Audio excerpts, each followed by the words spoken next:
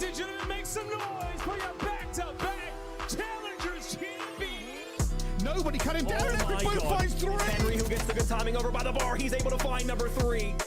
Oh, good movement from Mamba. Keeps the killing spree alive. Down low. Whoa, whoa, whoa. Lost for a minute, but I'm back. Now I'm at the top and they be asking where I'm at. Ladies and gentlemen, hello and welcome to Elite Challengers. This is the EMEA region. We are in stage 3, but it is our very final week of this stage, and that means playoffs. My name is Bryce. Joining me here, of course, Chris Tunn. Hi, Brycey. Excited to get into our final week here for stage 3. There's a lot on the line, a lot of questions to be answered, which I'm sure we're going to get plenty of answers to over the next couple of days. Yeah, it's an interesting time to be over here in EMEA. Who actually knows who's going to win this thing? Nobody's going to know. No, we certainly don't. It has been probably one of the most competitive Challenger Elite stages we have had, not just this year, but for many of the years that we've been doing this ton. And now we find out who stepped it up in this final week and who gets to walk away the champion and also potentially get themselves into that Pro-Am. Yeah, that's the big prize for all these teams that they are going to be aiming for. Now, a trip over to Atlanta is very much a positive prize to grab a hold of, as well as all the money and glory as well, Brycey. Yeah, it certainly is. And awful lot to play for these teams that we are going to get a chance to watch today.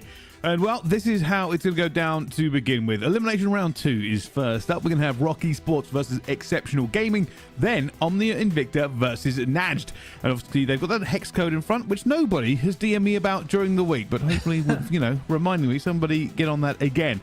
Then we'll have our winners final. There'll be OMITNoir versus Project 7. A big game between two of the biggest teams in this stage. And last but not least, ELIM round 3. But that'll be populated after ELIM round 2, Ton. Yeah, I know it should be really interesting. I think this very first game we're going to delve into the weeds, but the winners final, we kind of are going to get our answer how good OMITNoir are going up against Project 7. But this is how both of those two teams have actually managed to make it there, and how these teams that we're going to be keeping an eye on in elimination round 2 have sadly managed to make it down to where they are. I think the real story of today is to see what happens between Exceptional and Esports. Yes, okay, the winners final is a big storyline, of course, but that's something that I'd imagine does get played out in a grand final as well, but we'll have to wait and see. But Exceptional up against Esports is going to be super interesting. Both these two teams in a bit of a slump. Who's going to get out of it quicker? Yeah, it will be. And I tell you something, coming into today, I was kind of looking through our games and saying, well, who do we think is the most likely to kind of walk away the champions here? And normally you would say, hey, Esports would be one of our front runners. Exceptional Gaming have been a front runner before. OMNiA and INVICTA and NAJD have had a good run through the bracket, but OMITNoir and Project 7, they've been flawless so far throughout this tournament. One of them must lose today, though.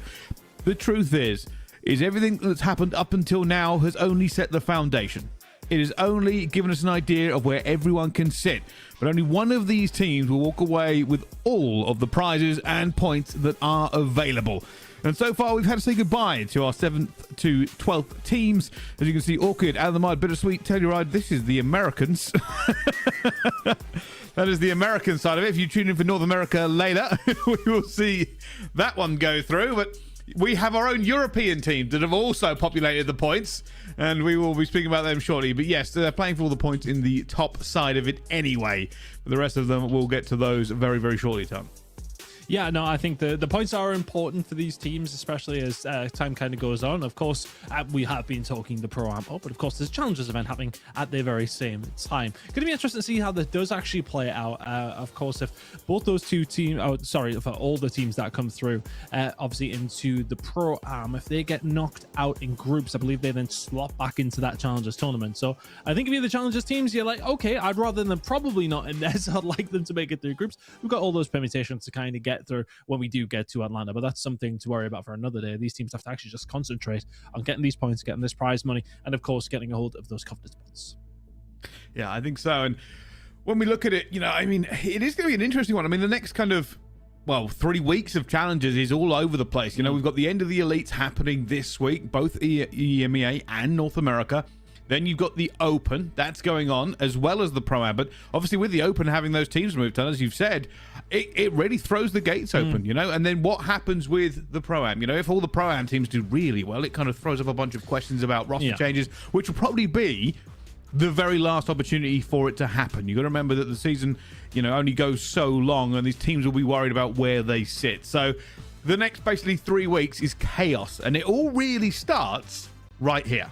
Yeah, and I think that's going to be a hard one to cover, to be honest with you, when we do cover over on the Atlanta Open. That is going to be wild to see where those teams kind of dropping in, how everything kind of works out that way. Yeah, it's going to be super interesting. But yeah, no, we have some games to get through first before we even have to think about that, Brycey, thankfully. We certainly do. Well, let's go to our first game of coverage. We've talked about champions and winning this, that, and the other. These are the two teams in the running because, well, they've done it before. Let's talk about Rock versus Exceptional. This is Rock first. Dumex, Rixel, Kicks, and Dom will be a team that many people will already be familiar with, winning Major 1 challenges, second at Major 2 challenges, but a rocky start in Stage 3 of Elite.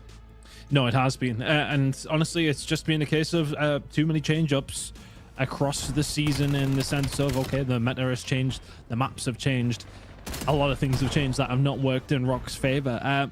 It's going to be interesting to see how it does work out for them, though. They have had time now to maybe try and cement themselves in a better place, and in all honesty, they're going up against a team that I think they will probably take playing up against. I know we'll talk about Exceptional in a moment, but they haven't necessarily been too hot. If Rock are potentially going to be able to beat any of these top teams, Exceptional are going to be one of them. Last time around when these two teams did play against each other, it was back in Stage 2 playoffs, but it was a Rock 3-0 win. They'll be looking to replicate that as quickly as they can.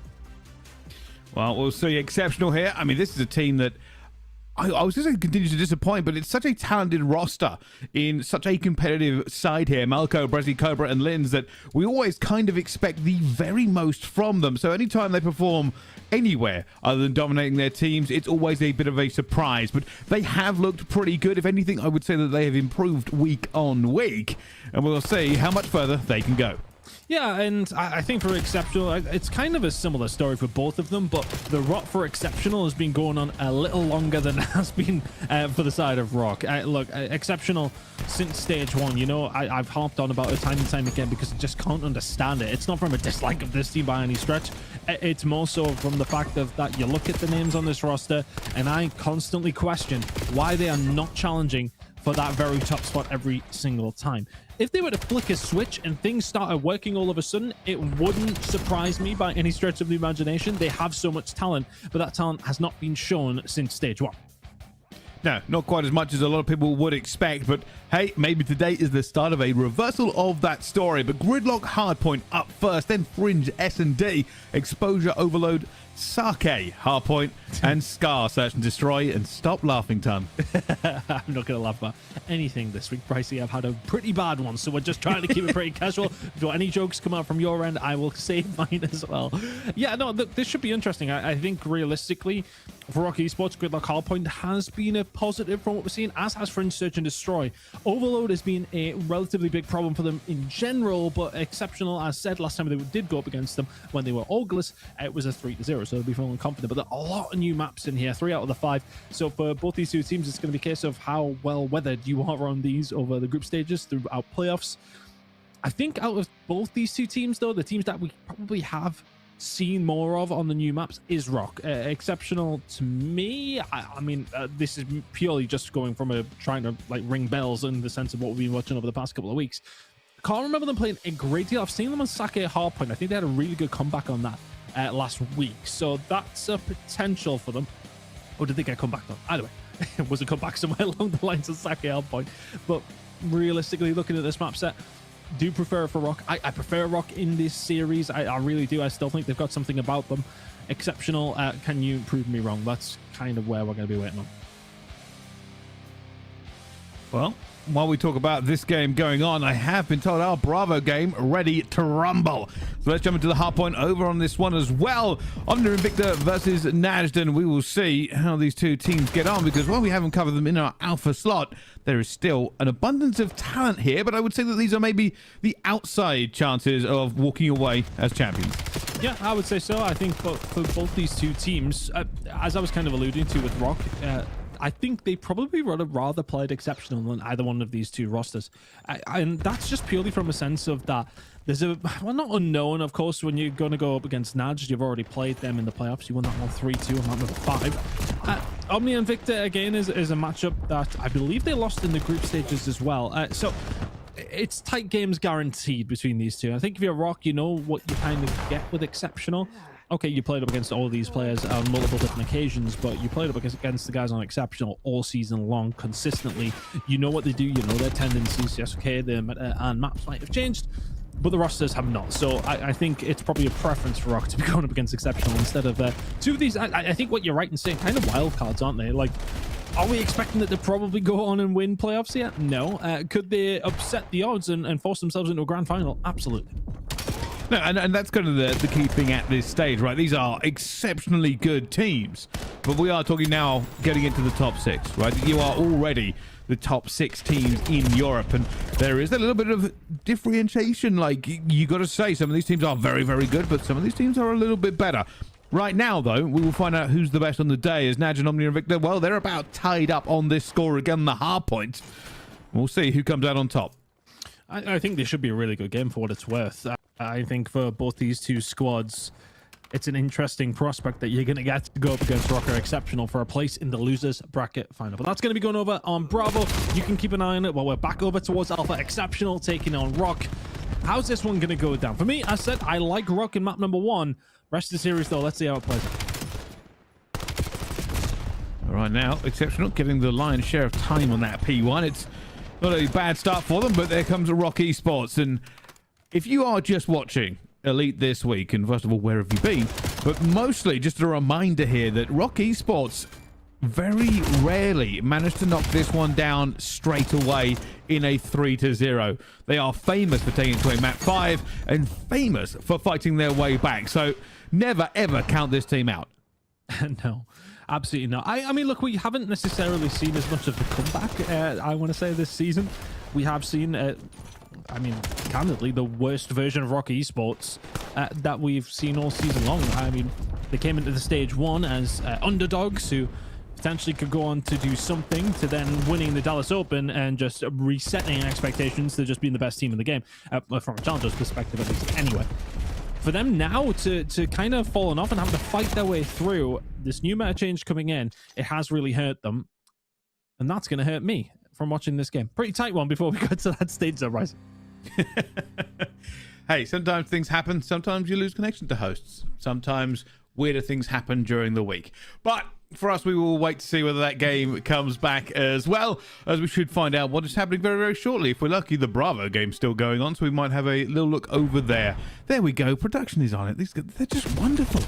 Just gameplay. They know how it works out. Anyway, over towards OMNiA and INVICTA, and away from any conversations about weird things happening during the week. Might even go trying to find a way through. It's a solid enough lead yet. The Alpha sites might be entertained. Who have impressed me. I'm really curious to see how they will do on land together. This squad is one that has kind of been brought back into the fray from Alpha, coming back from a stint over in North America, doing relatively well. I mean, look, you're in a elimination semis at this stage, quarters, one of the two. I always get them mixed up, Pricey, because there's losers finals, and then there's the one before that should technically be a losers semis, but then I don't know. I just see two games that match up against each other, and both the teams who win it go on to play against each other. I don't know. Look, it's confusing. Double elimination brackets are a thing that's been around forever, and yeah, I'm still sitting here. I'm the INVICTA, though. Probably should have learned it by now. Doesn't matter. Maybe. Doesn't matter. Look, one of these teams loses, one of these teams will win, and we'll keep doing that until we find out the only remaining team. But at the moment, OMNiA and INVICTA are potentially going to lose their lead here. Don't think they're going to put too much pressure back on this P1. You can already see a little bit of teams looking towards that rotation. They will be set up for it as well. Big gunfight going to go down there, though. Bodhi will take down to 10. So now if you're Alpha, you need to probably win a couple of gunfights here. Doesn't win any of them. Now all of a sudden, Sykes is left to potentially clean up, but just try and survive whilst the rest of the teammates are on their way. Flanks coming in through the middle of the map. There'll be a big fight there. Shit is going to go down to detain, but the initial gunfight's over towards P2 will be won by NAJD. They're going to have a little bit of control here, but they're going to get squeezed. That was an important gunfight for Bodhi to find. You should get the spawn towards the back. Yep, very, very close. And with 40 seconds or so remaining here over towards P2, they can just about win. They're trying to hold down this choke point. It's going to be enough, though. More pressure piling through. As everybody gets through it. Clock's in a fantastic position, but only grabs one before he gets gunned. As the rest of the team now trying to get in a position to help out. Still holding on to this site. And the tick will be in their favor. So NAJD, the opportunity still beckons for them. It also means OMNiA and INVICTA cannot go for this rotation. And OMNiA and INVICTA were 40 points in the lead by the time we headed over towards P1 for what will probably be the third time, but Clock's now finding 3 in a row. Do they still have the tick? The answer is no. There was enough of a contestation came through from OMNiA and INVICTA, but they are going to have to be almost perfect here in this hard point.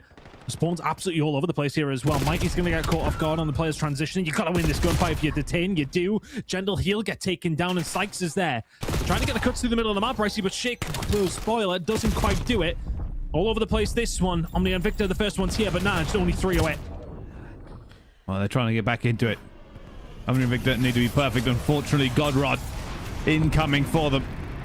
To try and use this to cut down reinforcements. Realistically, NAJD only have to get somebody into this point for 3 seconds, and that will be enough as they walk away with the very first hard point in their game. Incredible work, considering where they were, to be honest with you, Bryce. When we did jump back into this game, 40 or so down by the time we were over towards P1 once again, but a brilliant hold at P2 sets them up for so much success. You need one mediocre break, to be honest with you, and when those transitional kills, honestly, I think the spawns kind of did mess with Sykes and Co in that scenario. There was a couple of different moments where they maybe could have had themselves set up. You've seen one player spawn over towards the back of P2, one all the way over towards the other side, back of P3. And if you're in that moment, you find a kill each along those lines, you're in a completely different spot. Because we went and traded from that stage, there was no opportunity for really to get yourself a good setup. And a good setup at P3 can get you a full 60. A mediocre one can get you broken and you lose the game. 250 to 210. Really good work here from NAJD to find that one eventually. Clocks and Abodi having big games. 3,800 damage is nothing to turn your nose up at. No, it absolutely is not. And one of the things that, well, we've got a second here to kind of cover. I mean, we spoke about it a little bit in the pre-show here, but this is also the race for that Pro-Am qualifier. Essentially, this is Pro-Am qualifiers as well as Elite Stage 3 champions. It's a double bubble today. And one of the things we didn't talk about is the fact that, you know, technically Rock are already there. They've already got that spot. So even coming second today can still get you qualified. And that means it's a very hot race for everybody involved. Yeah, no, that should be interesting if we get to that stage. I don't know if that threat of Rock being in that final is... I don't know. Look, it's hard to say. Like, it depends who they're going to be going up against in the losers final. If they even make that, they've got 2 games to get through before that is a potential. But it is something to keep a note of. If they do make it to that final, whoever's there with them will be getting that spot.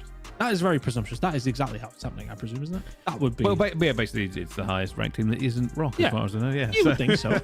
We'll see how it goes. I mean, we get down to the final 3 by the end of today, so we'll have a better picture of how it all goes. But all these teams making their case for it being so, and it's not just, you know, qualification to that tournament. You know, a lot of players, candidly speaking, might not never make the pro leagues. They might not get to play against pros.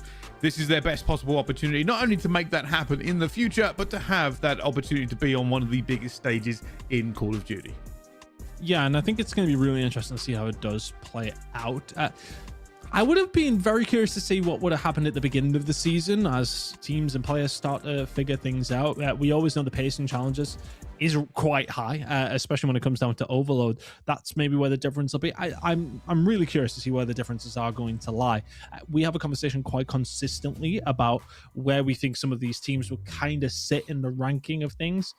To be honest, in this CDL right now, there's 3 or 4 teams that could be in a lot of trouble. If either one of these challengers teams who make it through from EMEA or from North America can manage to find something up against some of the big boys, that would surprise me, but I'm here for surprises, Brycey.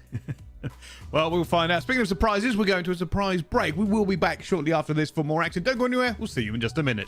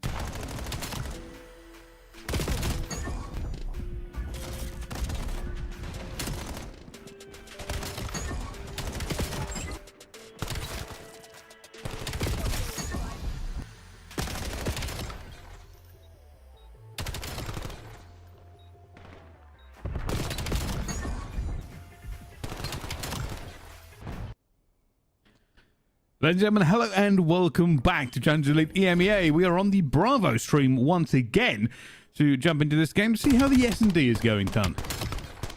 Yeah, and for side of OMNiA and INVICTA, could do with finding it.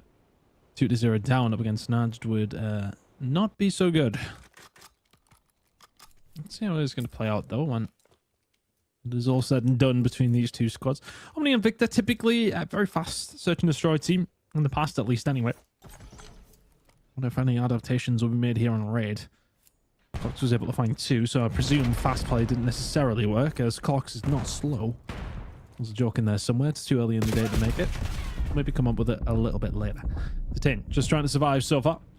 We'll go towards this A side, but it is but a rouse. It is a ruse. We're heading over towards B by looks things if you're OMNiA and INVICTA.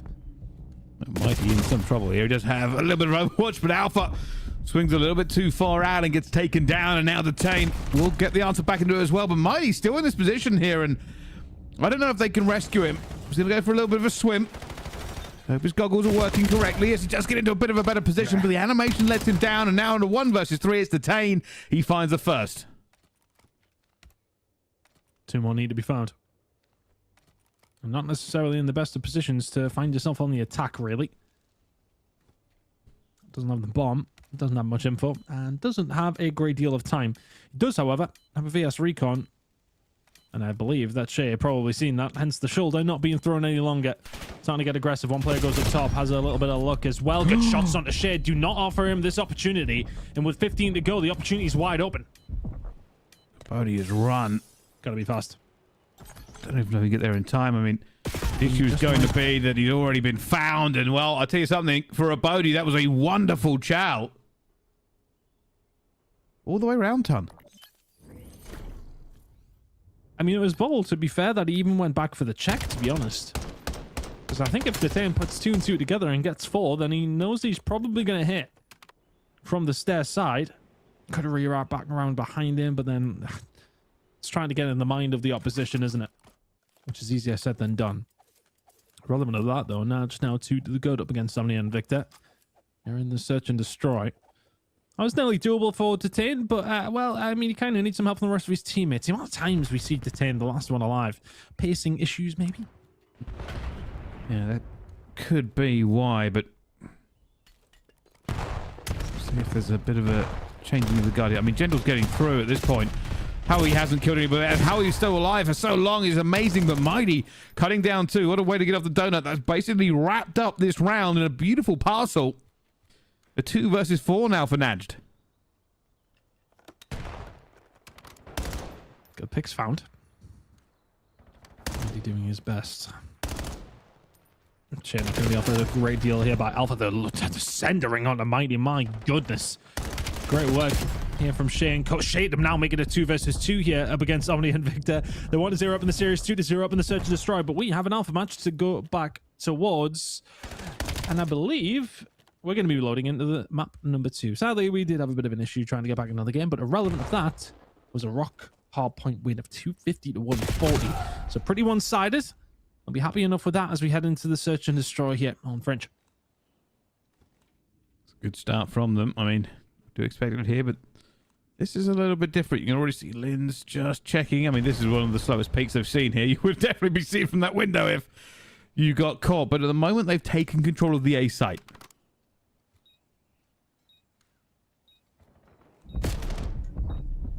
I'll break back in. A dumb flank kill would go a long way here, but Cobra's going to back down and not offer that up. Resi watching the alleyway. This is very, very tight. 30 seconds to go, though. Rocky Esports need to find a pick. A lot of pressure on the outside. Melko already watching, though, but gives his position away and cuts him down. Rocky Esports are going to need to blitz this a little bit. They need to get bodies in. 15. Dom already first through. Looking for the players everywhere they're going to be here, but Lynn's holding the window. He's got players with him as well, and well, there's the reverse blitz. They play that wonderfully post-plant. Yeah, it was just really nice sort of pivoting, if you like, by the French.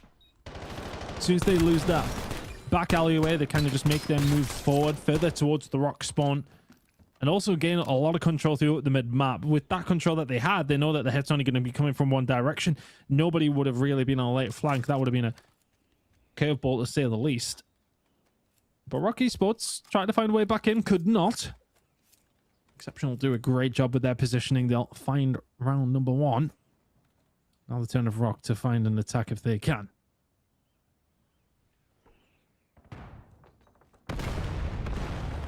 Bit of pressure now by Rock. Already looking towards this B site. Holding tools and now just wondering whether or not they can get anything here. But Domx so effective on some of these maps here with a sniper and wondering if that'll be the case here. At the moment, not going to be so. They're going to know where he is as well. Kicks, checks the windowsill, but Linz has managed to squirrel himself away, but not for that much longer. That is a free run by Kicks in the middle of the map here. Just took total control as Dom has.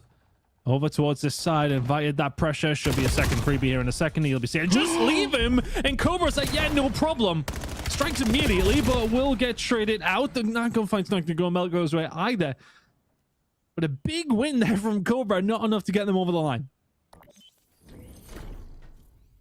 Well, I mean, Cobra pulls off a miracle, but too many bodies flying behind here, and Kick says, all right, I'll take revenge, and they managed to get this one back in here. But you are right, Ton, about something you mentioned a second ago, is that, yeah, with Dom X, basically overwatching that mid here, they gave up mid control. That allowed Kicks to get that kill. And now that's really opened it up for him as well. I wonder if Exceptional Gaming are going to have to just leave lanes entirely alone. It is a threat, isn't it? It's one of those things you really do have to play towards when you're playing up against Rock. It's ever present. B-Rush is coming through. Rocker here in numbers as well. Oh, the first stun comes out. Dom going to get the benefit of that one. Brezzy, he'll trade it back 3v3. No sniper for Domex this time, and it makes this a little bit less of a threat when he's holding an angle like that, but still very good with the M15. Cobra checking it as well, but he does manage to stay alive here, Cobra. Nobody comes to challenge him even though he's weak. Domex just holding his irons up through the mid-map. And if you're exceptional, do you get a bit of good timing throughout the middle? Well, you have done for somebody, and that bomb is going to go down over towards A almost immediately. Kicks has been backed up here, but he's on 3 spree. 4-1 right now, and they'll have to go for the retake again. I love this late flank from Cobra. Rock don't know it, but they're going to have to move quickly. Let's see where Cobra's coming from as well, but Domex wins the first one. Cobra does manage to get that flank at the same time. It comes down to this. Does Kicks wait for Cobra to make a move? He has no idea where he's going to come through. And well, Cobra's in a bit of a better position now. At the same time, has the coverage, takes a ton of damage. Kicks comes and follows, but gets caught down as Cobra spits lead through the doorways. And Kicks just trying to bait the kill cam there. Finds the kill, jumps straight on it. And now all of a sudden, Cobra has to make his move. It'll be called out to a certain degree. And Kicks guesses the wrong way. Cobra is the one who finds it. I think the call would have been that he was on the flank, but did they even know he was on the flank previously, actually? Did he even get involved before that? Finds 2. And that might well have been the last 2 to find that round. Good job there from Exceptional. Great job from Cobra. Those slow flanks are just so important. Not the immediate one to set up the bomb plant. It's the one after that really does cause the damage. Domex now with the sniper back out. Seemingly does prefer it on the attacking side. He's on Overwatch over Dom. Big kill by Kicks, though. Oh, that's aggressive. This is just taking control of the map here as well, but that is a dangerous play to lose here. Domex will be out of this fight for a second. He's hoping somebody makes a mistake here. I don't know if he knows what Exceptional are doing. I mean, it was just how aggressively they got a hold of B. I think they would have just maybe presumed that there'll be somebody else here. It's somewhat worked out here for the side of Rock Esports. They moved like ships in the night up against Exceptional, but they don't have as much time as they maybe would have liked to get themselves set up here, but they have got control. Not an aggressive line here from Kicks over towards his backside, but he should be able to find one. The timing doesn't work out, but the gun does. There's one back, 3v2. Oh, Domex misses it as well. Just gets smacked through the window. Ritual going out wide here as well. Catches Malco, and that's a big catch to make. Cobra, 1 versus 2. Has time, doesn't even care. Flies into it as well. Finds the first, not the second. Too many bodies, not enough bullets. Just not enough time when you don't close that gunfight out immediately. makes a difference. Kicks there to pick up the pieces. 8 and 2 from him now. Having a hell of a game with the NPC in hand. And mostly over towards this A side. So he's causing a lot of problems. Another 3 spree for him. The backpack not quite on yet, Brycey, but he's threatening it. Oh, this is the thing. I mean, this feels like this S&D's been going a while, but at 2-2, there is so much COD left to play. Anything could happen, and any swing could show itself. Right now, though, Exceptional looking like a bit of a teasing push over towards B. Linda's been stun checked. The question is here, Ton, is are they confident enough to push this or make a wrap? Well, you look at the positioning of Kicks. He's pushed so far up that Domex can watch the middle of the map, but that's not exactly where everybody else is coming from. Rixold is not able to remotely find the snap. He gets caught out. And now it's up to Kicks and Domex to try and brute force their way in, but this is going to be difficult. I think if I'm Rock here, I'm arguably baiting out a little bit for Kicks to maybe try and find a couple of kills. There's one back, 4 spree for him.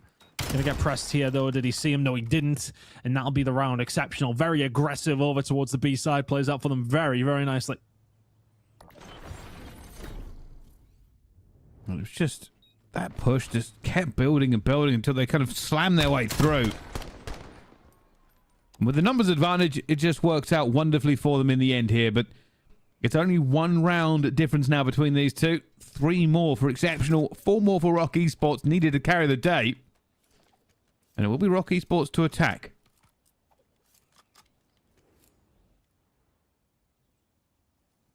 Very back and forth so far.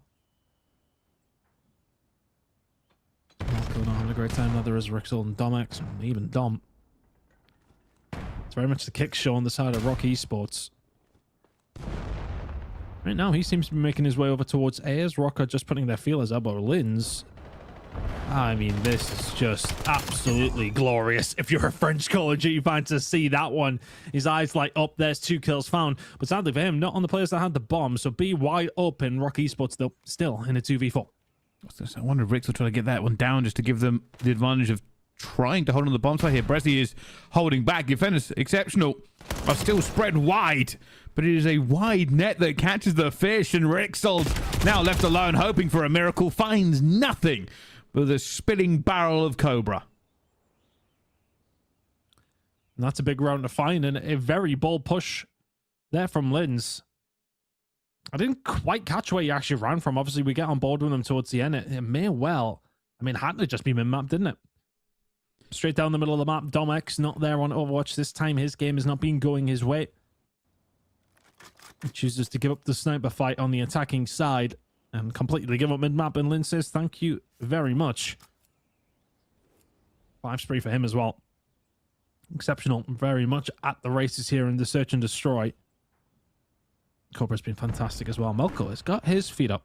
Give me the bomb, boys. Our plan.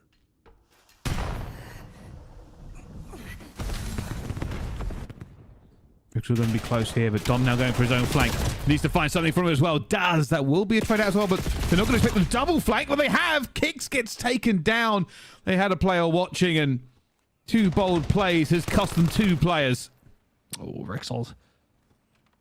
Okay, a bit desperate with the shots that were coming through, so they know that there is some sort of flank. Domex, though, this is an angle that you're not expecting a sniper to be holding. And now Rixold is here to help out as well. He can't really do a great deal. Cobra should be very, very weak, and he is. Domex now in a 1v1. Sometimes the sniper is perfect. Oh. Sometimes it is horrible to hold, but Domex misses. Oh, there must have been a whisker that went by. And now Domex is flying around the map trying to get into a better position here. For Exceptional, Brezzy has pulled it to the other bomb site. And honestly, this is the kind of bomb site that if the opposition has a sniper, you don't hate to be in this spot if you're Brezzy. Domex up. It's found an NPC with 12 bullets in it. Oh, God. Oh, That's devastating. somebody will have told him. Somebody will have told him, hey, you've got a short squeeze of this, and then you've got to go back to something else. I don't know. You've seen the NPC. You'd probably kill all 4 of them if you could. But there's only one. He has to try and find a Brezzy is the one, and Brezzy is ready and waiting. Exceptional with another round. 5-2 up in the search and destroy. Good value for it as well, Brycey. Done so well to get out of there and relocate. And to get the right angle as well. Exceptional. Look like they might end up tying this up in this series. Domex will have the sniper again here. This may open up mid-map. It's a long way back here for Rock Esports.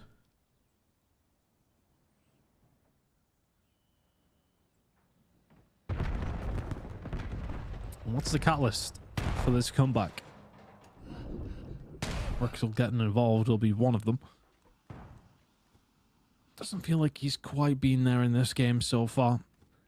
Interchange may well have hurt him. A bit of a role change had to come through for him as well. Hasn't looked at his blistering best by any stretch of the imagination, but this bomb's going to be going down. Plenty of exceptional members here, and very, very close to try and retake this site. Rixel going to just play behind the bomb. That's the only thing he can do. Shows maybe a little bit much of a shoulder, but he can find some good fights into one. That's a nice snap on the Lins.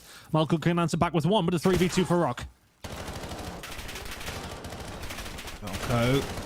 I mean, just so much pressure mounting here as well, but managed to get one, two more going through the doorway.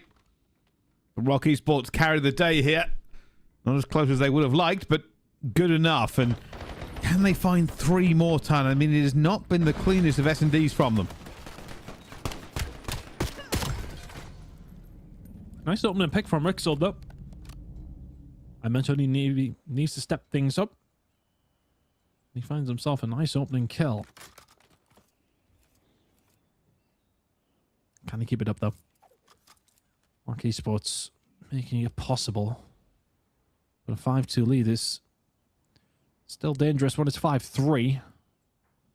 Cobra's having a hell of a game, sitting at 10-4. Kicks has slowed down ever so slightly, but a big push over towards B. Who's winning the opening gunfight? Brezzy was ready for it, as was Cobra.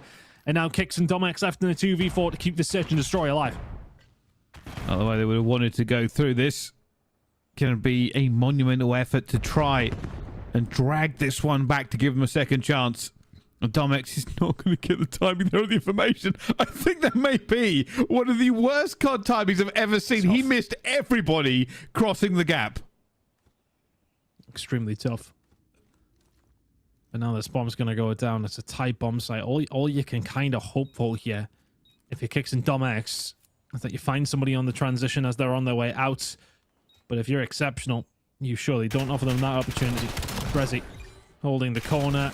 Kicks going to get dealt with. Domex now left in a 1v4. And very dead. Never mind. Well, must have been a little bit weak already going down there as well, but exceptional. Do manage to get that S&D. A wonderful time from them. It could have been close. We spoke about this at 2-2, and then really exceptional did swing the game their way entirely. And now we get to see, with it all tied up, as we spoke about just a little while ago, Rock tend to do this. It's always going at least 4 or 5 maps. Yeah, it always feels that way, doesn't it? Look, some interesting rounds in that Search and Destroy, though. One that I think Exceptional played extremely well. On multiple different occasions, there was nice flanks coming through from Cobra. He always seemed to somewhat be the playmaker for the squad here in this Search and Destroy. And that 11-4 scoreline backs my point up. 1,400 damage along the way as well. But the First Bloods are a big indicator as well. Lins found 4 of them. Yes, okay, it may only be 5-4 in favor of those First Bloods for Exceptional Gaming. But again, something I kind of did want to point out as well. 5 bombs planted for Exceptional. I think it was only maybe the 2 for the side of Rock. On multiple occasions there, Rock were finding plenty of success in terms of gaining control of bomb sites. It's easy for me to say, I suppose, when we can like sort of see the entire map and see where the opposition are, and you're like, oh, just plant the bomb. But it does feel as if they are somewhat hesitant on occasion to maybe get it down when they do have a little bit of control. Maybe trying to dot their I's and cross their T's a little too eagerly before they do get that bomb down. But irrelevant of that, I don't think that's the only reason as to why they lost this Search and Destroy. They lost the Search and Destroy due to big plays being made by the big players on Exceptional. Cobra having a whale of a time. And Lins with that flank as well. That was devastating. That was finding round number 5. Rock brought it back into the realm of contention with that one in round 8, but it was always looking likely it was going in one direction. Exceptional. Fantastic in that final round as well, and overall a nice stamp on that Search and Destroy. Find themselves back into this series because you go 2-0 down. You're heading into this overload it's not somewhere you would want to be. But exposure coming up, we're going to be seeing Sake at hard point. We may well and probably will see Scar Search and Destroy as well, Brycey. These two teams going toe to toe. Yeah, a tale as old as the Elite, really, at this point, but we'll see. I mean, there's just so many positives for both these teams. I mean, we spoke about it at length here.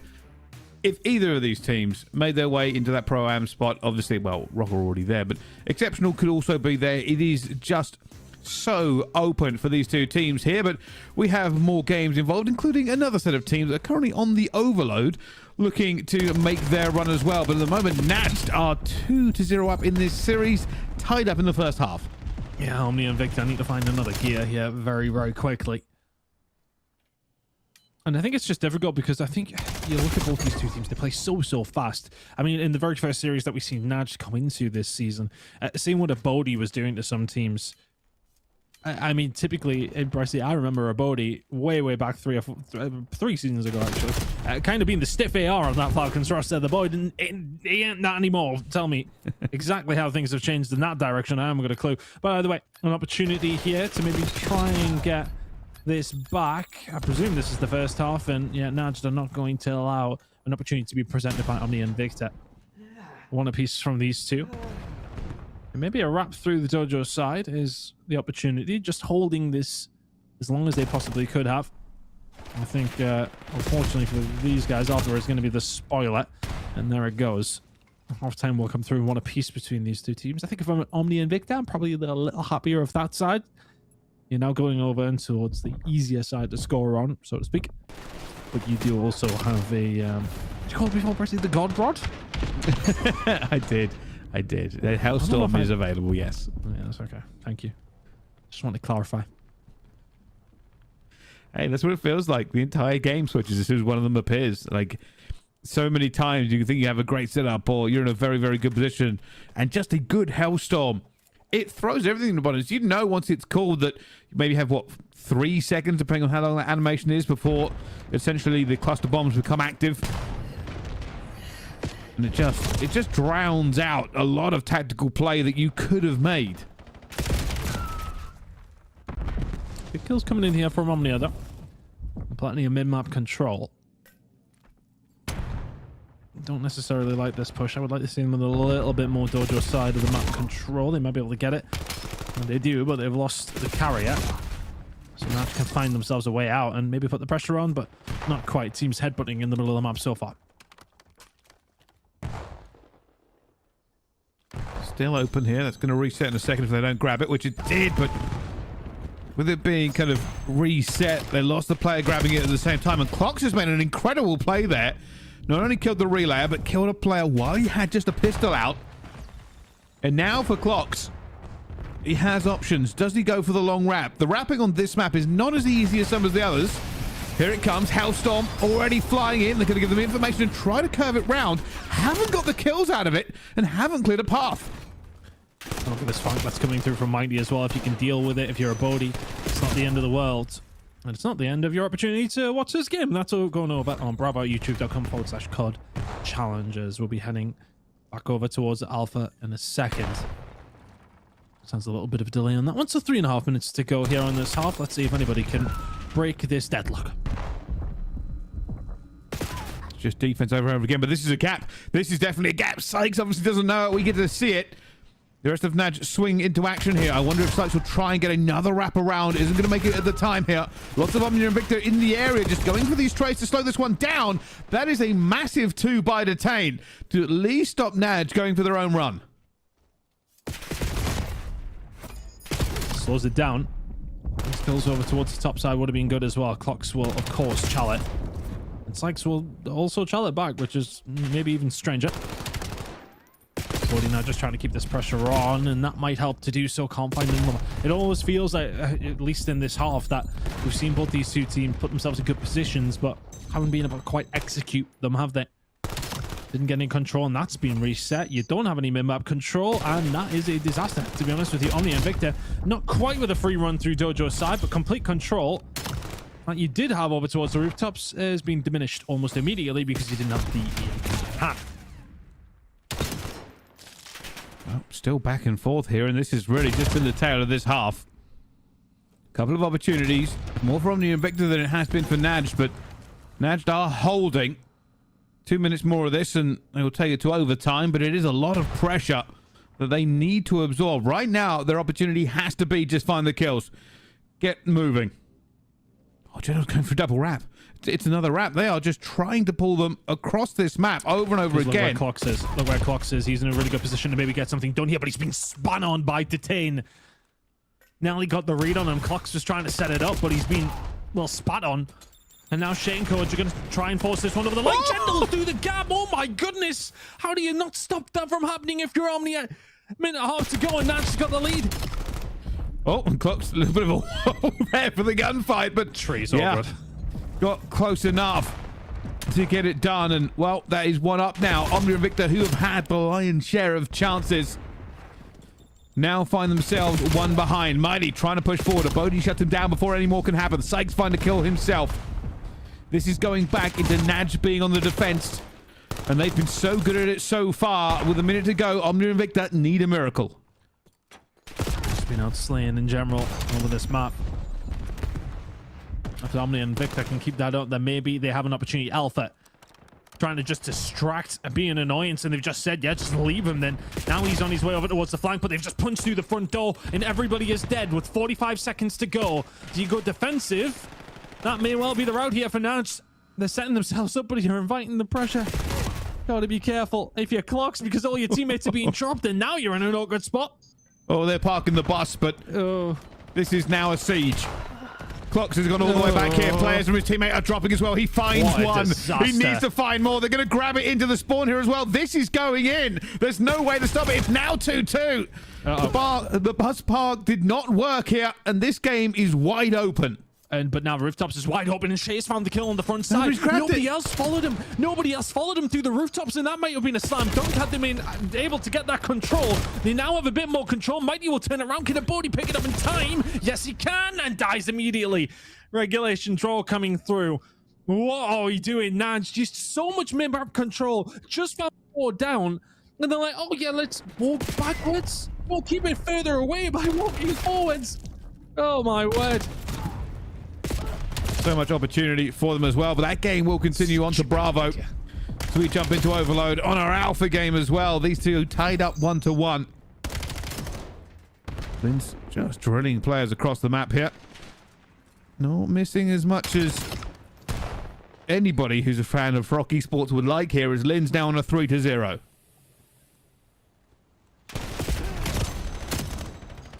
Honestly, I'm pulling my hair out of that decision from Naj. Sign, seal, delivered. Game's yours. Push forward. Try and get another one. Seal it.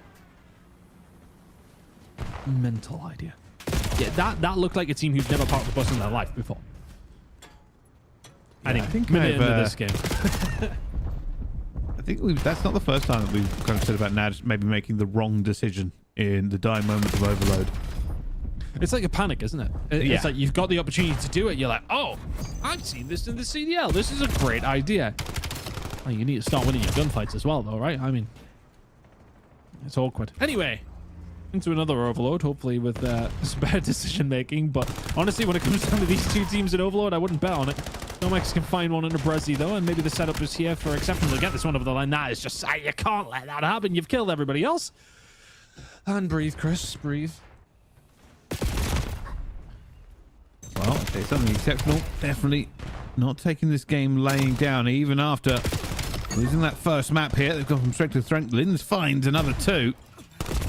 A little bit of a setup here, but this is a difficult one. You do know if it's open and the players are up and entrenched, and a lot of times you'll see switches going on in this place to get players across the map and pull those defenders out of the way. Brezzy is going to try and make a bit of a flank here as well, but got to be careful if his teammates go down.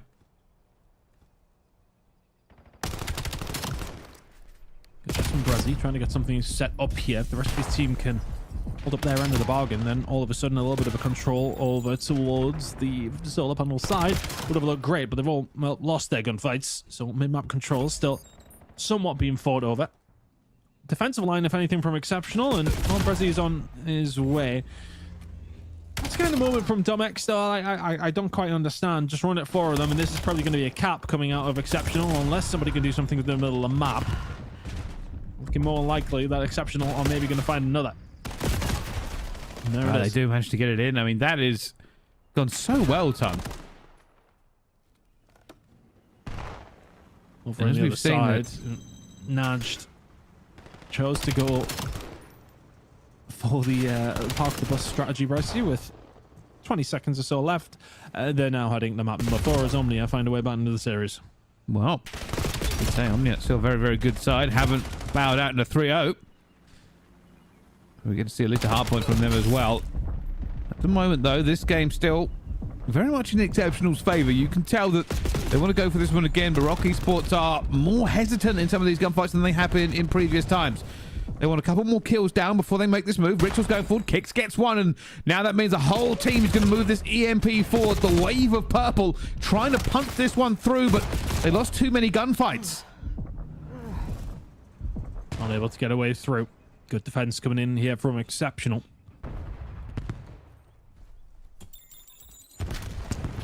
This all continues. They just try to fight over.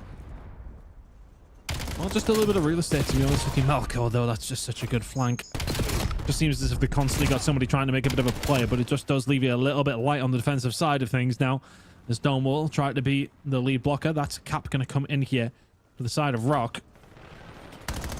Now about winning the fights in the middle of the map. Okay, they've kept them in their spawn, but mid-map control is not yet yours until Rixel does find that. Good play from Rock here so far, trying to bring this one back. Oh, that's huge. Dom finding the kills.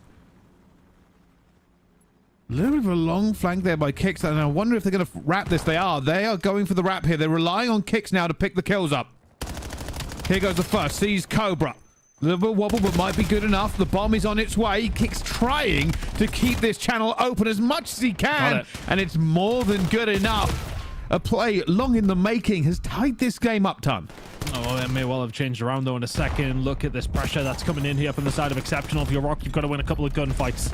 Lens and Cobra can now maybe take their time. Will have to take their time. Melko back down.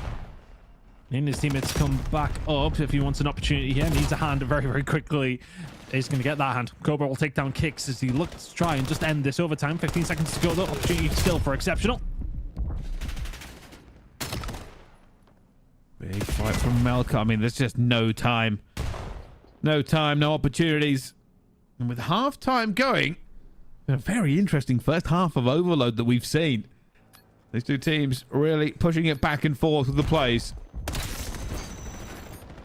And sometimes, just sometimes, you wonder who's going to walk away with the game here, because this isn't so much of a case of one team bullying the other. This has been both teams shining. And it's just about who wants it more now. I think it's been a bit of a strange overload, to be honest with you. Both these two teams have fought over control quite a lot. There's been good defensive lines being set by both these two teams. But it's almost been like the minutest of openings that they both managed to make work. I mean, you've seen the very first one coming in from Cobra. He's the only one who has it. Somehow slipped the net. The second one as well, not even everybody was dead. There's still very much people alive in and around the overload point. Still managed to slide it in. Same for Rock. They just had an ever so slight opening that they made the most of. So it hasn't been unreal set plays, if you like. It hasn't been a case of just 4-man wipes and finding it. It has been a case of making the most of what's been given. And there may well be another opportunity being given over towards Rock. Kicks, there's just no right for you to win that second gunfight. Rock Esports are going to take the lead. They still have control over towards the solar panel sides, but that is one of those moments where Kicks just takes over the game. Dom makes a very big kill there to try and slow this down as much as possible. Dom coming to the rescue here. Rixel onto this at the same time, and Rock Esports were just in a better position for this potential relay. But Linz, a massive play from him to shut down any potential push. And he's going for this one fast. Doesn't have the blockers, doesn't have that much of an opportunity, but he's trying to get it through, and he does. Linz sees the opportunity, strikes while the iron is hot, and we're back to 3-3 again. Now the team quite able to dig the trenches and, well, stop these caps from coming through. Malco doing some good work throughout the middle of the map, though. Dom trying to set up something for the squad. Cannot quite get it there. There's a big setup here for Rock actually around the EMP. We're going to just defend this heavily. Big fight going on over towards Dirt. If Linz could get himself involved on the flank here, spells disaster for Rock, but just going to start getting aggressive. Brezzy, Melko, Linz all combining well. It'll be Rixold who can slow this down, but how much can he actually slow it? Quite significantly. Not significantly enough. Linz, he'll get that one over the line. Rock will get mid-map control off the back of it, and 3 minutes to go. They find themselves one behind. Makes on Overwatch here. He's going to try and catch somebody so they can move this. Fortunately, he gets cut down before he can do too much damage. Kicks now looking for the same time. They've got some bodies here as well, but Linz takes a little bit longer to kill somebody than I thought here. Pressure still on Rock Esports' side, but for Exceptional Gaming, they are getting more and more bodies to this fight.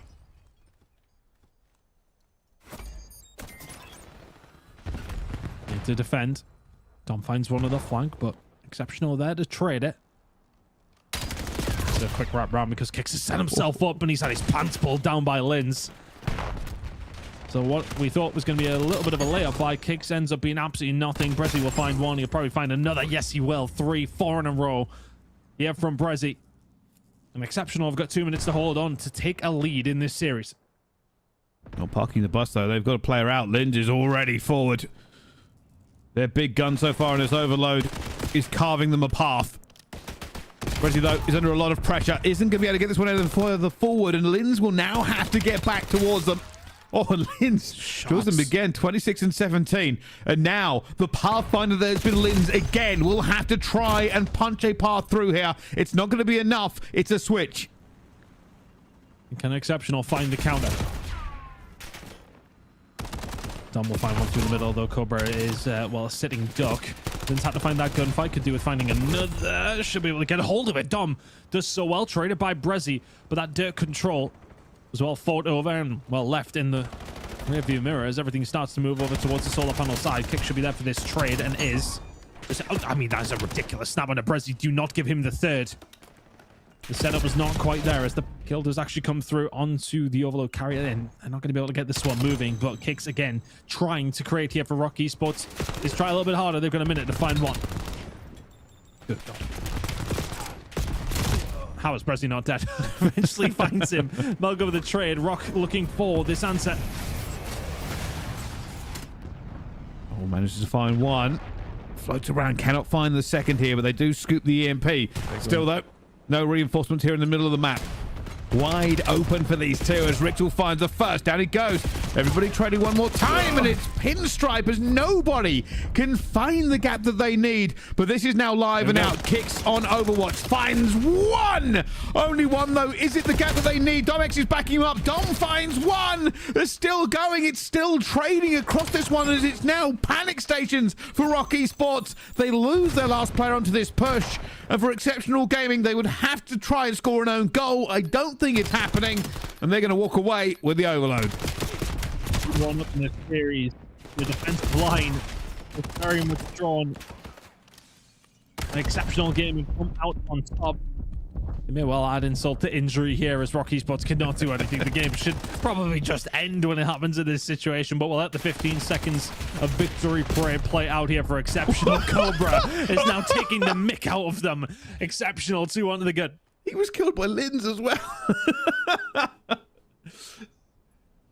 Well, that game ended with a team kill, but that's because Linz was destroying everything that came across his screen.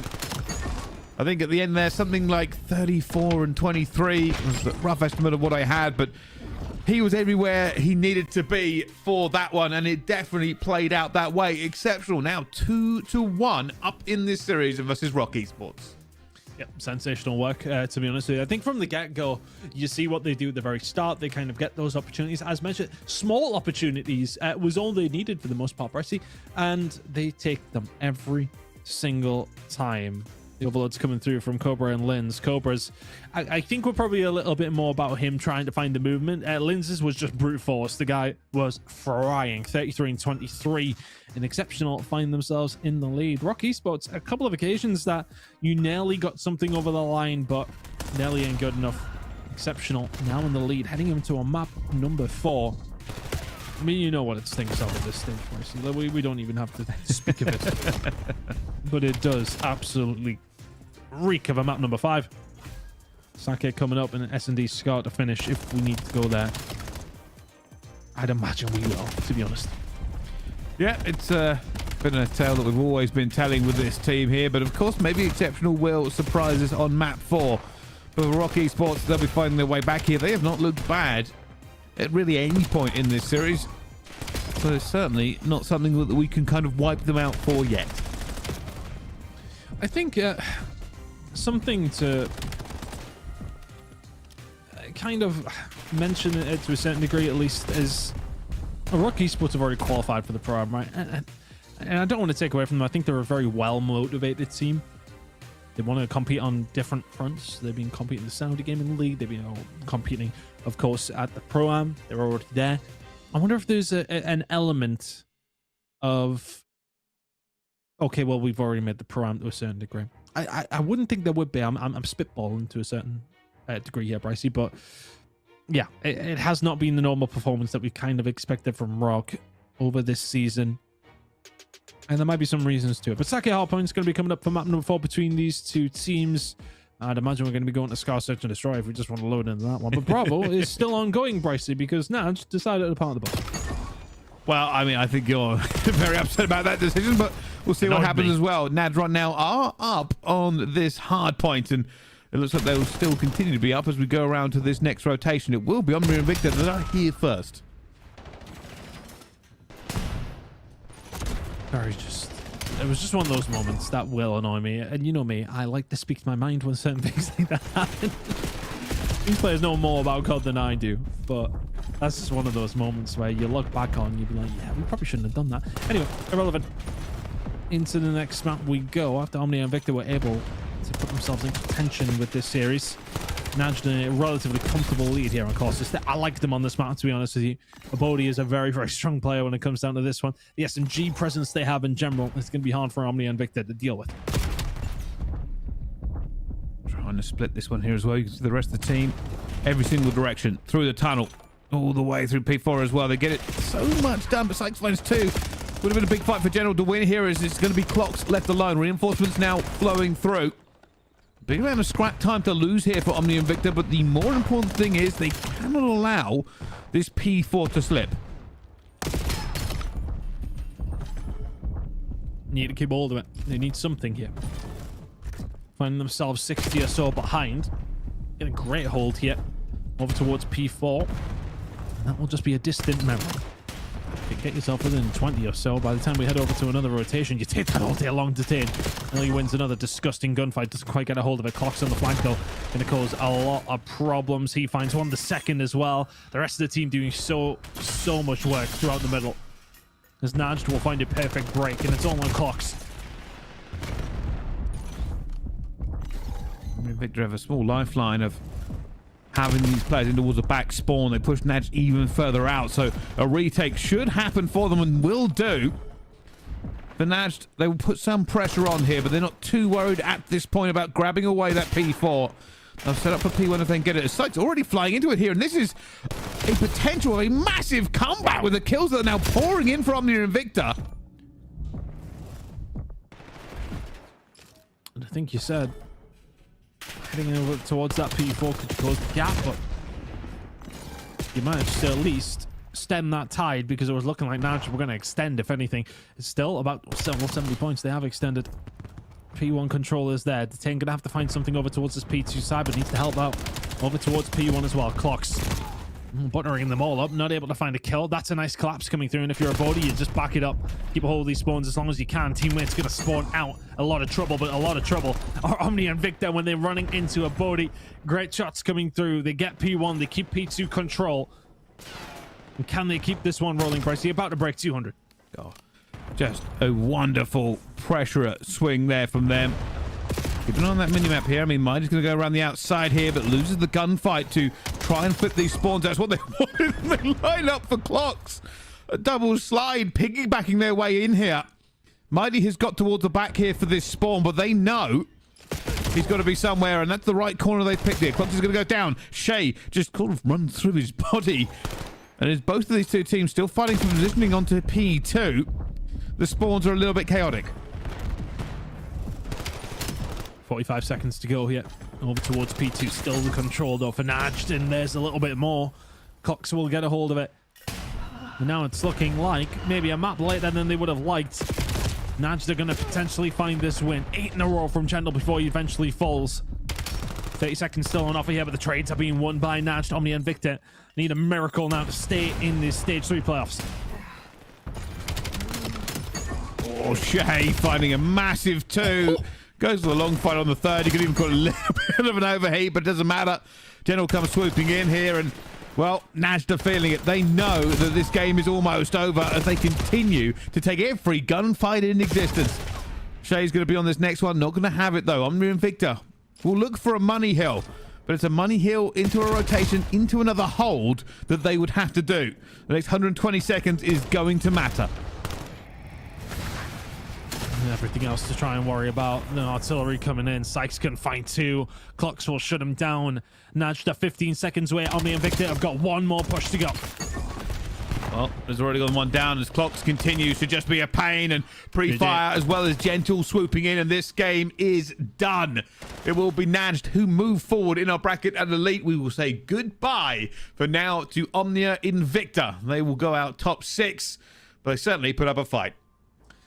Yeah, put up a real nice fight, but the new Saudi Arabian boys on the block in NAJD looking very solid.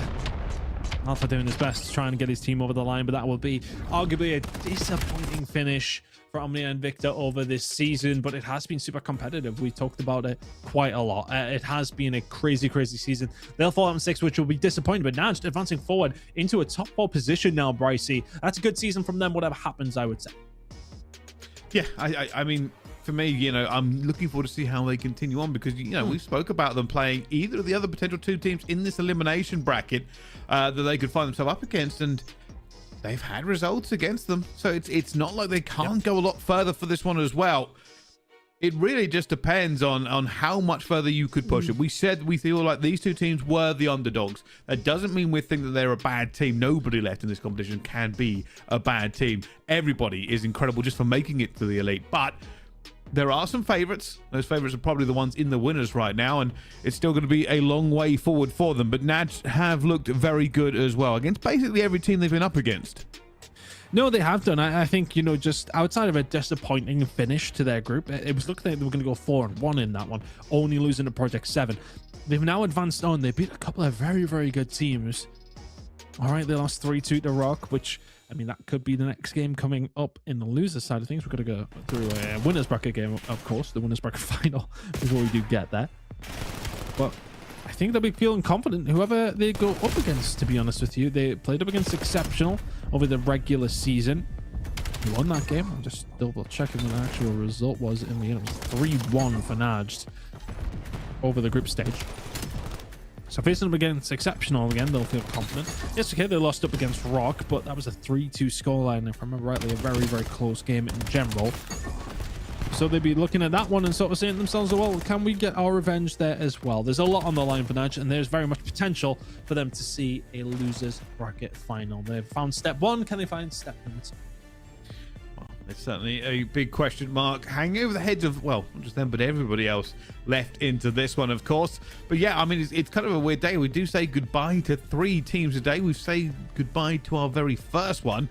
And truthfully, moving forward with these teams, everybody has been pretty good. I mean, OMNiA and INVICTA, I would say that, if anything, there was maybe less highlights for them on some of those maps as we've kind of spoke about it moving into it. But even now, I really don't know who's walking away with the kind of the laudits at the end of the day. We will get our first grand finalist as well. Yeah, I think that's going to be the real interesting one. I think when you looked at these losers bracket matchups, either one of these games could have went either way. The next game, who really knows? I think when whoever comes out of this losers bracket portion to get themselves into a losers bracket final are going to have a very tough game. They're going up against either one of the 2 teams that went 5-0 in their groups. But this one still has to be decided. Exceptional finding themselves 2-1 up against Rock Esports. Great work on the search and destroy. Tight overload. Sake hardpoint incoming. And let's face it, likely a Scar search and destroy map number 5. It's kind of a crazy thing, because we keep mentioning this, by the way, if you are watching, like, this is just something that always happens, and this is over and over again, week on week on week. I think this is now our 9th week of doing Challengers Elite, right? And Rock Esports have basically repeated this pattern all the way through. Fortunately, you know, when they do so, they still go on to have incredible runs at land, and they seem very apt at these final kind of game 5s. But before we get there, before we get ahead of ourselves, let's see if they can carry the day here on Sake Hardpoint. Let's see how things are going to break down. Rock Esports to find themselves in this situation, a top 6 placement. I don't think it matters any way you put it. For them, would be extremely disappointing. Of course, it would be disappointing for Exceptional as well, but somewhat a little bit more expected that they could finish in this kind of position. I don't think for any second coming into this stage, Bryce, did I think that Rock Esports would be in this threatening of a position. As that is said, though, got 30 seconds to name off P1. Melko being hunted down. If Rock can find him, we'll find a setup over towards P2, but Exceptional are on their way. Honestly, Melko did well towards that backside. He's allowed the rest of his team to find a way through over towards P2. Rixel buried deep, but they managed to get him out here. They're going to reset the battle lines. Rock Esports already hitting the front here with numbers. Melko knows he's about to be in a bit of trouble here. He's going to try and stay alive as long as possible, but the buzzsaw has already started. Lin's trying to do as much as he can here. Cobra's going to come in through the back as well. But Rixel gets one more, and this was the issue. That player just dug in so far towards the back. It has allowed Rock Esports to make this hill a bloodbath. Tomek sitting at 8 and 3. Influential as ever. Rixel. He's having a cracking start to this one as well. 9 kills already. We've still got 10 seconds of P2 remaining. Rotation, though, should absolutely belong to Exceptional Gaming after they're not able to quite find a breakthrough. Tomek is here nice and quickly, but the backup is, well, very much non-existent. It's going to be a lovely time for the Exceptional to set up, and Linz will happily find kills throughout the middle of the map as well. Linz has been a real problem for them to deal with. He has been everywhere. Not only took the scrap time away from that one, but they're just struggling to take him out. Might be a bit of bad timing for him here on this one, I was going to say, but still nobody has caught him on a 4 streak. The rest of his team still going to be holding around this hill at the moment, bringing this game back almost to a tie as Linz has gone from one hill to the other on a killing spree. 6 in a row. They're going to try and call game as quickly as they can. There's one play over towards the backside asking, where have my teammates gone? They've all been wiped. Rock Esports just not able to find a way through, and Exceptional farming them. A couple of kills will fall Rock's way. They may be able to find a way through, choosing to just back it on up. 15 seconds to go, though. That's going to be a lot of room for Exceptional to try and make up, and they're going to be able to make it up very, very easily. The trenches are being dug deep here from Rock Esports, and that is just so much free time over towards Linz. Let's see what's happening over towards the new hill as we find our way through. But Hellstorm available for Linz. If you need a tool to try and break it wide open, this is it. Yeah, this hill is a bit of a nightmare if you don't get here first. There's just so much cover. But here we go. Push them all the way back into the hut. They know that's where that's going to be. Try and find something when it does. Let's manage to find Rixel here as well. The rest of them trying to get into a position. Can they win the gunfight? Is it pinstripe everywhere? And Linz flies in once again. It's a 6 streak. This man is still going. I don't know when the last time he went down was, but he certainly had to raid some ammo caches to get more bullets into his gun. And there's a 9 streak for Linz. It's 10. No, denied. But maybe, just maybe, that life has been good enough to put Exceptional over the top. My word, Exceptional. And my word, Linz. Since the end of P2, he's been alive, Brycey. There was nearly 2 bloody minutes at this stage. And just a contestant coming here through from Rock. Honestly, they've not done too badly. Considering the Hellstorm came in, Exceptional will be very happy to take that time. But Rock Esports floundering right now to the hands of Linz. 15 and 7 from him. I think the only disappointment will be for Exceptional is that the Hellstorm didn't do a little bit more to get them some more time. But I think if you offered them a 40-second lead heading to P4, they just snapped your hand off. Wow. What an interesting web we weave.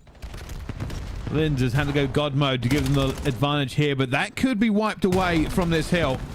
Domek's setting up. Linz already finds another kill into this one. Dom going for it at the same time. Domek's getting one at the same, going for this pre-fire, but Melko and Cobra reacting to it.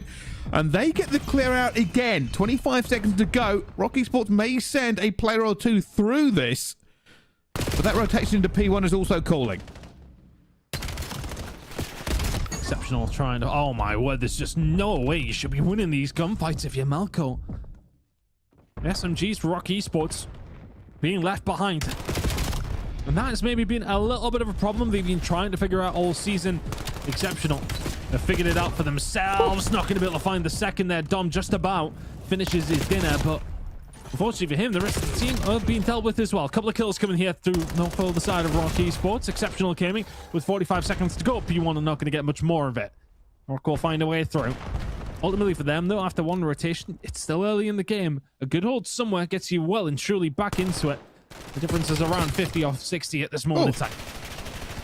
Dominics showing how good the NPC can be, and goes down to Cobra there, not able to carry the day. A little bit of time left here onto P1 as well. Rotation is beckoning. Everybody knows that P2 can be a bit of a nightmare to go through. Last time, Rock Esports, this is where they got a good chunk of time as well. With this rotation, they're looking to do it again. Kicks now, just trying to set up this. Need to start winning something in the middle of the map. Again, as said, you can get yourself some really good holds on Sake. Mind you, if you don't have anybody anchoring your spawns and Cobra can slip the net like this, it does make it quite that bit more difficult to hold on to, though. Spawn's still out, though, for the side of Exceptional, but Rock are going to have to focus on Cobra. They're going to have to get rid of him, but the rest of the team doing the work on the other side. It's 4 in a row from Dom. Pretty much holds off everybody else on his own, and we now have a 40-point game. Doing so well to just not even really give them the opportunity to make this difficult, but Brezzy finds 2. Now comes a little bit of a squeeze. It's only for 25 seconds, but Exceptional want the juice. Kicks already, though, watching some more of these checkpoints fly through, and he's not going to get anything as Malco goes high and grabs him. Scrap time for Exceptional. What you take in one hand, you lose in the other, and Rock Esports will grab this rotation. Big fight going on here, though. One play over towards the backside, dealt with. So Rixel just needs to stay alive, but I think they'll be able to sniff him out. Rest of the team on their way now. He has to engage at the right time. Brezzy holding this door. Probably doesn't want to get too aggressive onto this one. Rixel will have a look. Rixel will get stunned, but the rest of the team on the way through the front door and barging it down. There's 2 from Dom. Cobra and Linz combining well. Linz can't find another. There is the break. Rixel just had to find himself inside of the point. There's the spawns. 30 seconds remaining here. They could find themselves within touching distance by the time they end this hill. Kicks with 4 in a row. He's starting to wake up as well. Rock Esports still alive in this game. Linz finds 1 and a second. That is outrageous from Linz, and now the pressure does matter as Exceptional will look to take this one away. They've got players on the rotation, so while that push did falter, they're not at the end of the rope yet. You can see Exceptional Gaming are now digging in. Rock Esports flooding up this map here, and Dom will be the first one in, and that's a huge kill to make. And is that going to break things open? Rixel there to pick up the pieces. And now if you're Exceptional, you're wondering where on earth our 60-70 point lead is gone. It's down to 20. And Rock have found a way through. You're going to have the back spawns here if you're Exceptional, but you have to find some unfavorable gunfights if you want to try and find a way back through. They did on the Cobra, not good enough to find him. Kicked up. He's found 3 in a row. Looking for the 4th one. The Lindsay can get it as well. Give him number 5. Not quite going to happen. But Rock Esports have control. They're 5 seconds away from tying the game up.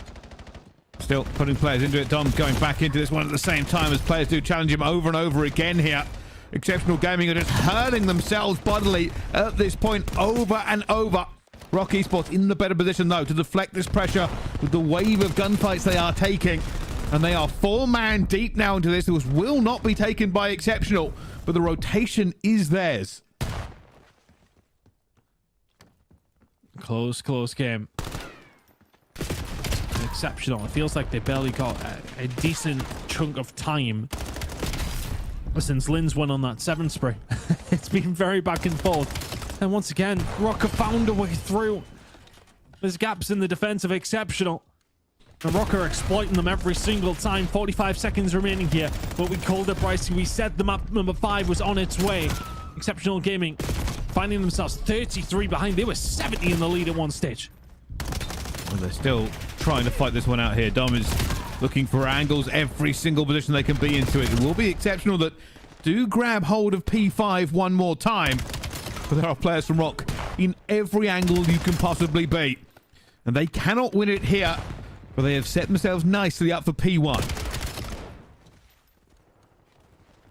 10 seconds to go. If you're exceptionally. You maybe have to have a little look at this. But now P1 is crucial. Just start to take over. If your kicks, him and Dom were really struggling. They're not struggling so much any longer. Dom will pick up one over towards P1. Might find a second. Who am I kidding with Might? 250 to 199. We go to map number 5. Exceptional. Couldn't hang in that second rotation. Death. Taxes. Rock to map 5.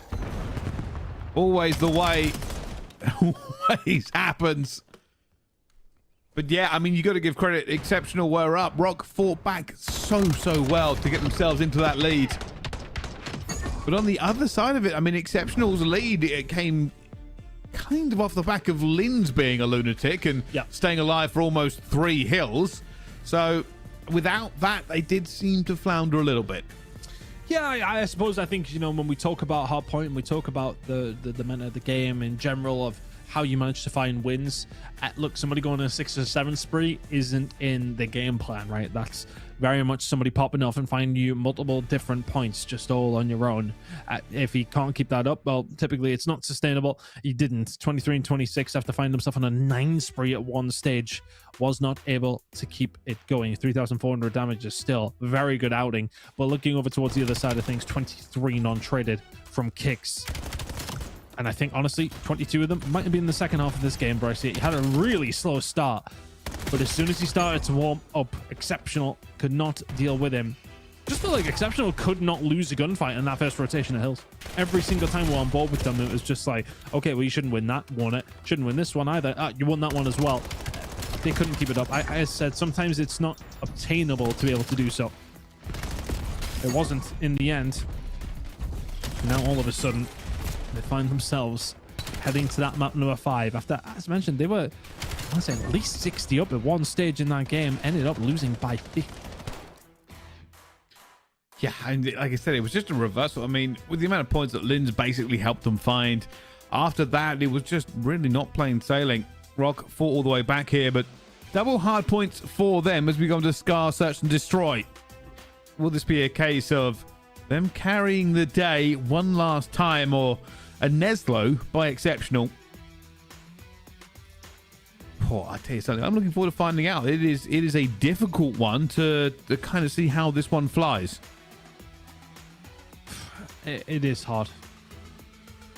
Scott typically has been a nice map for Rock over the seasons, hasn't it? I mean, look, you think about the catalysts for reasons as to why Rock Esports are a solid search team, and Domex is a big one of those reasons.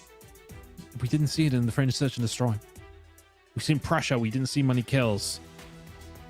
Scar upcoming. I'd imagine he's going to be more influential. We know typically he'll sit top over towards green side, and from there his sniper will ring out over towards a time and time again. There's only basically one bomb site on Scar, and that's all he kind of needs to cover there in field. I'll probably littered with more opportunities than we've probably seen on Fringe. Kind of just there as Overwatch towards B and mid map, and well, never really got the timing, never found the shots. I think he'll be offered more opportunities in this map number 5 than he was in map number 2. And this, of course, if you are kind of curious, is an elimination round. What that means is the losing team are out, and they will be out top 6. We've already said goodbye to OMNiA INVICTA today. We'll be saying goodbye to another one of the teams from this. And then we'll move on to our winners final, which will give us a wonderful chance to send somebody to our grand final. And then to round out our day, because we're not just doing 2 games a day, we will go for our elimination round 3, where we'll say goodbye to one more team, leaving us with 3 for tomorrow. Let's see how things are going to play on out. 2 tomorrow, right? Oh, 3 teams. Yes, 2. It's 3 teams tomorrow, 2 games, one of which is a best of 7. Honestly, I've had a relatively busy week, as you know. My brain wasn't burning there for a second. Not story time necessarily. For the stream. I don't think that's a story we can really shoehorn into this broadcast. No, it is a long story. I believe I sent you a 7-minute voice message about it, and I don't think we've got 7 minutes before we had map number 5. But if we have a lull of time some other time, it's almost like we need a podcast or something. I swear we had one of those ones. Well, we've tried it before. Maybe we'll try it again. Before any more shenanigans from this game or myself and Ton. We're going to go to a quick break. When we come back, we will, of course, jump straight into that map 5. So don't go anywhere. We'll see you in just a few minutes.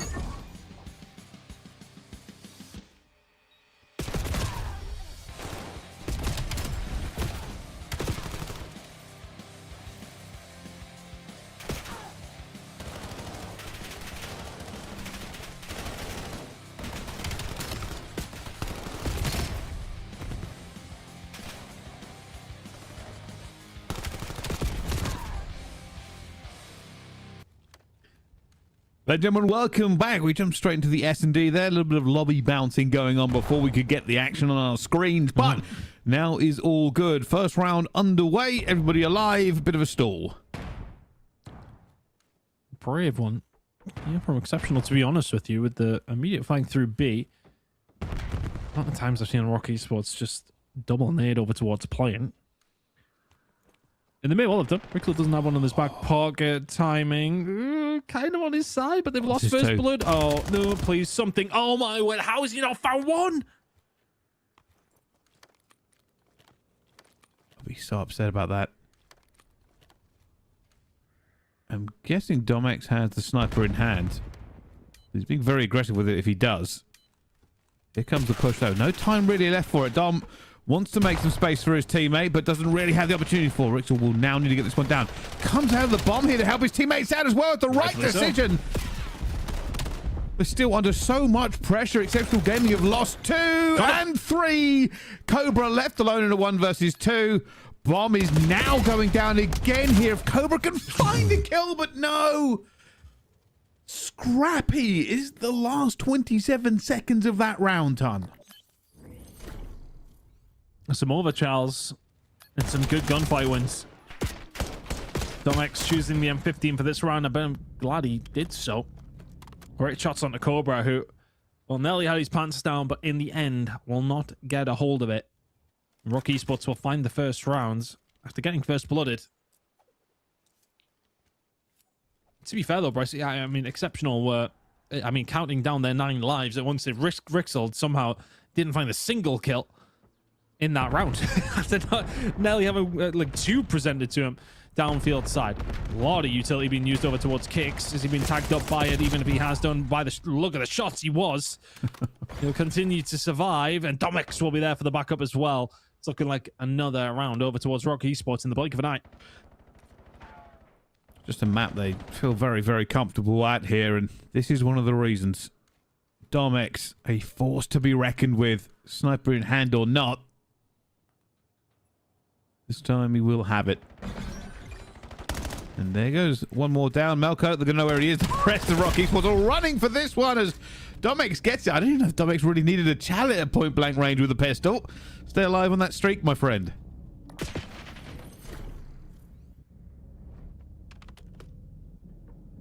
Sealed the deal towards the own up against Malco, but the damage was done over towards the field side. A lot of utility used on Kicks, and when you come out the wrong side of that exchange, that's one of those to maybe think back on. Domex was there for the backup as well from top green, and that's all she wrote, to be honest with you. Exceptional Gaming down 2 members in quite literally the blink of an eye. Not really much you can do from there on attack on Scott. 2 off the bat though for Rock. Great start from them. Domex getting aggressive. Brezzy, how dare you?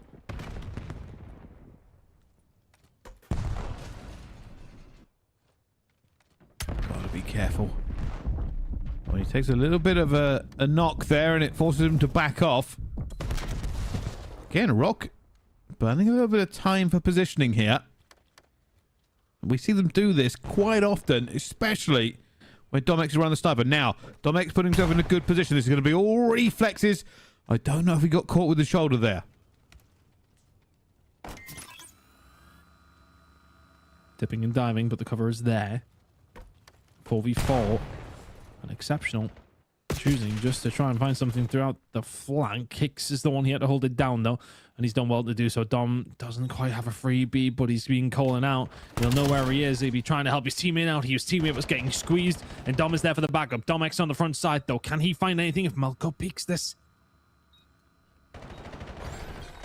It's just pixels away here, but this goes down to a 2 versus 3. Kicks under a bit of pressure out towards the back here. They're looking for him.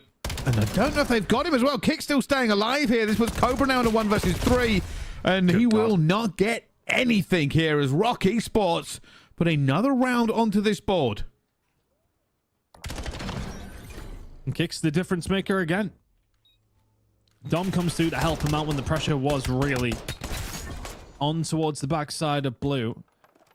But it's just the ability to stay alive and reposition. How often do we see teams on overload when they're looking to try and keep that pressure on that spawn, where you're attacking blue side, just dipping and diving around the windows of Gramos? That's exactly what Kix was doing, but he was watching the flank for his team in search and destroy. It's a game full of threes for Rock Esports. 3 sprees, 3 kill apiece, 3 rounds to 0 up.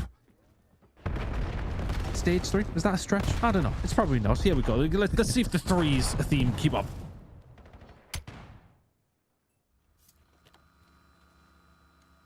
Here we go. At the moment, this is all about Rock Esports. Melko is just holding this here, but this is the threat of the sniper. You don't want to be too aggressive. Melko believes he has a better position here. Brezzy comes with the fire as well. That's first blood down again. Exceptional. Are just running into problems, but well, there we go. They managed to find it. They're using the smoke to try and break this deadlock. How is he alive? Kicks has 17 health and gets out of there on a 4 streak. And Cobra will be coming over to his teammates in French. Where the hell is he? Because he slipped the net. Oh, he's a sneaky little beaver. There's 6 in a row. Don't you dare give him number 7. Kicks is ridiculous. Kicks pulls off a wonder. The rest of Exceptional were wondering where he went here. And hey, I mean, he didn't need to do this, but he did it anyway. I mean, if you're Cobra, the timing just doesn't remotely work in your favor. But for Kicks, it was heaven sent. Cobra dealt with a final bullet. Nicely done. Rock Esports in full control of this one. Kicks has found 7 in a row. This is already feeling like it's over. What more can they possibly do? Some 4th Kicks here now. Trying to stay alive. Does go down here. And, well, Exceptional finally gets something on the board here. A much-needed couple of kills. That makes no coming under pressure. Has to back down here. Has the sniper out. 2 versus 3. Surely Exceptional don't lose it with a double kill at the beginning. It's crucial that Exceptional find this round. You truly would not fancy a 5-0 comeback to happen from Exceptional Gaming. Might have to be a 4-1 one though, as that one will come through. Opening picks helping massively there, and when they have the numbers, Exceptional do a great job. It's just getting the eyes on Kicks. We kill Kicks, and then usually this is not a problem. A little bit of life. A little bit of hope in the chest of Exceptional. And right now, the hope is probably Brezzy and Melko, and hoping to get off donuts, because they are just not having the best of times. So we're going to break it. They need to break it now. Try to bring this game back into contention. Pressure will be towards A. Get another round, create the question. You're right, Brezzy and Melko. No kills to the name just yet. And they're the ones heading over towards this A site, uncontested at this moment in time, without any much help. But Linz as well found one of those gaps he's very handy at finding, and sadly for him, that other gap on the other side has been filled by Dom. He will find 2. Cobra now left in a 1v3. And just when you thought a little bit of a first blood might help them out here, Cobra finds 1 here, but isn't going to find any more. And now Rock Esports, they're going to be on map and series point.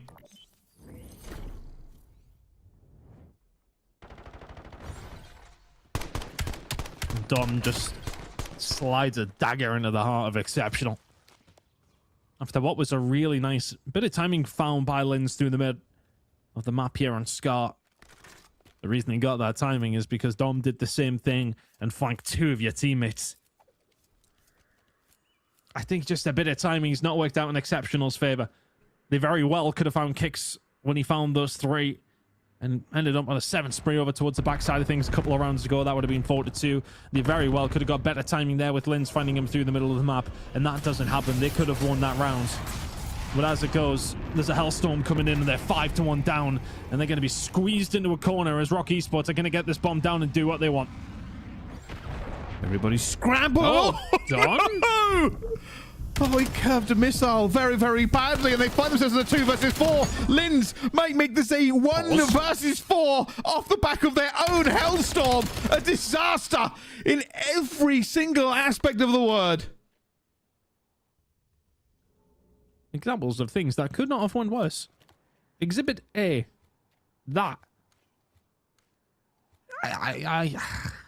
I mean, the call-out's got to be there from your teammate. Like, why are you trying to slide it in that gap? Miscommunication from Rock Esports is going to cost them a round. Albeit their lead is still 5-2. That's a Hellstorm gone, and confidence gained for Exceptional, to say the least here. That is... okay, maybe not quite a disaster, yeah, but a mishap. Absolutely. Well... I mean, it's fortunate they're in the position they're in.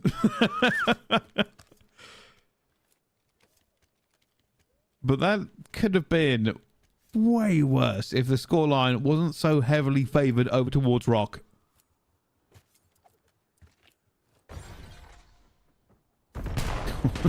Tom X has just pulled off an outrageous snipe. Ugh. We'll find a bit more here as well. Melko, though, will get the flank round. And it's done. Oh, my word. It's over. Rock Esports grabbed the win here as well. Domex, we're going to see the final kill with a pistol onto Brezzy. Locked it. And for Rock, they went to map 5. And one more time, they continue forward in Challengers Elite. It's never easy, but it is the Rock way. And that brings us to our final 4. Yeah, there we go. Exceptional, falling out in top 6 again. Another disappointing placement for them. But let's see. Maybe there will be an opportunity for them in Atlanta to turn things around. But again, just not able really to get anything going all season long. They just about made it into playoffs. And Rock Esports send them out of it, packing in a top 6 placement, and Rock now move to that top 4 placement once again, and we'll have a game up against NAJD. So an all Saudi affair here down in the losers bracket semi-finals. But now we've got to figure out who they're going to be playing very, very shortly. But Exceptional, again, I don't want to say I feel sorry for them, but in that search and destroy, a couple of times just did not go their way. We could have feasibly been sat here at 4-4. Both those rounds, do you think, specifically the one of Kicks, who, in fairness, went ballistic after that moment. And you think of, again, another moment where they couldn't find him over towards that backside. It was elusive. And really exceptional game if they start to find him. Maybe make it a different game of Search and Destroy. But Search and Destroy is quite often decided on moments. Those moments went the way of Rock Esports. Wow. Rock Esports continue moving along. And who knows where they finish this journey. The groups wasn't perfect, but if you can do the work in the playoffs, all is forgiven. They will find themselves up later on in the game against NAJD. A bit of a remake, a bit of a kind of revenge tour potential. Yeah, it's going to be interesting to see how that one goes. As mentioned, for Rock and NAJD, map 5 last time between these two, where Rock Esports sent them down the loser bracket. They went on a bit of a run, as have Rock, and they will meet again. But bonus bracket final before that. But a 3-2 scoreline for Rock Esports. It goes their way. I think I've said that sentence a lot of times this season, Brycey. And I wonder if I'll see it maybe a couple of more times. They seem to be finding another gear, but they've got a big test coming up next in Elimination Round 3. But as mentioned, that winners finals coming before we see that. Well, here we go. 4 teams remain. OMITNoir and Project 7 about to grace our screens here in the winners final. 2 teams that have had everybody talking, as they've had almost identical runs here. Flawless groups into fantastic winner bracket sides. In fact, the scores mirror 3-0 Project 7 Hybrid Nation, OMNiTNoir 3-0 Treaty 1, and then OMNiTNoir 3-0 3-1 Rock Esports, and Project 7 3-1 OMNiA INVICTA, leading to a showdown that we have been waiting for since the start of this stage. We have done. I think we'll get a lot of answers as to where things kind of lie in the grand scheme of things here in EMEA. This OMITNoir roster are new. They're exciting. They looked fantastic in their group, but up against a Rock Esports who are somewhat a little bit disfigured to what we've seen of them. They don't quite look the same, whereas this Project 7 team have been the real deal. They've improved their squad. They look like the favorites, but I think we'll get answers to how OMNiA really do look after this series. Certainly will. Well, that winners final will be gracing us very, very soon. But before that, a quick break here in Challengers Elite EMEA. When we come back, though, the Titans are ready to battle. See you in just a few minutes.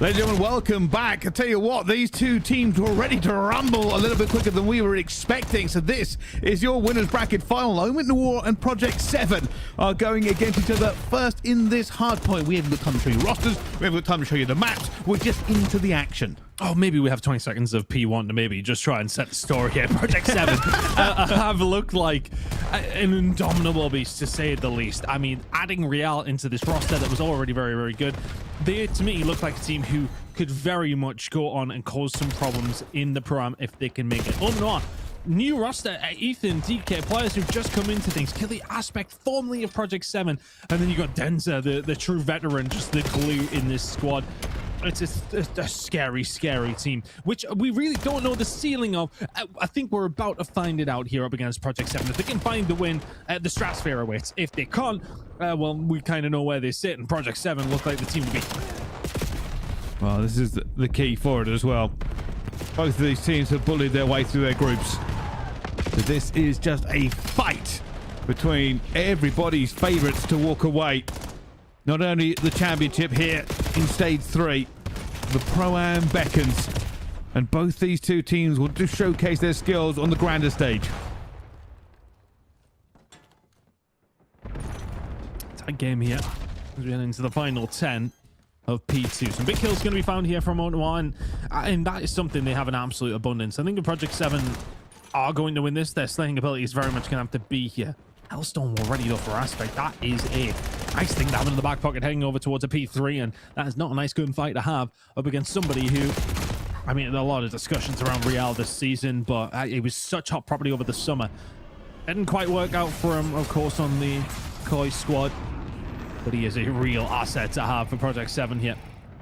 Back in challenges in the EMEA, but the Hellstorm's on its way in. Ethan and co will get themselves some control off the back of it. Have to spawns over towards P4 if they wish to keep hold of them. Still doing very well. Spread out towards the back, but automatically gets caught here. And if you've ever played this map, you know that P3 from this angle is a bit of a nightmare. This is such good cover for them at the same time, but hitting it with a 3-man makes a world of difference. It's only going to be Aspect who gets one back on towards them. Scrap time over to Project 7, and they keep moving as they try to punt through for the spawns. Denza trying to find a little bit more over towards this backside. Keeping them at bay. Awkward fight. Oh, one you maybe should have finished, and Real will punish him for it. Project 7 now starting to converge. Killy over towards this backside. NPC in hand. NPC on the ground now as he's being dealt with. Lucifer Mythics combining well. An F dot on a 4 spray is a catalyst as to why Project 7 are about to retake the lead. 40 seconds away now over towards Black Blue. Another roll of dice here for OMNiA as F dot continues the spree and adds on 5. With that lead now slipping to Project 7, we're going to see at least one more push from OMITNoir. They're trying to get bodies into the angles where they can be effective here, but not making as many kills as they would like here. And the team kill comes through, and that might stop the scrap time going towards them as Aspect has a 1 versus 1 for the last, but it will be Real who grabs it. And keep an eye on that minimap. Mythics is the key man. Is he going to put himself in a position to do something going up against DK here? There are definitely easier fights within the EMEA region, and Mythics will say, yeah, no problem. He'll take that one, and the spawns over towards the backside. Real is going to be there. Don't think he would have expected DK on his right-hand side in about a second.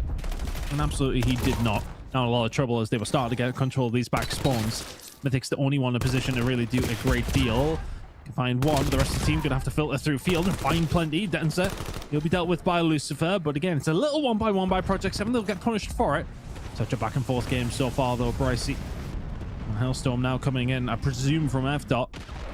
He's going to find something, but his teammate as well. But it's going to immediately get OMITNoir off the point, and that's important for Project 7. Yeah, just trying to put a bit of pressure into what can be a very difficult hill to break without chaos in the mix here. But Mythics again finding 2. They know right now that this push really isn't going to happen for P5. So a bit of a setup, a bit of a kill feed is what they want for P1. They're just trying to survive over towards this P1. Very tight game. 10 points between these two. And OMNiA will immediately go and answer the call of where they belong. I know it's early in the day, but hanging about, and well, with an ever so slight lead, although that's about to evaporate over Project 7.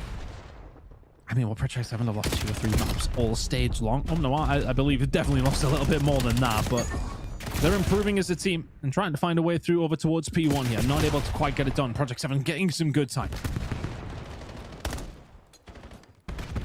Well, just going back and forth as they try to stay alive here, but it is so tight in this battle of champions. And either team will be looking for the smallest weakness to kind of exploit at the moment. A 12-point game. P2 will be hands of OMITNoir, though, so expect them to claw back those points pretty rapidly. DK inside of the point might be dead right if we didn't have a trophy system down, but tagged up. Have to be a one-dimensional push here from the side of Project 7 if they want to get a hold of it, and they're not even going to have the chance. Big gunfights coming through from DK and Denza. DK inside of the point, Kelly above as well. And honestly, I've been really impressed with Aspect. I think a lot of the plaudits for this OMNiA team would go towards DK and Ethan, just, you know, the new boys on the block. But honestly, Kelly and Denza have really been filling in those gaps where needed. And Kelly really has elevated his game, if anything. I say that, and I was trying to give them a lot of credit there, but I see they've been broken wide open. Project 7 find a way through with 20 to go. Still pressure coming through here. Denza going way over the top. They just don't have the bodies to really commit to it, as they are worried about holding this mid-map control. With this next hill up here again, it will be OMITNoir in control. Project 7, though, will look to split this map. You're going to see them go both sides onto this one. Lucifer eventually gets that one locked in.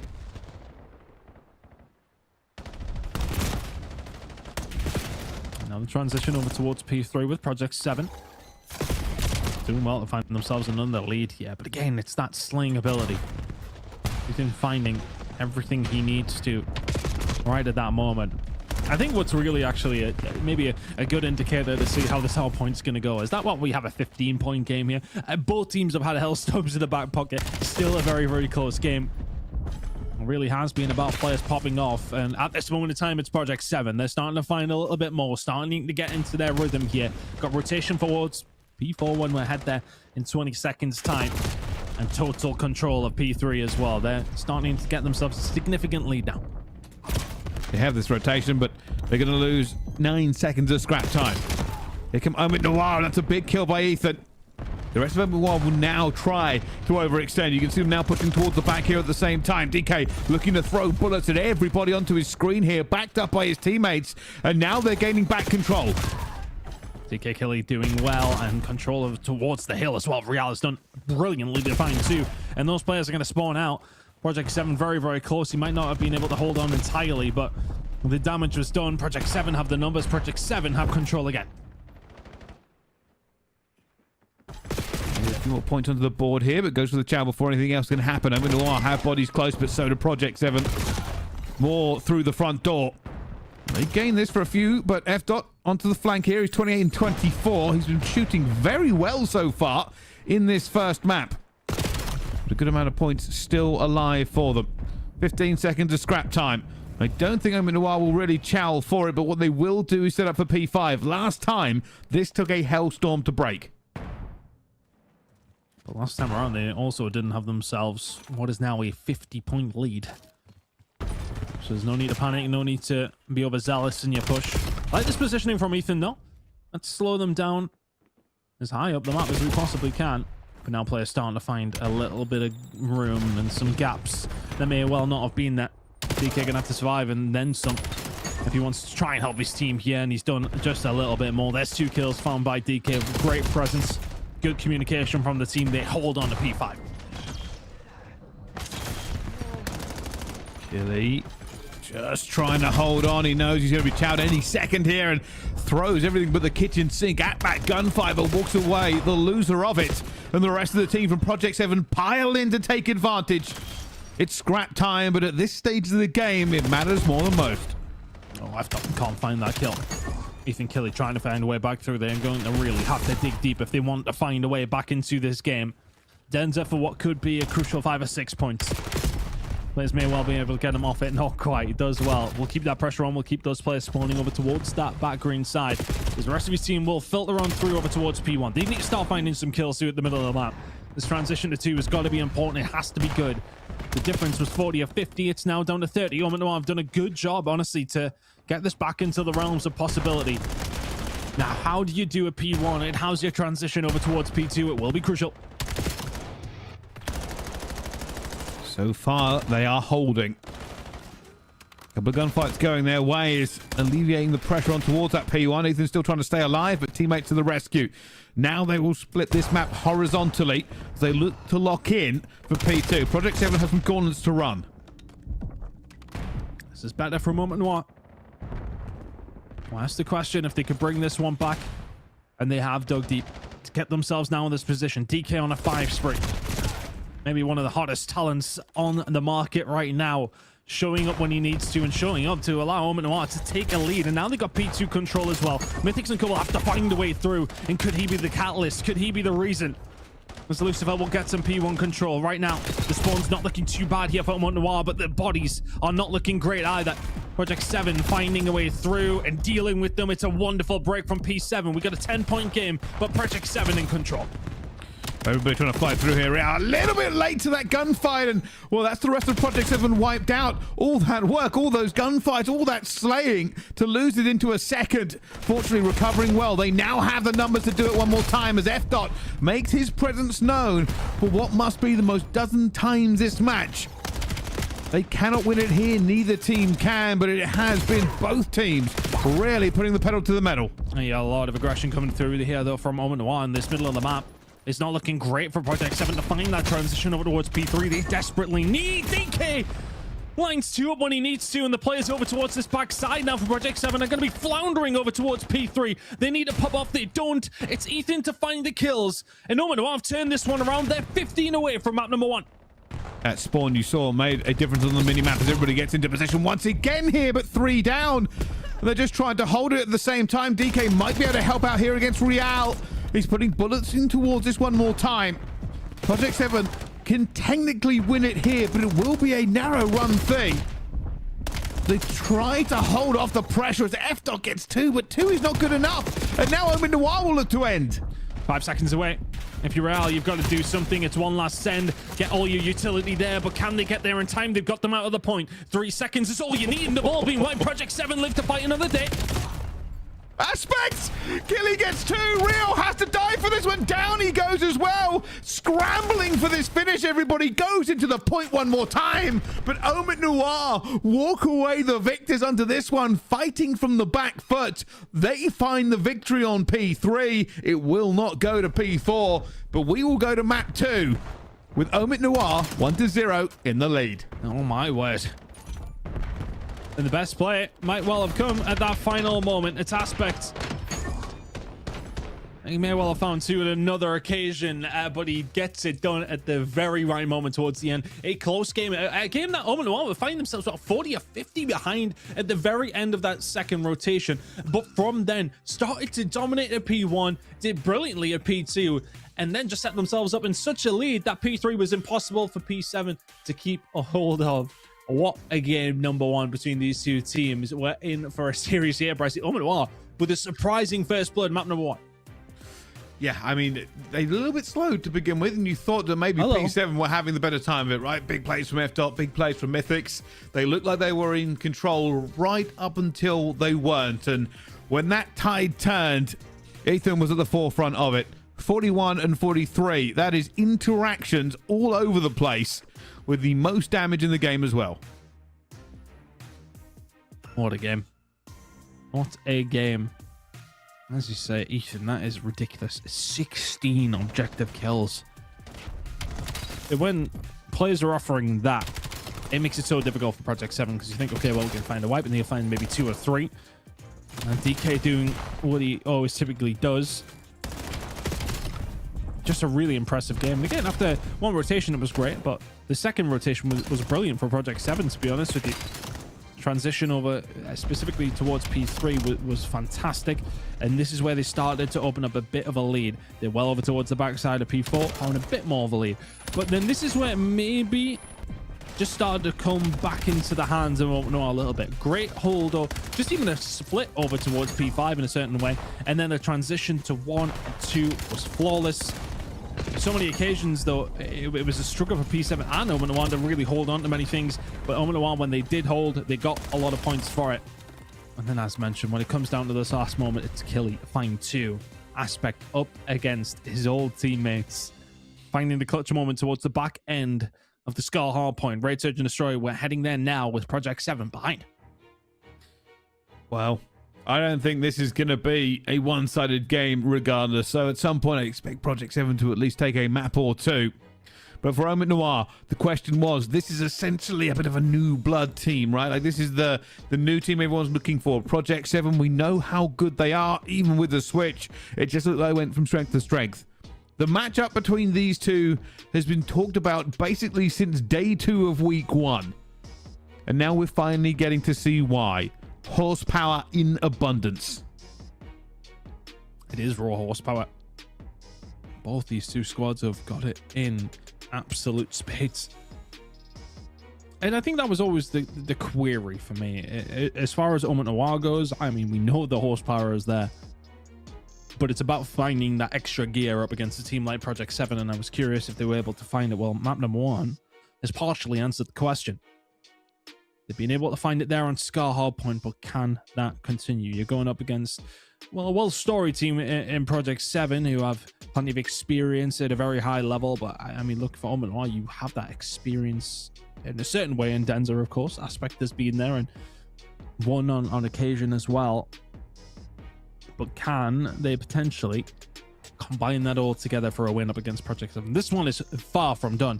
P7 will know that. OMNiA will know that. Raid Search and Destroy will be a big indicator to see which way it goes, though. But the Saki hard point will be map number 4. If we do need to say it's Scar Search and Destroy, will follow a very, very similar end to what we just see in the previous series up against Rock and Exceptional. I have no idea still which way this one goes, but I see. Wouldn't surprise me if Project 7 find 3 in a row to win this one 3-1. I think it would surprise. 3-0 for OMNiA would surprise me at this stage, but there's a lot of ways that this one could go, and I don't think it'll be a 3-0 at OMNiA. No, I don't think so either, as these two teams will really be looking to push this envelope as far as they can. Gets a little bit easier, of course. You go straight into the grand final if you do win this one. If you lose, you do fly down to that losers final. And of course, it's not just about being number 1, although that is very, very important. The highest of these teams to get into it will qualify for the Pro-Am.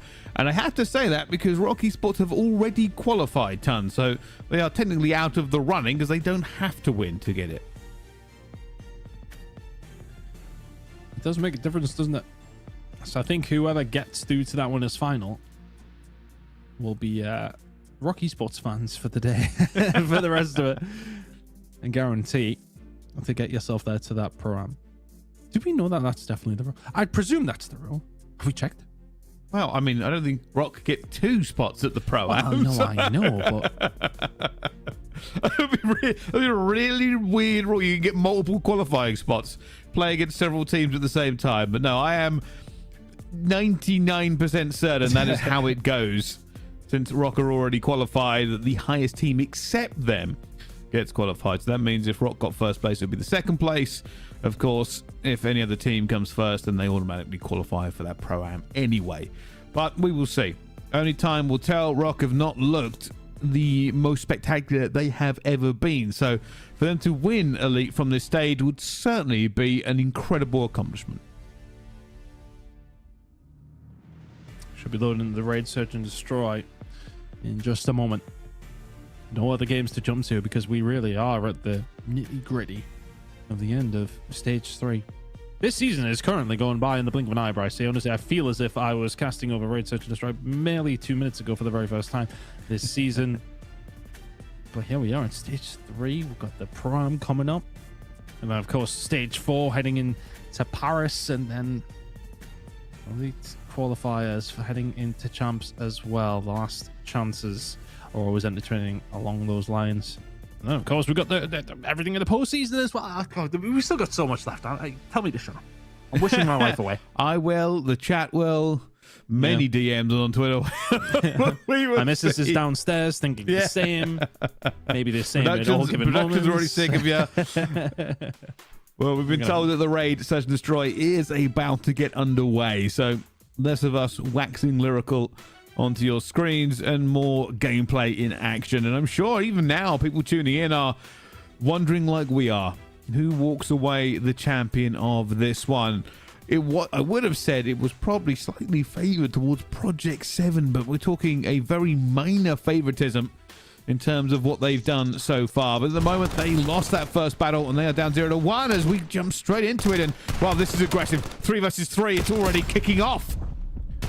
Project 7 have decided how to get back into this game is coming into the very first round of Search and Destroy. With a quick punch to the face. Now we'll find another. It's a 1v2 for Ethan to try and pull off. He shouldn't have a read on him. He doesn't have any kills. But that was super aggressive in the middle of the map. And Ethan will have a read on the Mythics. He finds the gunfight 1v1. Just bringing this down to a 1v1 makes this game so much more kind of accessible for Ethan, as all he has to do now is get a little bit of luck on his side. Bomb will go down. Real chooses to back out towards the back here, and he looks for it. Ethan was hoping just to get that last bullet in at the same time. More shoulders going through.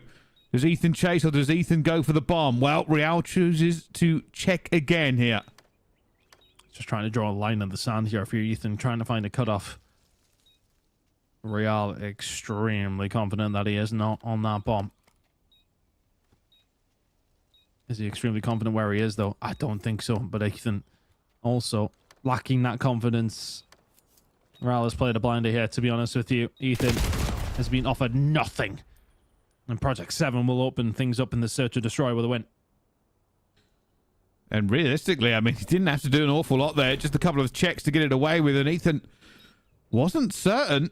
Obviously, you lose that information once that player gets away. And he was worrying about a wrap, worrying about a potential of the player completely displacing away. And did not go for the ninja defuse. Well played by Real. That's just having confidence in your ability to be able to find that last gunfight. And of course, as well, to have the confidence that Ethan's not going to hop it. I think it's a hard one to do over towards that B site. And, well, Mythic's going to open things up against Denzer as well. Ethan that's his back up against Lucifer. Those are a 3v3, but I think Real just really played up against who he was against there, right? Inexperienced player who, well, has plenty of ability, but is he going to stick a bomb defuse in a winner's bracket final up against Project 7? I doubt it. Well, at the moment, Real could play spoiler. Incredibly deep in enemy territory. The rest of OMITNoir are setting up here to make this play onto B. And Ethan with an absolute laser beam. However, F-Dot has his own version. And now Real, I said he could play spoiler. He's in the position to do so. He will call this out. And F-Dot a little bit worried. Here comes the sniper. They might get a double chow. He's not going to get a collapse, though. Gets one out the window, out the door. But now still alive, and he might get caught here, and he will be by Real, and he's got no health. Surely he's going down, and he does. Lock, stock, and Project 7. Methodical from Project 7. Just picked them apart. And F-Dot, the man with the magic in that round, though, just gets that information from his teammate and just holds the Iron down mid a whisker away from finding himself a collat. But he is the one to find that final kill. And Project 7 now have themselves a lead of 2-0. Bomb's been planted twice. They've come out better on both occasions so far.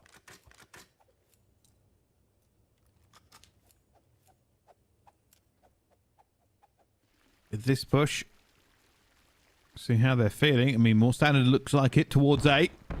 Whole team moving. It will be mid-control for OMNiA. Smoke's already going down. Aggression here from Project 7. There are players waiting in that mid here to push. Already trying to split the map. Just for getting the bomb down. That nade may have tagged. And yeah, Killy gets around the corner. Didn't look like he put too many bullets in from the third-person cam, but the nade must have landed. F-Dot was there for the trade, though, but I don't think they would have minded that bomb going down. Really pushing this out here. I think they only know one player is here, so they're trying to work out where everybody else is. And this could be on Ethan. Oh, they're switching. They've taken mid-map control. They're switching, but they've been seen. DK setting up for it as well. Ethan gets 2 on the flank, and it completely collapses.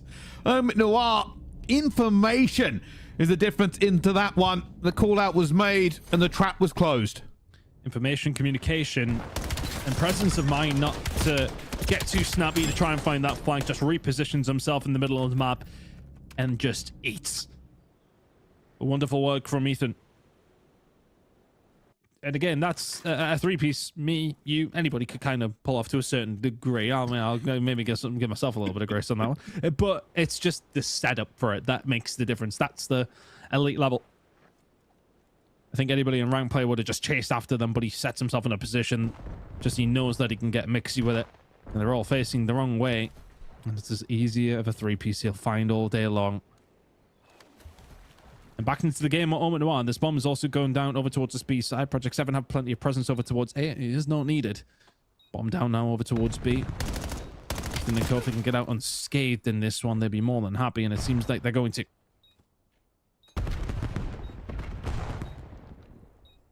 Little side-to-side action.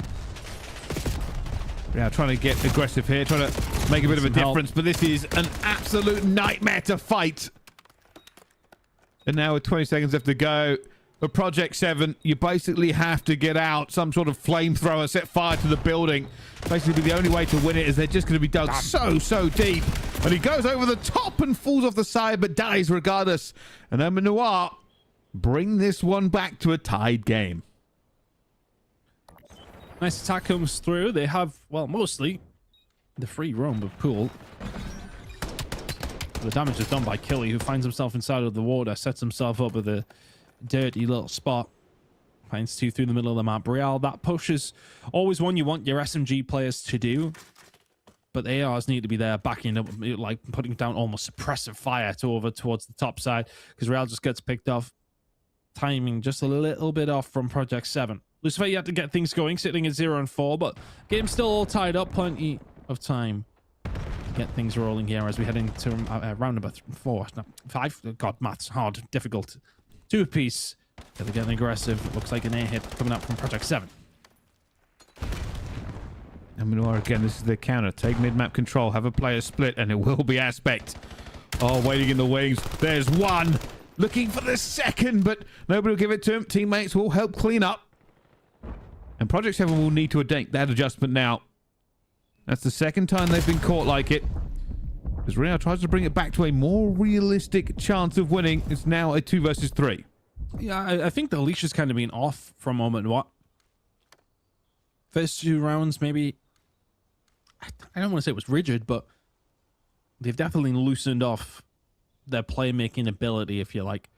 Everybody seems to be having a stab at the flank, and it's working out well for them. DK with the snap path of 2 to finish things off. And OMNiA, they have found 3 rounds in a row.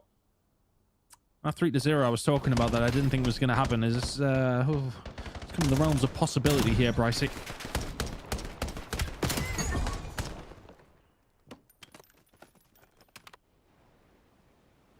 Well, we said between these two teams, we were never certain of a winner. Project 7 looked to have a great start to the S&D. OMITNoir are now in the lead. This defense from Project 7 could make or break this map for them. That's a mistake. He would take himself down 3v2 in the favor of Project 7. Nade not landing correctly. But Ethan and Denza still have some potential here. Project 7 just need to be patient in this round if they want to tie things up.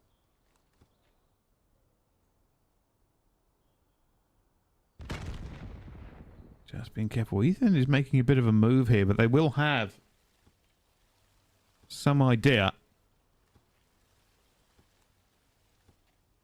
They are very much set up for this push here. F-Dot looking for it as well, but that is unbelievable by Ethan. The perfect slide into cover. Denver's going to try and put this one down here. Project 7 are waiting in the wings for it. This will go down unchallenged, though, and Denver is out clean. Looking for a bit of a gunfight. Has players against him. Huge fight if Denzer can make it, but runs out of bullets. And now fights all across the map. Poison again! What on earth was that? The NPC was basically a shotgun at that point. And Lucifer finds himself in a 1 versus 2. Finds the first player. Down he goes again. That is ridiculous from OMITNoir. I mean, all I can presume that Mythics was still weak off that exchange from Denzer. It was so long that the health may never have regenerated, and Ethan comes around and shotguns him. And he'll pick up the last one as well. I think so much of the story around this OMNiA team was DK's a cracking player, isn't he? What can he do with some good players around him? And again, no disrespect ever to DK. Ethan looks like the real deal at the moment. Going against some of the best to come out of EMEA. Full stop. Well, no, I wouldn't maybe go as far as ever right now, but as far as Challengers players goes, these are well-experienced, multiple different elite stage winners. And Ethan's dropping 10 and 3 on their forehead. And with one more round, they'll be so close. Real this time will get the better of them, though, and the raid boss is dead. Maybe Project 7 can get something going here over towards B. Good positioning here for them at the moment. Oh my goodness. Fights that have to now be made. Goes down to a 3 versus 3. Mythics is backpedaling. More kills going down here, and it's Project 7 who will now have the advantage. 2 versus 3. Enzo's trying to find Real, who's trying to sink as deep as possible, but that's the only kill on this side of the map. One will go down. And really, it just felt like a bit of a distraction tactic, if anything, over towards this B side. I didn't think Project 7 would come out with even numbers from it, to be honest with you. But Mythics has got an important job to do. A job that might involve having to get rid of 2 different players here on the side of OMNiA. I don't know if he got a read on DK that time around. Lucifer did, though. He'll find Denzer. And they've got the info they need. DK over the top, not going to be able to find it. Project 7. Slow the bleeding.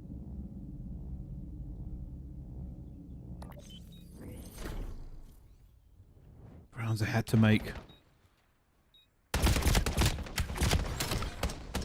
Good shots from Mythics. Don't think he missed a bullet into that fight. But it would be an incredible turn of events here if OMITNoir can take second map. It's still very much in the balance here. They have looked very, very confident off the back of Ethan.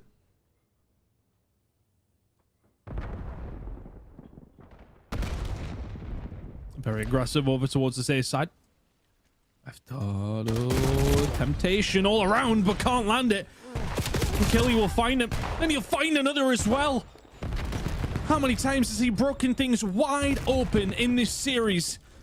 The revenge tour is in full effect now. He may be on for the ace here as well. If he can find the third, he'll get shut down. But Ethan Denzer are there to pick up the pieces. OMNiA continue where they left off. 5-3.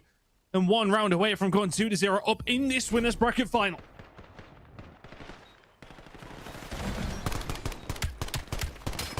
Well, this is certainly a turn here. We knew OMITNoir were good. We have been singing their praises since we saw them start to play in the groups. But to potentially be 2-0 up against Project 7 is not something we had accounted for. Here comes the attack from Project 7.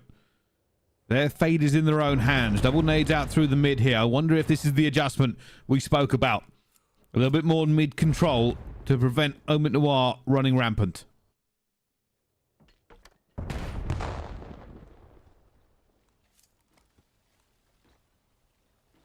Where is the opportunity lying here for Project 7? Middle of the map is a passive hold from Mythics. I wonder if they did see much of what was going on here. Mythics is just going to be sounded out. Surely he's just going to be swarmed if he can find anything or even just keep his life. He's done extremely well, and it's Denzer from the top rope. So aggressive from OMNiA because it's been working so often. After has to find this, he may well get traded, and he does. Ethan will take him down 2v3, but in the favor of OMNiA. Real will now be looking to try and find a pick. They need this pick to give them some options. And I don't think they're going to know he's here, actually. This is going to pay out massively for them. Over they go. Surely they're not going to expect him in this close corner. They're going to look for it anyway. Real gets taken down. 1 versus 2. All on the shoulders of Lucifer. He is wide. Oh, and DK just waits on him. And that's how it ends. OMNiTnoir just tear apart Project 7 in this S&D. And they make it look easy in the end. Ethan was 12-4 for this win. And they go up 2-0 in the series, in the winners' final. One more map will send them into the grand final, Tom. And a big surprise to me is just the manner and how they found that search and destroy as well. For the most part, it just felt confident. It felt comfortable. So many occasions, even when they were down in numbers, they would find the round. After what was a really good start from Project 7, answer back very, very quickly. P7 were 2-0 up at one stage and comfortably get dispatched in that search and destroy. Hell of a game from everybody, honestly. On this OMNiTnoir roster, let's have a look at the stats. 12-4 from Ethan, though, will be the standout. But one big one I want to point out to you. 4 first bloods, all belonging to Aspect. 7 and 9, you can go negative all day long. If you'll find me 4 first bloods and 9 rounds of search and destroy, hand them the keys, that's fine, no problem. Thank you very much. Yeah, that's the wild one, but I mean, what do you do now? I mean, realistically, for Project 7, as we said, they were slightly favored coming into this matchup because we've seen them do it before. But for OMITNoir, they are proving everything, and they are so close to this grand final they can taste it. And I'm kind of trying to rack my brain on it to a certain degree because, you know, for all, you know, I've been thinking about OMNiTnoir and their matchup against P7, which, if I'm honest, it's kind of felt inevitable. We knew that this would probably be the winners bracket final after the groups, and I think that doesn't take a massive analyst to figure it out. They both went 5-0. But even at that degree, though, I was always coming into this matchup with P7 as my favorites in mind. Purely because you look at the roster they have. OMNiTnoir, yes, okay, they look like this new team who have plenty of confidence, but I always thought the experience as a roster together for P7 would benefit them. I don't want to say significantly more, but comfortably. I thought Project 7 would win this around a 3-1 scoreline. Well, I'm wrong on that front. Almost immediately. Scar Overload now incoming as well in a game that could be 3-0 to OMNiTnoir. I said I'd be very surprised if they managed to do it. Wouldn't surprise me right this second, though. Well, only time will tell us the answers. Scar Overload, Sake Hardpoint, and Scar Search and Destroy. Will we see it all play out? Will do OMNiTnoir have a bit of a shocking result in store for us? They 3-0'd P7. It would not be on anybody's list for this final. But who knows? Truth being told, it's not even the end of the journey. It'll be lower final to go for one of these two teams, and will also be 2 other teams waiting in the wings. But before we do that, we are going to go to a quick break where we'll get everybody into the lobby. Don't go anywhere. We'll see you in just a minute.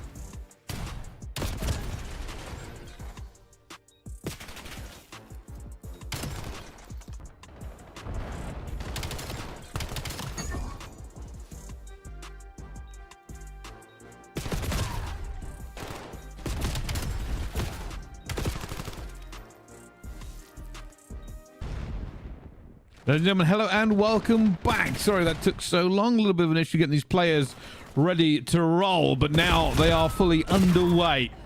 And we go into this game with a sense of trepidation.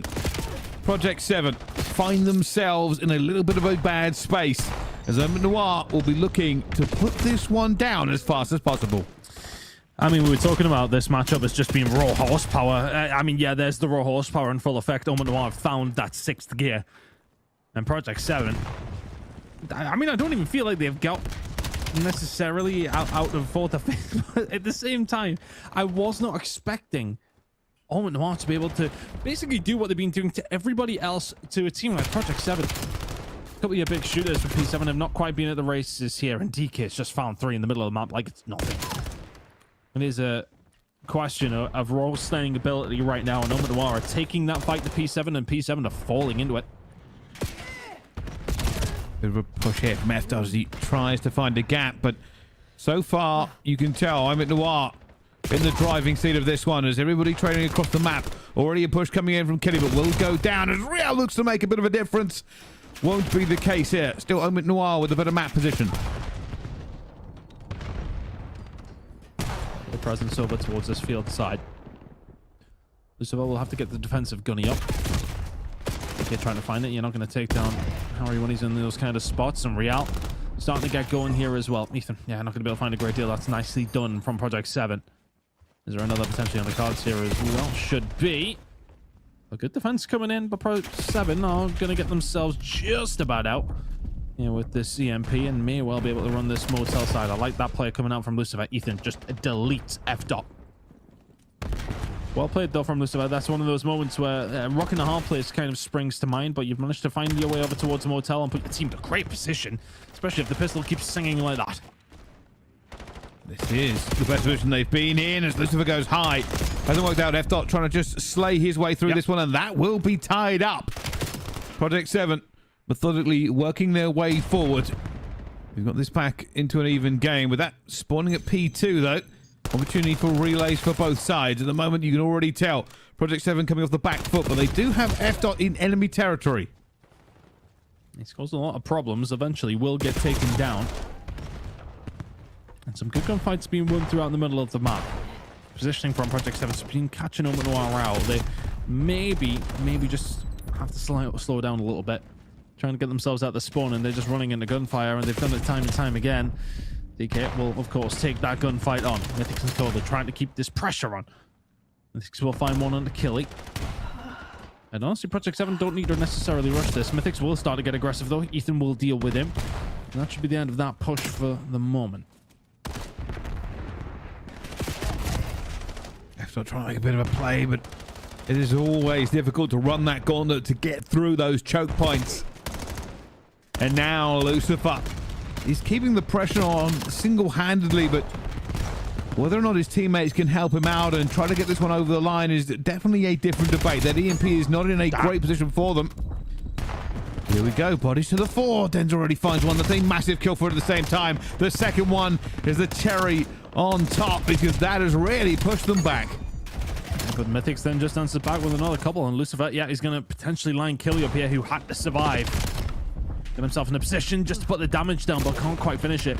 But honestly, for OMNiTnoir, you've been pinned in your spawn, haven't been able to do a great deal. It's kind of a bit of a weird situation, because I think if you're OMNiTnoir, you want to make the most of this more beneficial side, but if you're Project 7, you're keeping them at bay, but you're also finding opportunities that you're not quite taking. Frustrating half for both so far with 45 seconds to go. Oh, Ethan gets caught cooking. And not in a great way. That nade was trying to be a lifeline, but fortunately the rest of the team managed to get these kills over the line here, and what could have been a high-scoring game with how much some of these teams have been pushed back. Looking likely to end 1-1, but it is Project 7 to get on the attack here. They have this in hand. Gonna go for this relay as well. Killy in a great position, and that is wonderful shots. EMP now going to be in position for free play. Somebody will grab it. There we go. Stay alive. And here we go. 3 now. Down they go. Half time. 1-1 is a crazy score for that first half. Yeah, it's a strange one, to be honest with you. Because, I mean, how often do we see it when you're heading towards that 18-wheeler side, going through Motel? How often do you see teams just get battered into their spawn, but not that much scoring kind of goes on? It does happen quite typically. So I think for the side of OMNior, I'll give you a little bit disappointed that you were put in that position, but you did defend it well. And shoe on the other foot here for Project 7. Happy that they were in that position to maybe get something along the line, but disappointed you couldn't make it count. So what side of the coin do you take it in? Is it the glass half full or half empty? Either way, all tied up heading into a second half. But Project 7 on what I would call the more beneficial side. Typically has been. Let's see if they can make the most of it here. We head into the second half.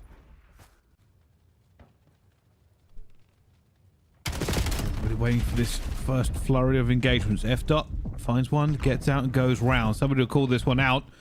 But if they don't find him, it's a devastating position if they get it, but they do manage to, and already they're moving up to this one as well. Real needs to stay alive. More pressure flowing through here. He will go down. They've got all the bodies in position already for this one. It's going straight home. 2-1 now to OMITNoir as they look to just try and get some more kills out of the spawn. They're going for a full spawn trap. Yeah, I love it because it's spawning over towards the field side, so they want to spawn them out over towards the motel. How has DK won that one? It's a 6th in a row. And they'll try and keep this pressure on. DK just going to keep it going.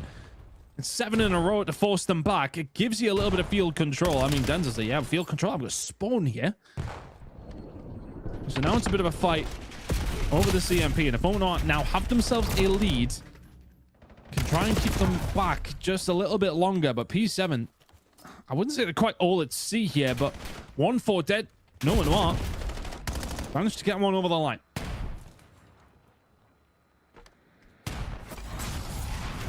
Here we go, DK dropping the hammer. Should be an easy enough kill with that going through. There must be a trophy system in the area. Eventually we'll use the missile to get it into the point here. The problem is the EMP is not scooped up yet. F-Dot with an important kill, to be honest with you. You might have found another. Yeah, brilliant work by F-Dot. He'll eventually get taken down, but he finds one from top green into the middle of the map, which may well have been a player looking to set up. A little bit more pain to be added to Project 7's woes. Isn't able to find it, but Ethan's able to find 3 off the back of that. In towards top green we go. Does he get a bit of good timing, bad timing? In the end, it's bad. Trying to force this one over the line as DK doesn't quite get it there, but Denza can find 2. I don't think this will be a freebie. Support is now here, but so is the defense. The freebie lands. And Real can't find 2. OMITNoir 2 up here. Project 7 have it within them to bring this one back, Pricey, but OMITNoir in a controlling spot for a 3-0 win in a winner's bracket final would be insane. But Project 7 now is the measure of your medal. What have you got left? 2.5 minutes between lower bracket and what was a potential grand final. They have looked so good for so long, but this could be a weakness. Chance. Oh, that's awkward. Oh! Oh, you call that Denza do that to you? Oh, and DK and Core there to pick up the pieces. How are OMNior doing this? That should have been a trade. It should have been a very easy trade as well. Time is only against them at this point. They cannot afford mistakes. OMNior still holding on. Now he's in a great position, but he's been found as well and gets cut down here. They just cannot find the kills that they need. Mythics finds 2, but not the 3rd. And that's not good enough. 1:34 now onto the clock. OMNior still 2 into the lead. Time is very much ticking. And OMNior may well be finding themselves in a grand final. Good shots coming out from DK and Co. They don't need to do anything special from this moment. Keep the pressure on. If you get the opportunity to land a slam dunk, then absolutely do it. Is that slam dunk incoming? Not quite. They go for it anyway. It wasn't an opportune moment, but a minute to go. They've offered Project 7 a potential route back into this game. I would love to see OMNior just take a presence of moment, just take a step there. Just hold them in their spawners. You got held in yours in the previous half, but irrelevant of that, they still have an opportunity to defend, and they do it with no problem whatsoever. And now they'll put the pressure on and look for a 4th as well. 45 to go.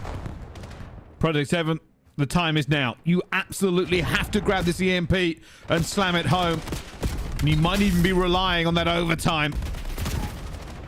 They get it, but they just don't have the kills. They just do not have the bodies. DK will now push forward for more. For Project 7. Every second that ticks away is a little bit of hope draining from the system. As all they've got to do, OMNior, is play TDM. 19 seconds to go. And EMP is now back into P2. And Dender's going to take it. They can do basically anything here but let it go. And I don't think it's going to work. Project 7. Flawless throughout the groups all the way into the winners final. Now find themselves 3-0'd by OMITNoir. Incredible. The new kids on the block just dashed about one of the biggest and best teams and challengers. And as you said, flawless through groups, barely lost a map, added a player like Real to an already incredible roster. Outright favorites for this entire stage have just been done in by Ethan and the boys.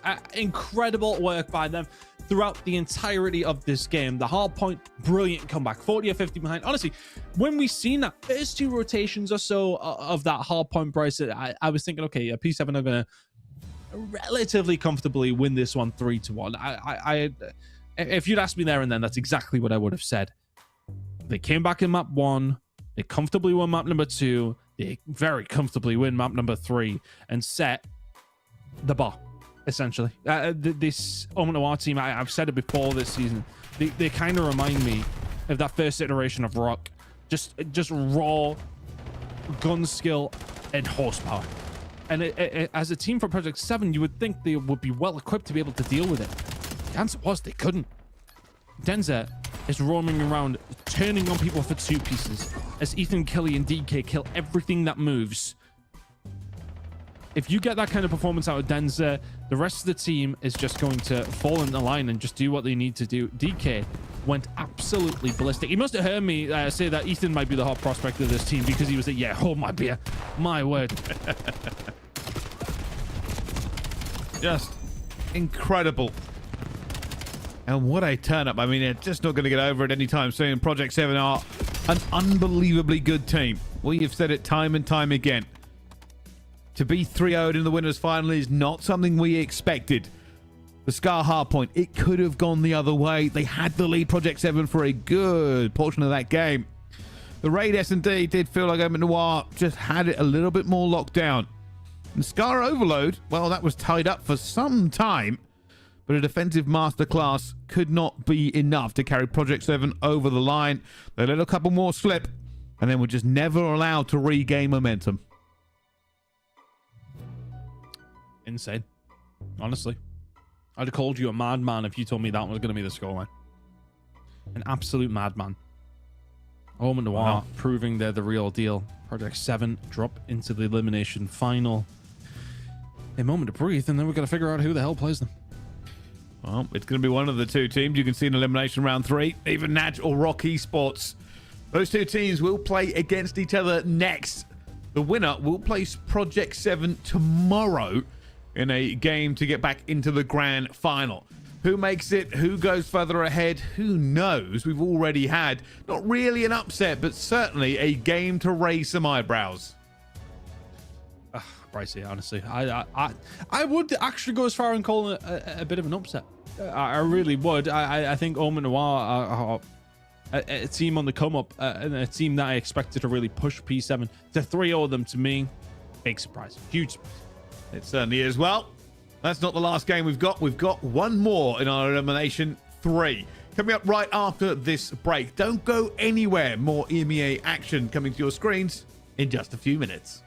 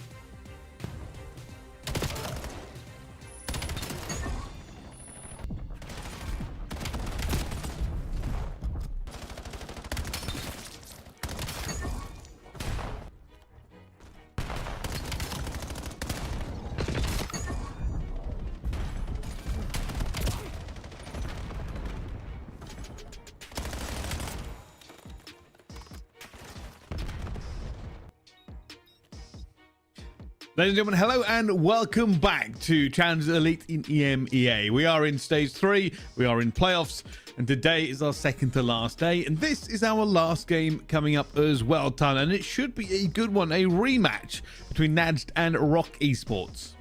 Yeah, Saudi Arabia derby, if you like, between these two squads in a game that it should be an absolute banger. Look, with Rocker involved, we're expecting a map number 5, and last time these two teams went up against each other, they went to a map number 5. So you deduce what you think is going to happen. I think I already know. Might as well just go to map 5 and see who's going to go and win that one. But look, it's going to be a crazy game. NAJD did well to comfortably get it over the line in the end up against OMNiA. Rock Esports doing it the hard way.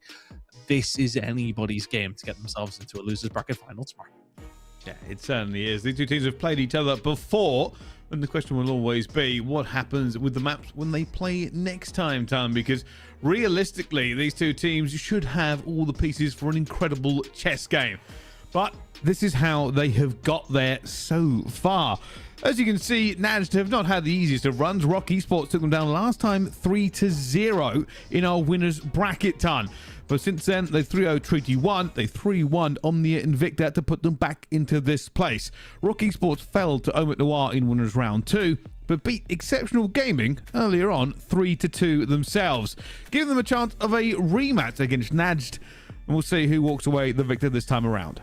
Yeah, I actually just remembered the previous matchup against these two teams in that winners bracket round 1. If you remember rightly, Bryce, it was a reverse sweep that Rock Esports managed to win. NAJD came out the gate absolutely screaming in the map number 1 Colossus. Let's have a look at what the map's going to be in this series, though, to see if we can maybe deduce what's going to happen. A gridlock hardpoint doesn't surprise me to see that. Yet Colossus gone, done, dusted. Rock want nothing to do with that one. We're going to see Plaza Search and Destroy map number 2, Scar Overload. Map number 3, if we need to see it, Sake Hard Point and Fringe Search and Destroy, a plethora of the brand new maps coming into the season. Bricey is heading our way.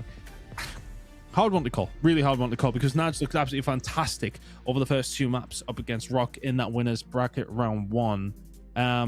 But let's see how it's going to play out between these two. Anything could happen.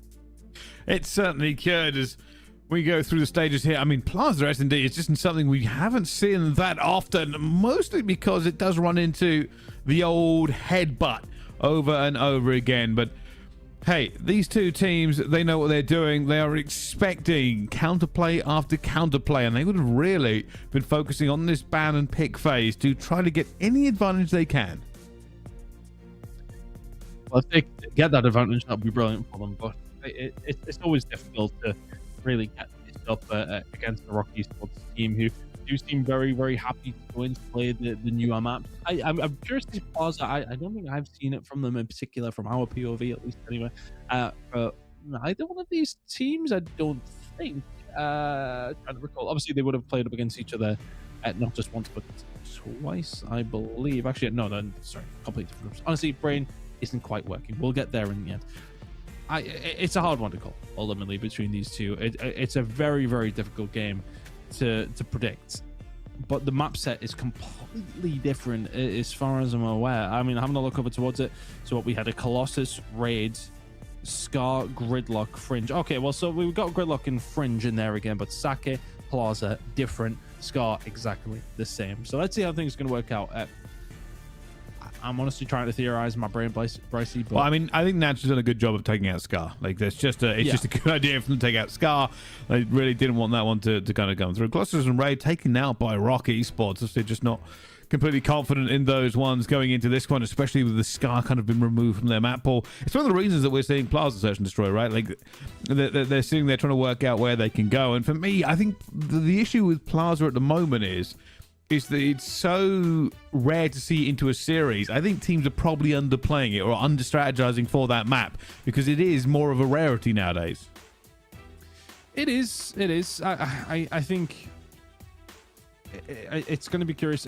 As far as I'm concerned, though, with both these two teams and the way they play, the pace has really been on the side of NAJD, I want to say, which is a surprise to say. I honestly thought when we're coming into the season with the amount of change that would actually help Rock. If anything, it's hurt them. When we think about Colossus Search, when they played against each other previously, that was very much in the favor of NAJD. Not saying that Plaza Search and Destroy is Colossus Hardpoint, because it's not, but it's fast paced. It's going to be working on players working together to break into sites and go in raw horsepower. It depends who's going to kind of come out on top of those exchanges. Gridlock Hardpoint, though, very, very different to Colossus, and a map that I typically do quite like for Rock, but we've seen Naj play well on it as well. It's going to be a banger to kick things off, though. I know that. Yeah, that's what I think so as well. I mean, these two teams, we know it's kind of full speed, full time, and going into this game here, we've had games between them before that have gone the distance. We're going to see whether or not this one plays out the same way, but it is now finally underway. Our last game of today. Qualification is still a little bit away for these two teams, but this certainly keeps them alive in Challenge Elite for one more day. Let's see how this one's going to go down, but as for mentioned, I mean, it typically is going to go down with the map number 5. I mean, that's always going to be our presumption of where we're going when these two teams, and well, specifically Rock, are involved. Najd have had their fair few amount as well. I think if I am leaning one direction, I think it's just always hard to bet against Rock, realistically, even though they have had their discrepancies this season. Just got a nice win up against Exceptional, albeit they would have probably liked it to be a little bit more comfortable on that, but their hard points were absolutely brilliant, and they'll be looking to do the same thing again here up against Najd and Domex. Starting with a 5 spree is maybe signaling that kind of intent. This is a really good setup for them so far. That split spawn could be a bit of an issue. Shay going to be out all the way one side here, but right now, Najd is just having trouble even really getting close. I haven't even actually seen it. I don't think any players have actually managed to see this hard point since it popped. Slowly but surely, they are working their way closer, but they are not making the kills. As Rixel goes wide, but doesn't matter. Dom X finds the kill regardless, and this is about as good of a money hill as you can find. Here comes the pressure, though. Najd are going to be close, but Dom is going to be equal to it. That NPC is spitting. I mean, Najd have got a grand total of 6 kills between them. Domex has 8 on his own.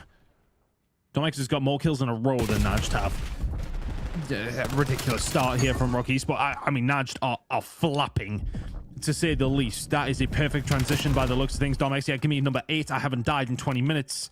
Wonderful, wonderful start from Rock.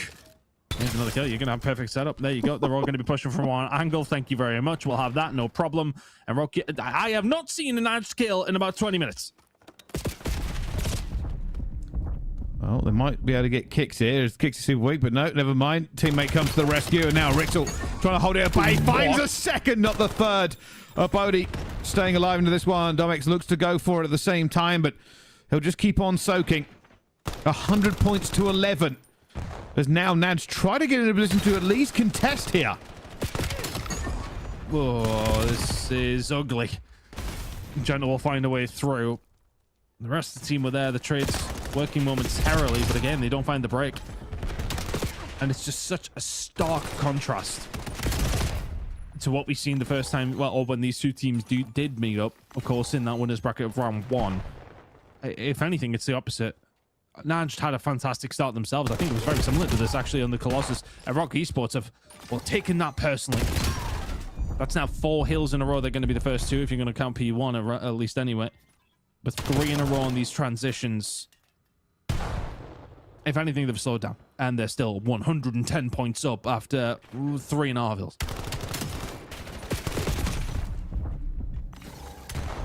This is kind of a crazy time here, but maybe Najd can find something onto this point. But here in numbers, they've got a good position. Dom is going to try and get into this point here. They've kind of let him through. And he is in here, but the kills are still going against his team. Eventually, it will be Najd to regain control of this one. Kicks get shut down before he can do any more damage. There are some silver linings. There are those little sunbeams of hope for Najd if they can continue to up the tempo. The problem that they're going to have is, though, even if they are going to find breaks like this, they're going to get those final 10. They'll reduce that lead to, well, only the 90. And have a good side of the spawner that they typically do want to get a hold of for P2, which is going to be coming up in 60 or so. Long way before we get there. But back to what their problem is. There's a couple of streaks available on the side of Rock Esports, which they can use whenever they feel they want to at this stage. I think it's Domex and Dom having a hold of it. They got control over towards P1. We'll be looking over towards P2 in 40 seconds or so. Kicks are just beaming. 2 in a row from him. And normal service is now being resumed. If anything, Rixel is letting the team down. maybe there's just not enough kills to be found. Domx just trying to stay alive for it. And back and forth they go. It feels like NAJD are having a little bit of a better time, but that opener, that start there, has put them into a deep, dark hole, which they will have to climb their way out of. And not just climb, but ascend way past Rock Esports, who are closing in on almost 200 points, 177 to be exact. This P2 is everything. Gotta find some time. Have to. Kicks on a 4 spree. Off the back of those 2, he was able to find through shop. Can't find any more. Domx though, he can find plenty. Maybe one they choose to invest something in here, or do they feel they can find a way through on their own, kind of pinned in a little bit over towards this backside? Gonna have to start moving because Kicks is on the way. Cox is the only one who can answer. He will get traded out, and Rixel and Co will find this break. The lead now 120 and climbing. 30 seconds to go here over towards P2. This one could be done by the time we head over towards P3 for only the second time.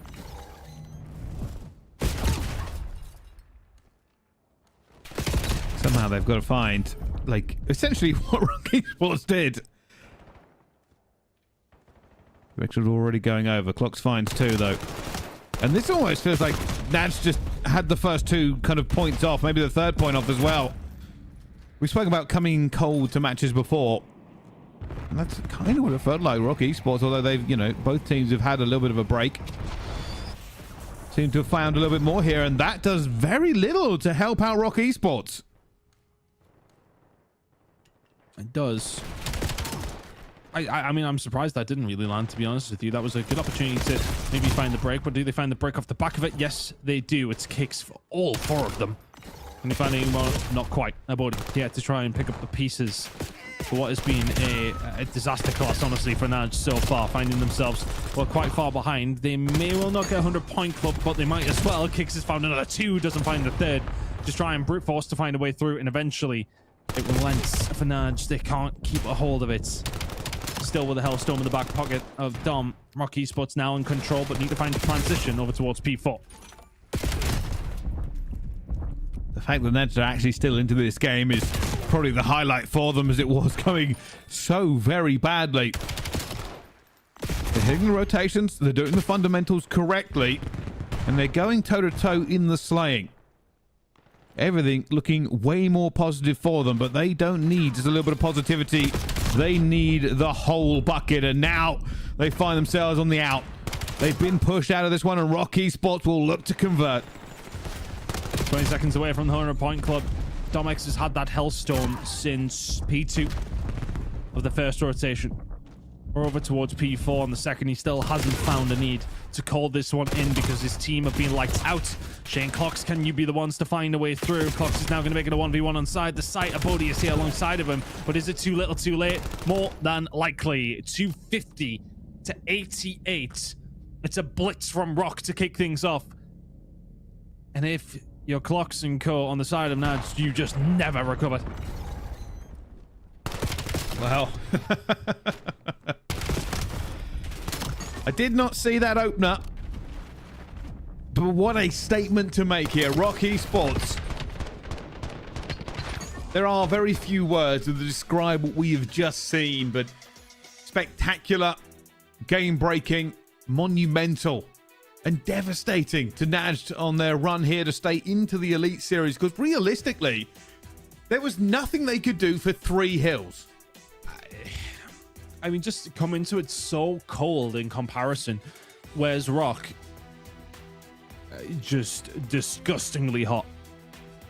Non-traded kills across the, I mean, look at that difference. Look at the difference between non-traded kills between these 2 teams here. Wow. Just absolutely absurd. And I kind of joke about Rixel down the middle, just not kind of keeping it up. He didn't. There was not enough kills to be had for him to keep up. Kicks, Domx, and Dom were just like, nah, sorry, boys. I'm going to take them all. Absolutely incredible. I mean, look, we talk about playing it well. They had the spawns. They found the kills where they need to. But from the get-go, they just absolutely smoked them. I mean, straight away over towards shop in P2, it was just like, oh, okay, how have we lost all of those gunfights? Oh, we've lost the hill. Oh, okay. let's just try and formulate a push. I said at one stage, Domex have found 7 kills in a row. NAJD only had 6 kills as a team. That's one of the ones that you just can't even analyze. Rock just smoked them. There's just no two ways about it. Plaza Search and Destroy going to be coming up here, map number 2, with a Scar Overload for map 3. If NAJD play like that, we ain't seen Saget. Yeah, I mean, I don't even know what to really make of it. It was just not the expected, but I mean, that's kind of been the case for today. Maybe Rock Esports have said, hey, enough is enough. You know, little wobble in the groups does not tell you who we are. You can doubt us, but realistically, this is a team that came first at Major 1, second at Major 2, and has basically made top 3 in both the first stages that we've had here. The question is, do they continue?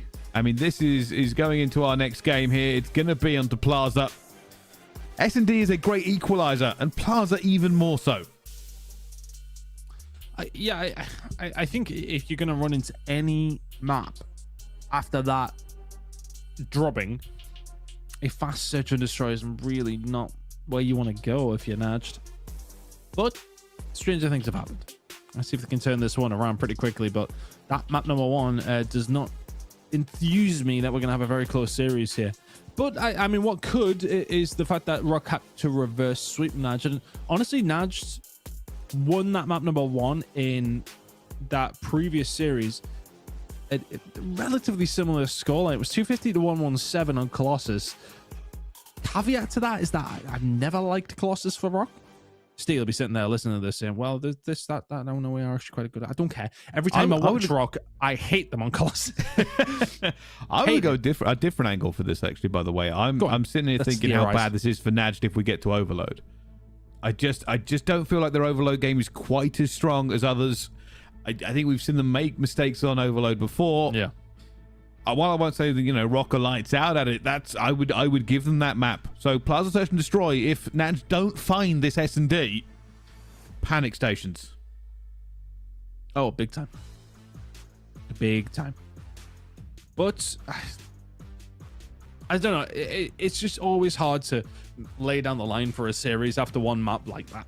It's always really difficult to point in a direction that you think could change or how things could potentially change. I'm not too sure, but that was a big one for Rock Esports to find.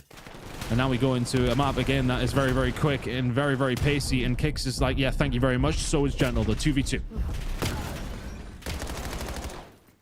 Kicks on 1v1 against Gentle. Headbutts over and over again, and Gentle gets it. Oh, that's good news for NAJD. I'll be honest with you.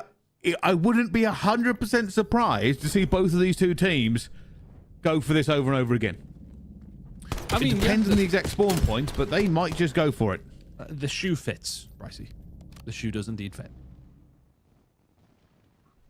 Well, it's difficult. It's really, really difficult because when you swing into this map, it's one of the... This map historically has always done this. I feel like on this game, it has been a little bit more of a case where people do kind of stretch out the map a little bit more. But keep an eye on the exact spawn points these players get, because it will sometimes dictate which way they want to go here. Rock Esports have gone for the hammer, and there's nobody there to see them quite yet. So they will look to see if they can now lock this down from a compressed position. Well, if that was the hammer, the nail will be putting the bomb down, but as kind of mentioned in the previous series, sometimes Rock do just like to wait for the kills, and yeah, here they come, Gentle through the front door, and they just get cut to pieces. Again, I kind of didn't see it from their POV, or if they did land some utility, but I'm not quite sure on what the plan was. Abodi should be dead to rights and ears. Rock Esports under the call very, very quickly. Speaking of very quick, if each of the rounds continue to be like this, I think we'll be heading into map number 3 in a couple of minutes' time. Yeah, I think the adjustment will come in. I mean, we've seen splits on this map before. It is not easy to go to the other bomb site here. It's one of the things that there are usually favored bomb sites, right, on certain maps. This one happens to be A. The problem with A on this map is that both teams can really just run into these choke points. So it's a unique S&D map for these teams to deal with. How confident are you? Domex is already aiming away. They're looking to to maybe potentially go on a bit of a split onto this one here. But I say this, and it turns out Rocket are just going for it one more time. Everybody rumble. Here we go again, and once again, just seems to be the same guys over and over. We're finding these opening fights. It's Domex. Done 4 in a row. Bodhi nearly gets gunned, but it's found back, but then done again. Rock Esports. 3 rounds in a row. I've ran at A and went, come on then. They're going to keep doing it. I mean, for Rock, there's no reason not to. They're 2 out of 3 so far, and they're all good onto this next spawn. Just keep an eye on that minimap. That'll tell us. They might go for it again. Oh, a little bit further away. Still look like they might do it. Yeah, go on. Yeah. Nothing will deter them. Oh, it's a 4v4.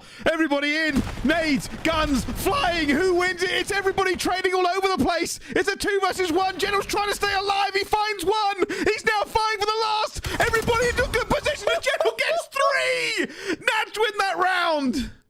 Oh my god. It's a fist fight in a phone booth. What are we doing? Just keep doing this. Just I don't know if we can get into the players' comms here or the coaches or anybody, but someone tell them to just keep doing it. Let's see how fast we can make an S&D. The lasers do not help me tell what's going on here on the third person, by the way. It looked chaotic, but you got to give credit here, even with this sort of a broken thing there. Gentle found 3. That's an insane 1v3, by the way. Crazy. I mean, the kill feed is killing my vibe, because honestly, I haven't got a clue what's going on. It's all happening so fast. Boo, Naj decided to keep away for it. Rock Esports for the 5th time. Yep. You bet we'll be sending it towards this point. And I mean, look, they do so, and they now did have a bit of control. Kills being found, not once, but twice. Gentle with 4 in a row now. A body found the open blood. This is looking like now it's going to take the lead in this search and destroy. An adjustment is thrown. Rock Esports, they were hoping for another square up. But it goes down 2 versus 3 here, but this is one of the more difficult bomb sites on this entire game to attack. 3 choke points to enter via. You have to make a very big entry kill to make this one even viable. It doesn't land on the shade. That would have been the killer. And the pickup is there as NAJD will find the win and find themselves now in the lead. And that was a round they chose to step away from it. I'm going to get involved in the madness. And suddenly we're in round number 6, Pricey. This one's went by in the blink of an eye. And I suspect, but I can't say for sure, the Rock Esports are going to run into that A side again. Questions being asked. Do we go for it one more time? We lost it last time, but that was all thanks to Gentle. And, well, here comes the answer. It's going to be an 8-man in again. Everybody in one more time. Flying, bouncing, nades and guns. Gentle finds 1, Kicks finds 2. 3v1. And this time, Rock Esports walk away. Clock's dead right. Q's got the 3rd-person camera working overtime inside the club, yeah, because it's the only way to figure out what the hell is going on. Oh my word! Yeah, kill feed's a bit messed up. I genuinely no idea what's going through. I'm just sort of watching colours to see.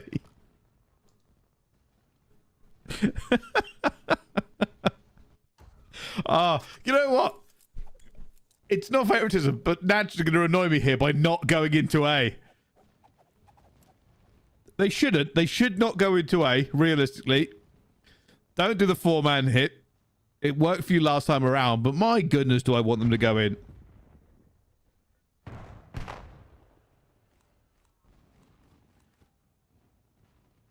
All right. Breathe. Everyone has a moment too now. After 6 rip-roaring rounds. We move into something maybe a little bit different. As Rixel got a bit of bad timing on a Bodhi here. It looks that way.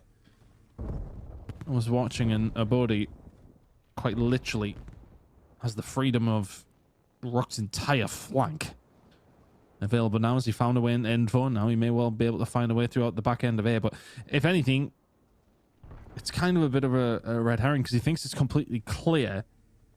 And Rixold is very much here.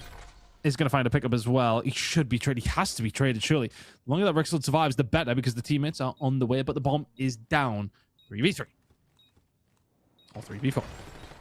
Oh, General gets one back onto Kicks, though. Now it's a 3 versus 3. Abodi is super weak onto it. A little bit of information on where he is. They're all kind of dancing around the same area, looking for the player up top. General still staying alive. Abodi gets him. 2 more bullets than maybe was necessary on that one, but it gets traded again. 2 versus 2. Still chaos erupting here as another kill goes down for them. Kicks alone, a little bit damaged. They know where he's going to be. I don't think they're going to give him the time for this to fuse, and down he falls. NAJD having success away from A-Ton. Yep, nicely done. And again, it kind of just comes down to that moment from Abodi where he slips the net, gets past Rixold. Oh, done. I really want to play. I have the Kevin James start your engines and thunder thing for this round because we know what's about to happen. But I'd get in too much trouble to play it. You know what? This is about to be another rumble into A. I think it's something that Miles would get away with. You're also British, so do we have that same... No, we do not have the Miles juice, but it doesn't matter. Here we go. 4v4. Everybody in. Everybody rumble one more time. Fly. And there's a double nade by Kicks. It's a pony left in a 1 versus 1. Down he falls. There is nothing to these attacking rounds from Rock except carnage. But if you think of the positions in the games that they thrive in, it's this. If I was to give an advert as a whole for Saudi Arabian Call of Duty, this might be it. At this stage. It's such a risk as well because they've won everyone that goes into there. But if anything, I think that Rock have pretty much for the most part had the better of it, though, haven't they? They really have, and they're going to go again. This is a good spawn, though. Naturally going to be here first. It's about utility. Who's going to win the opening fights? And once again, it's Rock every single time. You think of the time that NAJD won it, it took a crazy 1v3 from the side of Jendal. It would now have to be a 1v3 from Shay if NAJD are going to win this. Okay, Shay. Never mind. Well, Ton, would you like to hazard a guess at what's going to happen in the next round? Well, let me put on my Call of Duty analysis head from 15 years in this game. 15 years of veterancy. Oh, I honestly, let me just dive into the brain of Chris Tunn to figure out what's going to happen in this round. I'm thinking we just send it towards A, boys. What do you reckon? Let's go. My team's just going to hit A. Here we go. This They're one's ready not for out it. of the playbook by any stretch of the imagination. We shouldn't even call it this. It's be montage music. Just everybody in. It's worked every time. Here we go. Oh, this time NAJD have not hit it. Oh, opening blood over towards Dom. 4v3 for Rock to find themselves 2-0 up. Oh, it's a good retake here. NAJD have found a little bit of a counter for it as well, and that is unbelievable. The heartbeat, the breath. Kicks has gone, where is everybody? And this is going to round 11. Ugh. Hey, NAJD made the right call. They did. They stepped back on it when it really did. Gentl's 12-5, by the way. About to send us to this round 11. I almost love this and hate this in equal amounts. Kicks is still alive. This is... Tell you what. 30 to go. This is doable. I don't dislike this from NAJD. They had to get out of that point here because they cannot watch all of it. Got to stick together. They've got to stick together, and that's exactly what they're doing. Kick's going to get flanked here. Is he going to be aware of it? That's the thing. Nah, I'm going down. No, not going to happen. Round 11 we go. This stupid game of Search and Destroy this has been. If anybody watched the PSG v Bayern game last week, this is what this is like in Call of Duty 4. That's a football reference you will absolutely not get. Other people will appreciate. I'm going to have word with Rock's coach after this to say that maybe, just maybe, they need a second tactic. I mean, it's got them here. It's not done badly for them. They do want to square up, but NAJD have been the team that have adjusted, and that's kept them in the game. Again, this is not going to be a full hit from them. They are sending some players through. Rock Esports will have at least 3 going in towards the A side as they take control. Rick still through the middle of the map. It's going to be absolutely massive. We've got to get caught. He is. Naj sends 2 players over towards it, but then Dom and Co get aggressive. 2v3, but in favor of Naj. This could be a bit of timing there. You already see one going through. Wow. A 1 versus 3. Discretion, the better part of valor here for Naj. They have adjusted. They have not shown up on Rock's doorstep. Hicks though, looking for 1. He's shooting ankles and does not get the kill that he so desperately needed. Goes for another chow and down he goes. A Bodhi will find it. Naj, 2 to the good now in this series. And you can say it, you know, they spoiled a little bit of our fun by not hitting that A site, but it was the right call. And they walk away in the S&D. I've won. I'm glad that's over. Hey, look, here's the thing. Naj, I think we're playing that with a little bit more of the tactics. You got to give credit to Rock, though. Full confidence. And they were winning those square-ups. That's why, I mean, you are right. A 1 versus 3 for General was required for Naj to win that square-up. But the rest of the time, it was Rock. So Rock were going to continue doing the same thing. Naj made the right technical call, even if it spoiled our fun a little bit. Well, that was a silly game of Search and Destroy, but a silly game, and ultimately what it ends up in is the series tied at 1 apiece now. Rock Esports body Naj to map number 1 and say, hey, let's just sprint head down first. What I will say is, if I'm Rock Esports, I wouldn't necessarily do that at the Pro-Am, because you'll get picked apart. You can't surely. Is it a bit of a roll of the dice, though? Like, I mean... As we kind of mentioned, they did win it more often than not. Like, bear in mind, look at those first bloods. They were fighting that opening pick time and time again. And that did definitely help them out. As time was going on, they started finding those opening picks. And for the most part, were winning those exchanges over towards A. The one that's going to cost them in the end is the General 1v3. Yeah. I mean, this was crazy for him to pick them all up here. A little bit of timing, a little bit of finessing, and it works out. But hey, I mean, Rock Esports, their tactic was to hit it with numbers, and they were the better team at doing so. But Naj played the smarter card. They knew they didn't have that advantage, and once they spread the map out, ton, they just looked like a completely different squad. Crazy old time. Love how the highlights are just watching carnage inside the tiniest area on the map. Yeah, the nightclub is barely seen as much action, to be honest with you. That was ridiculous. But I'm quite happy to be heading to map number 3 after that one. As said, I both equally loved and hated that as much as one or the other. Silly game of Search and Destroy. We're heading to Scar Overload. And as you kind of mentioned, and to kind of draw us back into some sort of reality, Scar Overload, we do definitely favor Rock Esports in this one. So it was an important round in the end for Naj to find in that round 11. Head into the Scar Overload. Series for me is still Rock's to lose, but there's definitely something about it now after that Plaza Search and Destroy. Naj to just about edge it. Well, we'll see. Scar Overload. We've got it down as a favored towards Rock. You are right. Will this be the case here? I mean, for me, I did feel like at one point Rock Esports could have walked away with that S&D, and they'll probably be kicking themselves over not grabbing it here, because whenever it wasn't ahead, but they didn't look like they were good in the transition.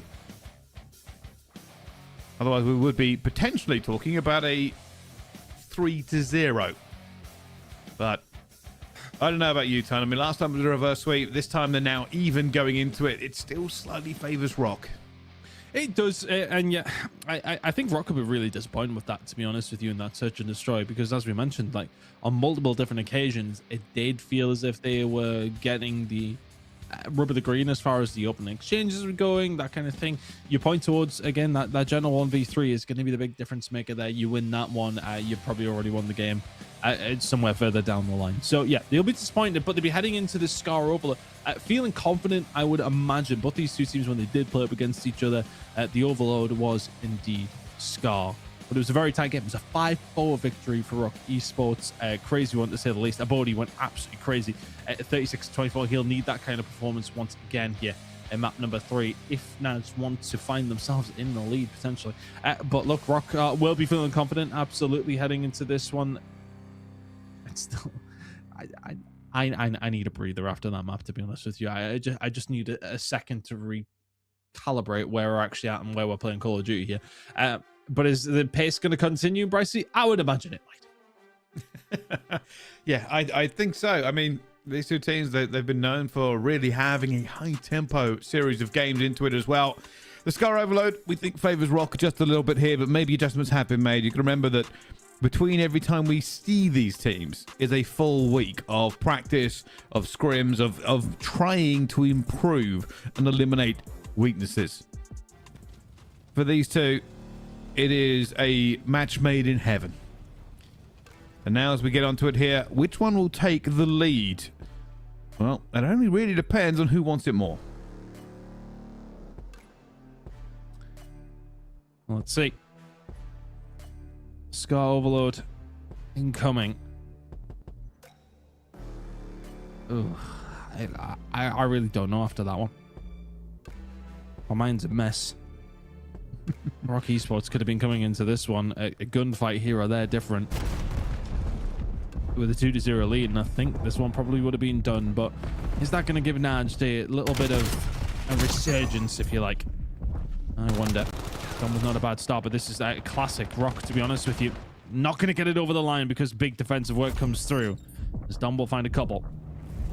They lose a little bit of my map control. And if NAJ smell a gap, if they sniff one out here, Rock Esports do leave them. So they will have to take that opportunity when it does present itself, if it presents itself. It already has done in those first 30 seconds or so.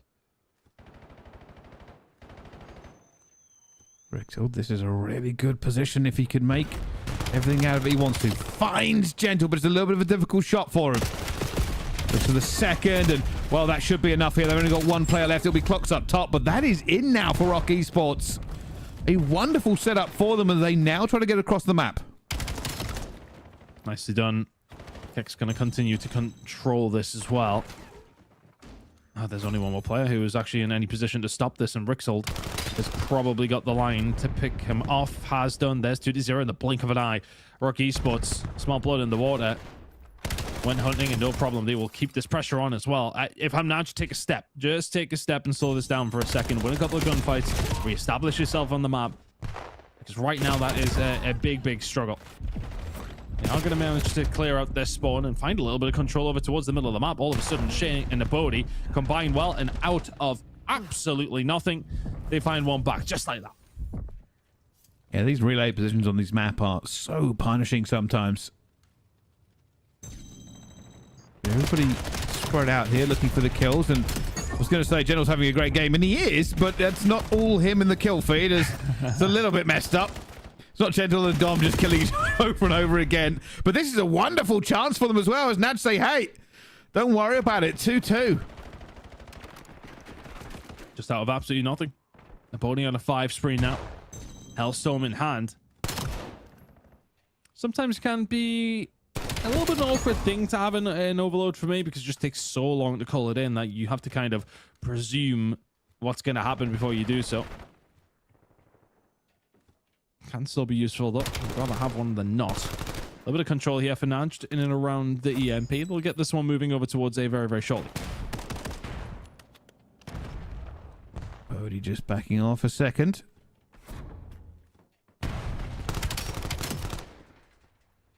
They have a bit of control here, but they haven't scooped the EMP quite yet, as they are losing bodies. And I don't know if they know somebody's behind. They do, but he's chowed it with the EMP. And well, it's kicked. So, oh, so it's Rixel. I mean, these conflicts really starting to get to me. Yeah, a bit of a pain. Rock kill or not just kill, at least we can understand where that one's going. Bodhi now going to call this one in, and that's the kind of one where you can. I don't know who's killed him. Well, somebody's certainly taken down somebody several times. Huge push here. I mean, this should be in realistically. They've got the bodies to do it. Easy cleanup for them as well here. And right now, if you're Naj, I would probably just go ready for the relay. I think that's 3 or 4 down as well. Detonation will come through, and again, this is where things open up, and Rock need to get back over towards the side pretty quickly. Just to maybe try and kill off the respawn. That's what they're going to do. Because there is a bit of an opening here. This is a big gunfight. A Bodhi is going to win it. They do clear out Grandma, so they're all right here, Rock Esports. Minute to go. They have a lead in, ever so slight one, and have a little bit more control over their spawn this time. Counter-attack will be a little bit more difficult for Naj to pull off this time.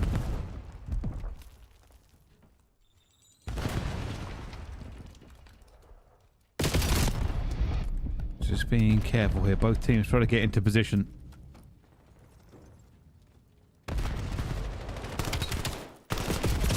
Oh! No, hey, in fairness, we've all had that happen to us where you just thought you've actually taken somebody down and stopped firing. It's just kind of a reflex, but Abodi will be disappointed with that one. They're almost going to try to take a bit of a path here, but I don't know if they've got the kills to really make a move. With 11 seconds to go, it's going to be Naj. Naj will have this as a free play. They're looking for it. Oh, run Abodi. Right, he can wrap here. You've got an opportunity to get this out. 3 seconds. Ah, it goes for the Chal, and that's the kind of moment we just back off. I think in those intense moments, Naj, their decision making is not so hot. Either way, good half there from the side of Rock, looking to retake the lead in this series. Have themselves a lead.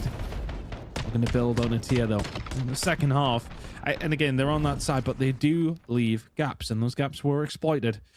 But thankfully for them, they were the ones that did most of the exploiting, and Naj couldn't get it done. 3-2 lead for Rock Esports heading into the second half. Domek's having a poor game by his characteristics, but when it's mattered, Rock Esports have got it over the line.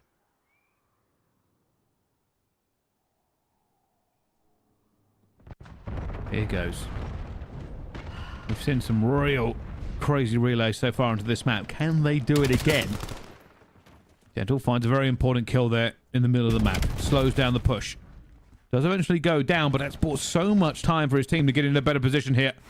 The kills are still moving in favor of Rock Esports. Dom has actually gone all the way through to try to keep this lane alive. The problem was none of his teammates got through and that bomb did stop. Just a bit disjointed from Rock there. I understand the theory behind it. Try to have that lead block and make that work. The rest of the team need to hold up their end of the bargain, though. Clocks, good shots, not going to work out for him, though. Clean up over towards the field. Surely going to come in here. That's a dangerous position to lose the EMP. It's not quite a free one. It might be. Actually, Kicks has chosen the right way. Can he get it over the line? Yes, he can. He found the gunfight as well. What? What? He just made a jumping pistol kill, yeah. That's kind of crazy. And they're going for the relay. They're in a really good position. Kicks is now looking for the players out towards the backside here. Nades and stuns are about to fly over this wall, but they haven't managed to get it quite yet, as there is enough of a resistance. Najd fly into position and hold it down. They will now scoop the EMP themselves. But they need another wave of kills to even put this into contest. A 2-point gap here for Rock. Try and get things going to be Naj, but I think they just sometimes get a little bit over eager with the players with the EMP to get themselves involved. Need somebody at the front trying to punch their way through.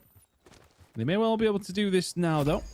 Setup is going to be here through Motel, but General reads extremely well on the flank that was coming through. So an opportunity for Naj now if they can build on it. They need to find some kills through the middle of the map if they want to try and make the most.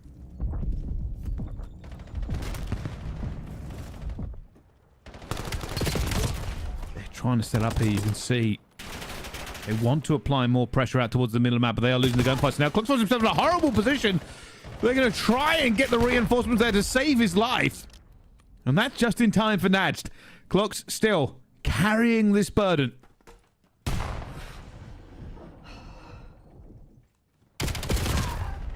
Struggling to even get it past the halfway mark, though. That might open up some routes. Nick's going to have to find something. A big win coming through from Gentle. And this is a good opportunity. But again, look how far behind the EMP is. But still, if you can continue to find the kills here for Naj, maybe you can get something going. But they're so slow. And that's one of those moments that just somebody who's a bit further forward pick it up. Because there may well have been an opportunity. And then Clocks is trialing it all on his own. And now the setup can be here from Rock Esports. Can't quite find the first kill with 2 minutes to go. They do not need to rush things whatsoever. We said we think NAJD are a bit weaker at Overload than Rock Esports, and so far that is coming to pass. A lot of pressure now mounting on them as well, though. Kicks is not going to make that kill. They've managed to switch this one out, though, but they've basically brought it back into a neutral position in the middle of the map while losing their entire team. This is danger time. Need to get something over the line very, very quickly here if you're NAJD. Gentle, can't find it. Oh my word, there's just no way Dom should win that second. Now they can get this one out of dodge. They're going to take it the long way, all the way through field. Don't have mid-map control. Honestly, it wouldn't shock me to see them keep this top green. I mean, look, they're not doing that at all. They're just going to send it. I respect it. Kicks will find the final kill and just try and keep this pressure on. Minute to go. Still a 2-point lead here for Rock. And they're happy. I mean, this is basically their comfort zone. Just play the slays. Richard finds one, flies in for a second here. Does manage to find it. That's a wipe here. They are now going to pick up the CMP. They didn't need to. They didn't need to move this one at all, but finding all of these kills means they can at least give it a chance to push it through, and it is stopped there by a Bodhi. And they're moving. This is like a flying V through the middle of the map. They are not slowing down at all. Which way does he go here? A Bodhi is left out to dry. Everybody falls apart around him, Ton. A disjointed performance from NAJD, to be honest. Shay tries to go high to shut down Dom, but there's been a couple of moments of magic from Rock Esports that are going to make the difference here. 15 seconds to go. It goes from improbable to impossible. And Kicks will now just play with his food. Rock Esports are now going to find themselves, well, not just into the next map as winners, but a 5-2 win as well. Kicks and Dom X go crazy towards the end. And Rock Esports have a lead once more. We head into map number 4. Rock in the lead again. Well, we said it. We said it was coming to pass. I mean, NAJD aren't a bad team, but when it comes down to Overload, I think you said it best. There's a disjointedness in the way they play this game mode. It's very minor mistakes. It's very minor breaks down of cohesion that have cost them many overloads in the past. And we've seen them play this over and over again. And when you're playing at this level, so we are in the final 4 of EMEA, that small weakness is a trend, and it does mean that we kind of don't think their overload is where it needs to be right now. Yeah, and with respect as well, they're going up against a team who have had their discrepancies in overload in Rock, who pretty handily dealt with them there. So that is now going to be a lead for the side of Rock going up against NAJD. Are they going to be able to close it out here on Sake? Look, we'll figure that out when we get there, but let's have a look what the difference maker was. I mean, kills as carrier does make a difference, right? The pistols seem to be singing for Kicks and Rixeld, especially for Kicks, who did absolutely phenomenally. He managed to find 3 overloads just all to his name while still going 26 and 20 with the most non-traded kills in the lobby. Yeah, more reasons to why we talk about the Kick show over and over again. The guy pretty much does it all here for Rock Esports on so many different occasions. I mean, this was the dagger, right? Within like a minute gone. 2-0 up with 2 pushes through over towards the A side, over towards green. That's always going to sting. But NAJD, even their opportunities that they did have were not like fully formed. This one was, but the one previous to that was kind of a bit of a smash and grab.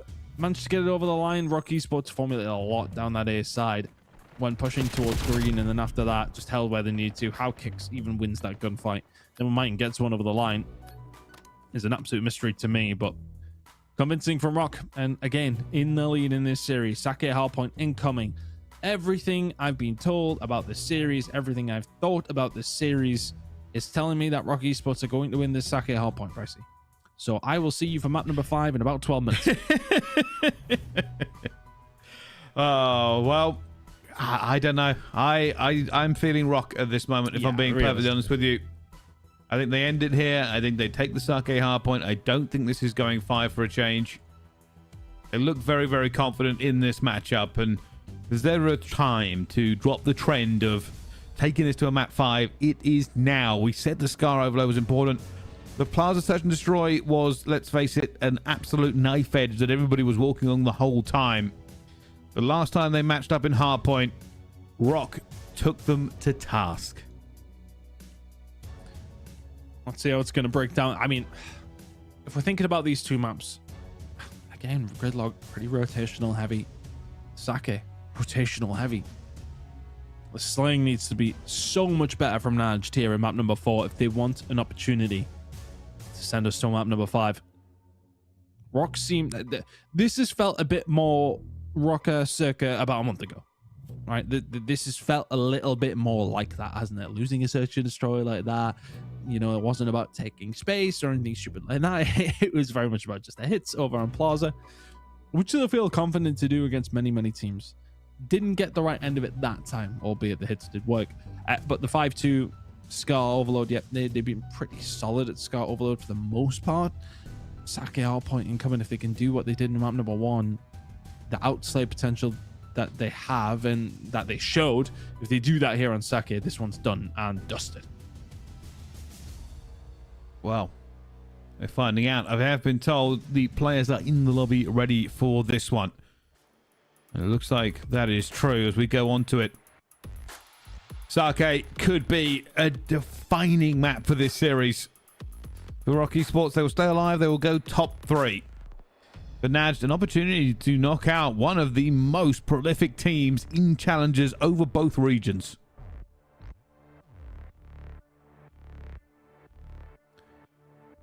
Well, here we go. Into map number 4. Rock Esports now will try and find themselves with a win just to give them some confidence heading into second day and into the losers finals. And I think if you're OMIT EU, if you're OMITNoir, you are rooting Rock Esports on because that will be your qualification for the pro. Yeah, that's very true actually. At the moment, he's doing a good job here of reacting to the pressure that Rock Esports kind of stretched onto straight away. Kick's trying to stay alive here, a little bit of life left in him. Doesn't get the full regen before that next fight comes through here, as it will be a tied game on this P1 as Dom looks to try and get a bit of P2 control, and he does so with the spawns.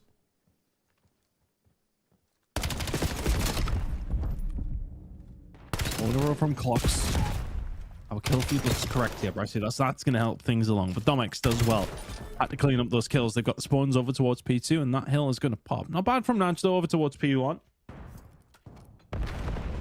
Take those wins all day long, but only going to be able to find a way through. Dom tries to find a flank, finds absolutely nothing. But death in that scenario. Kix is going to get picked as well here, so a little bit of a squeeze. Spawn's still going to come in over towards this backside. Dom going to have to do a great deal because the rest of his teammates are going to be spawning out.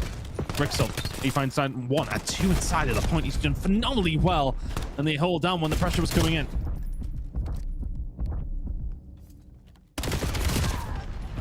Oh, Kix just trying to hold at bay his team a little bit longer. But he finds 2 as well. They might lose this scrap time, but never mind. It's already been Flip him. Wiped out for them as Clocks will be behind the rest of the team. A bit of a split Big spawn. man. That's a huge win for Dom to find because now the transition over towards P3 is going to work out for them as well. Yeah, Bodhi may well get the final 7 or 8 seconds. Gentle's here though. He's trying to be patient.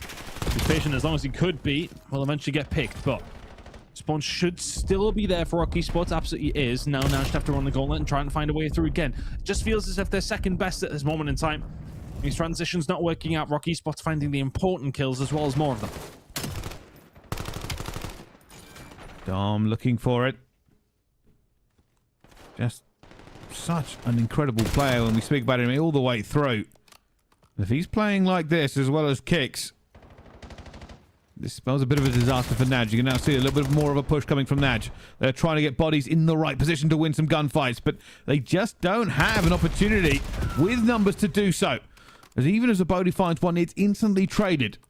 As we now head towards this next hill on P4 in Rocks, whoever gets here first has a massive advantage. 6 in a row from Dom.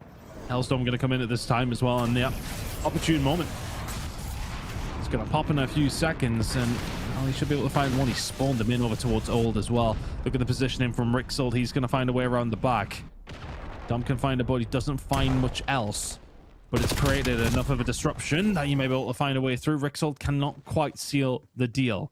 Spawns do come back in. Dom still on the 6 spree. Rixel also has a Hellstorm. They choose to call that one in, but it's a very healthy lead here for Rock. There it comes. Yeah, the difficulty with this one is the team needs to get in position to help out here. You can already see the scramble going through. Comms will be spitting furiously. The curve not quite as good as you would like with that Hellstorm. Does not get it into a perfect position, and now the rest of the team still has to run through the choke point. That does not help them out as much as they wanted it to. Both Hellstorms completely wasted.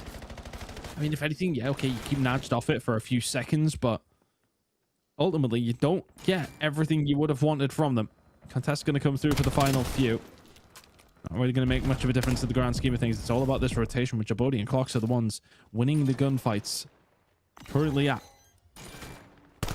Dom's going to find a way through. Should be traded, is traded. Gentle now on 5 in a row.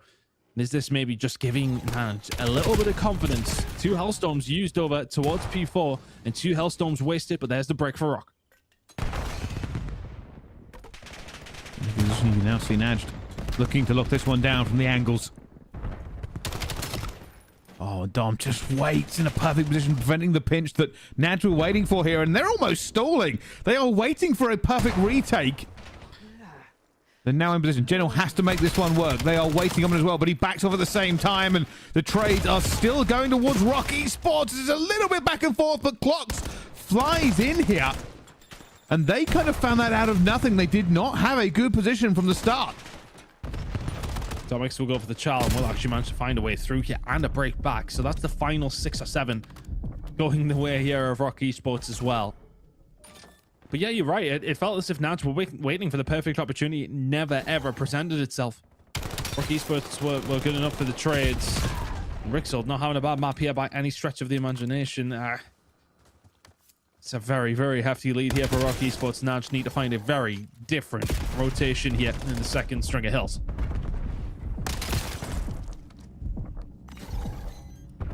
NAJD do have a bit of a better position here onto the P1. They're just holding off for it as well. Domix going around, though, is going to cause issues. Already found the first. Looking for the second.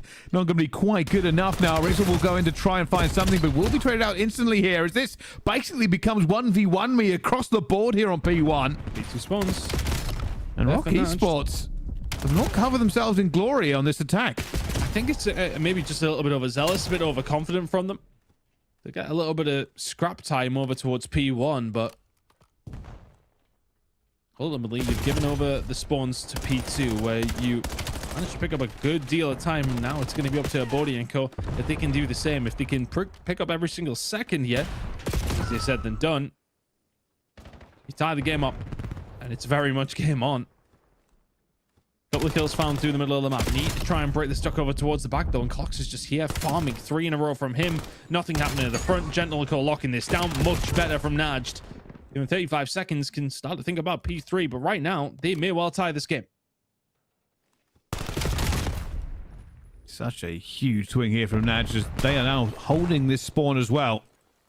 It will be Rock Esports to put pedal to the metal. They're going to go through it as well, but they're running the gauntlet and losing players left, right, and center. Dom will find the last as they get the break for this scrap time, but it's only scrap time. This man had such a good run earlier. Dom will need to continue. He's on a 4, and he will be taken down by a Bodhi, even with the shots being traded. I mean, that's the problem. Look, they pushed for that 14 seconds of scrap time. Yeah, okay, they get a good chunk of it. But now you've lost the rotation over towards New as well. You have to be careful not to be giving over streaks in the same way that NAJD kind of give it over on the other side of things, but this is looking like an opportunity to maybe find a break. Kicks has found a little bit of control over towards this back side. They find a way through, and it's the break they wanted, but Gentle over towards the back as well. I'm not too sure if he spawned there, if he just found a way through. Shay been having a stinker of a time, and it'll continue. 6 and 16 from him. But still, NAJD are very, very close. If you're Rock, you weren't able to establish that control as much as you would have liked in a Bodhi. We'll say thank you very much.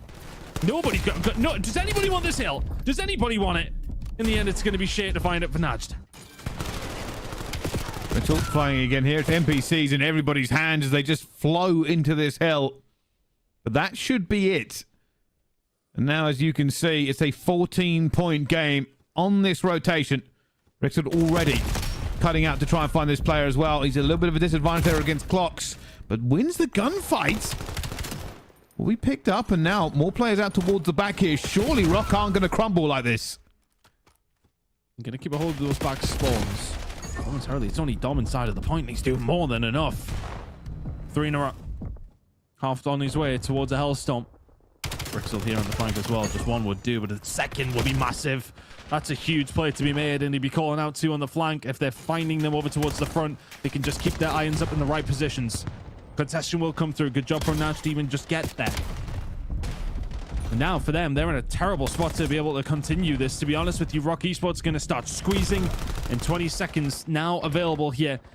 Over towards P4. It's looking like Rock are going to get every single one of them, and a lovely transition over towards New if they want it as well.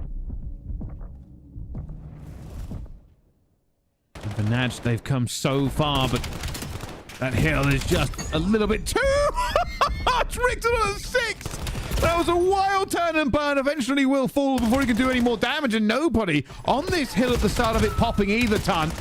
But it is just a square up between these two teams. A square up that Rock are winning. Re-established somewhat some of that lead, haven't they? It's about a 55-point difference. They're finding the wins as well. I believe they're going to have a couple of Hellstorms available, but they've been pretty rubbish so far, to be honest. They might not need them, Brycey. 30 seconds remaining here. Over towards this final hill of this rotation. NAJD must find a breakthrough within the next 20 seconds. Is the last chance. Dominic already takes one. I'm not even sure they're going to really be in position for this one. They're going for it down low through the doorway. Got to go for it. You can't afford to take any fancy routes. It's over. It's done before they can find everything. And Rock will win that hard point and stay in the elite here. They have done a wondrous job for it as well. But NAJD just faltered completely on that last hard point. And they get it over the line. What a strange series. But one that Rock kind of just looked the strongest in throughout. When we talk about that search and destroy, they were mostly winning those exchanges. And NAJD had to change things up. They changed things up for the better. They got them in the search and destroy. But after that, it was all Rock again. They find the series 3-1, Brycey. A nice, comfortable win for the champions of Dallas, the team who have had the best placings online full stop in these opens. They're going to be at the Pro-Am. But are they going to be able to find themselves in the grand final? That's going to be a very hard task up against P7, I have no doubt. Hey, I think the biggest kind of takeaway for me here is for Rock Esports to continue moving forward into the top 3 after what was the worst start they've ever had, right? We were saying, what on earth is happening to Rock Esports? This is not great for them. We kind of heard that, you know, the meta changing had really affected this squad completely. And over the last 2 weeks, they have kind of found their form again. They have put themselves back into contention for Elite Stage 3 as well. Something that they just have really been struggling to get the wins through, even though they've been performing better at the majors. But for Rock to start where they started 2 weeks ago, to get to this point, is an absolute godsend. And I am glad to see this team firing on all cylinders that we know they are capable of. Yeah, 100%. It's good to see them back kind of at their rip-roaring best. I think if we don't have that in here, it's always going to be a bit of a shame, but it's good for them that a little bit more form now. So they're going to be heading potentially, obviously, well, I mean, of course, into the Pro-Am in a decent enough spot. I think had they finished in like a top 6 spot and going at the Pro-Am, confidence would have been an all-time low. But top 3 now in playoffs when it has come down towards Challengers Elite. And that's something they've been consistently able to do. They've never won one, which is always a bit of a surprise to me. But, I mean, look, online Call of Duty is maybe not where they've played their best, of course, with how well their LAN record has been going. But I wonder, is this their opportunity? Could they upset the odds? I'm not too sure. It's going to be a real tall order going up against P7, who, again, have been fantastic until they just got 3-0'd by OMNiTnoir. But Rock are going to be the ones taking on P7, and I tell you what, OMNiTnoir will be cheering them on up against P7. That is no doubt. Yeah, that's going to be a wild one for us to kind of talk about tomorrow, that if Rock technically get into a grand final, OMITNoir automatically qualify for the Pro-Am. So, yeah, it's a very, very big game. I mean, Project 7, they are under an unbelievable amount of pressure. Got to beat Rock. Then you got to beat OMIT just for a chance to get there. Certainly a little bit spicy for our final day coming tomorrow, Tom. Yeah, absolutely. I mean, Rock against P7 is a big grudge matchup between those two teams, isn't it? Just historically, between all the different iterations of the Project 7 roster, there's a lot of history there. And then OMNiTnoir awaiting the winners. I mean, I have no idea how it's going to go down tomorrow, but OMNiTnoir the wildest thing that happened all day was them the 3-0 Project 7. But Project 7 will be looking for that revenge, but they have to get past Rock Esports first, and that's exactly what they'll be aiming to do. They certainly will. Well, what we've done as well is filled out a little table of where everyone has placed for points and prizes. Well, as you can see here, today we have said goodbye to 3 teams. NAJD, Exceptional, and OMNiA INVICTA have all dropped out of this, but they do pick up 4,000 points and 5,000 for NAJD, which leaves our top 3 slots ready to be filled. And it's not just points, it's also the prize money. Exceptional and OMNiA INVICTA, they both pick up 3,000. NAJD pick up 4,000. But basically, every game from here onwards is a massive money game ton. Yeah, it's absolutely huge for all these teams. I mean, tomorrow is a $4,000 game, and then the grand finals a $10,000 game, and potentially a big opportunity to face up against the big boys in the Pro-Am as well. Going to be an interesting day. I am really not sure how tomorrow's going to play out. Today was a little bit crazy, though. Some of the games we had, Brycey, some of the results, absolutely insane. And we'll get to do it all again tomorrow to crown a champion. We certainly do. Well, if you're thinking I need more Call of Duty action, you can certainly have it coming into your face in just a little while. North America is spinning up its engine to bring you the same thrills and spells as they try to whittle down theirs to their top 3 as well. But that is it from EMEA today. So we will see you tomorrow for our championship game. So thank you for watching, and we'll see you next time.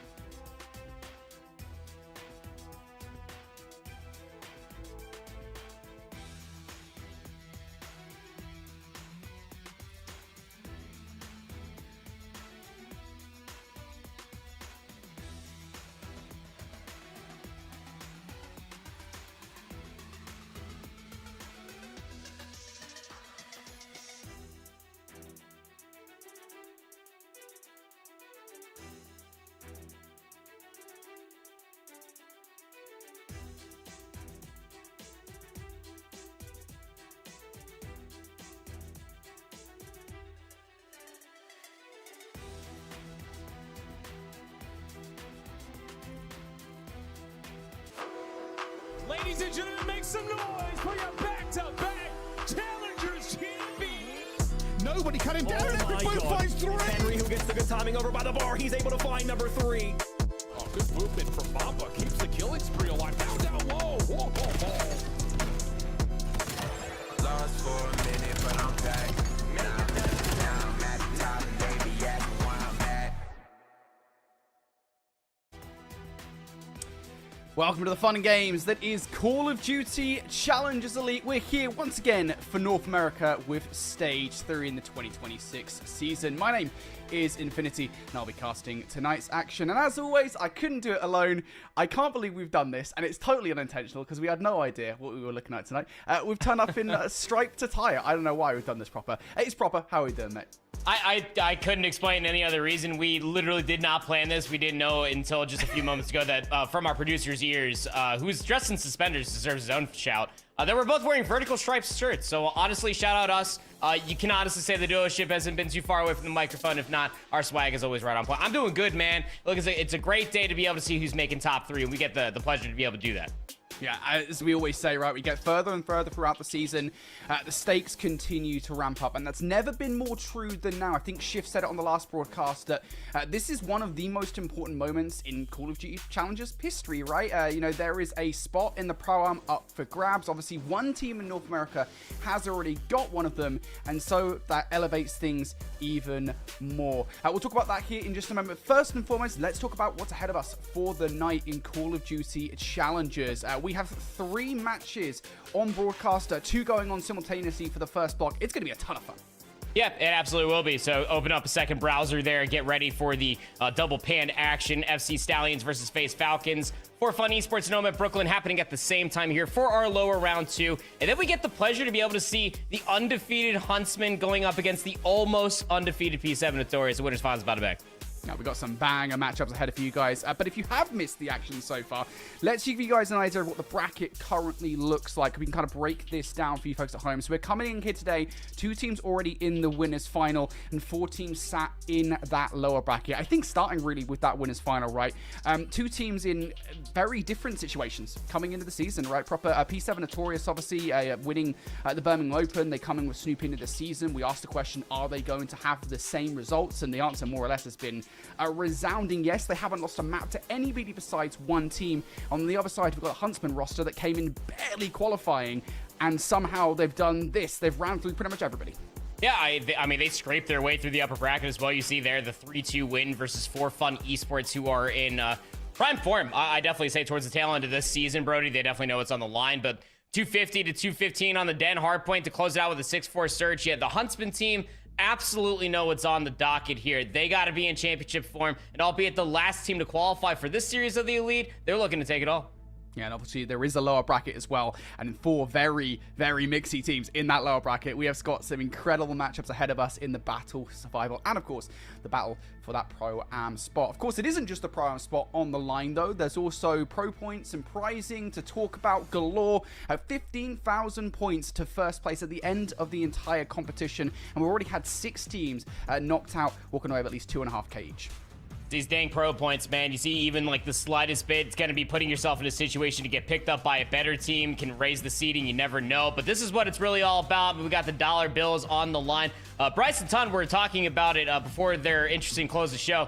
Just how interesting it gets towards the top. Like, you start seeing like the 1,000 games of Call of Duty for top 6 to top 4, the 2,000 game for top 3, and then you have the 4,000 and then the 10,000 game of Call of Duty. Most importantly, you get that first spot, or you play second just behind P7 Notorious. You're going to the Pro-Am. So that's realistically what everybody is shooting to try to make.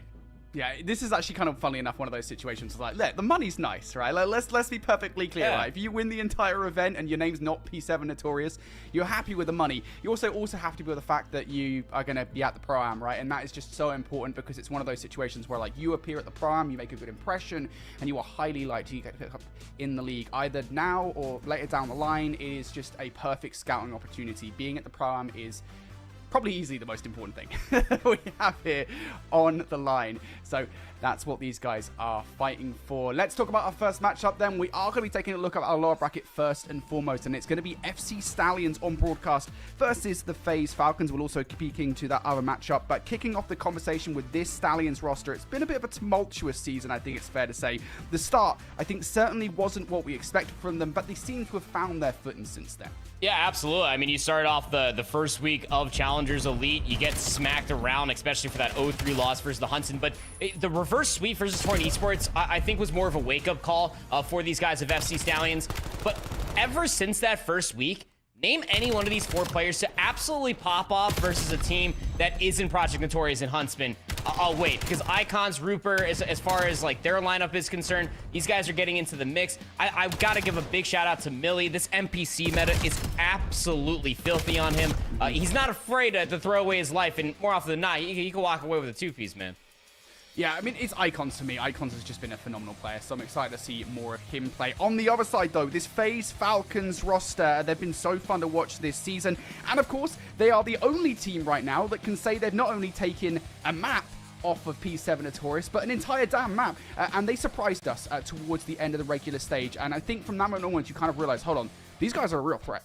Yeah, it's because of them that we actually find ourselves in a situation that potentially, I mean, like it's a 1/3 of the situation, like the permutations to have Telluride Bush not in playoffs. Yeah. We're like stacking past the receipt paper's end. But the FaZe Falcons roster is another one of those teams that the NPC meta at first did not look very good on them. They get that 2-3 loss versus Telluride Bush in the regular season. They also lost to Cabal Gaming. Rectified in their match win just last night, albeit losing to For Fun Esports 1-3 on the latter half of that series. They didn't look too bad. I mean, they got smacked on the Gridlock 3-6, but Den Overload went handedly their way 6-1. 250-214 on the Gridlock hardpoint as well. So you couldn't have asked for any better step forward to put your backs against the wall going up against the opposition of the FC Stallions. All right, we're wasting no time, folks. The battle for survival, the battle on the path to that Pro-Am spots starts right now with FaZe Falcons against Stallions here. We're kicking things off on this Den hardpoint. Stallions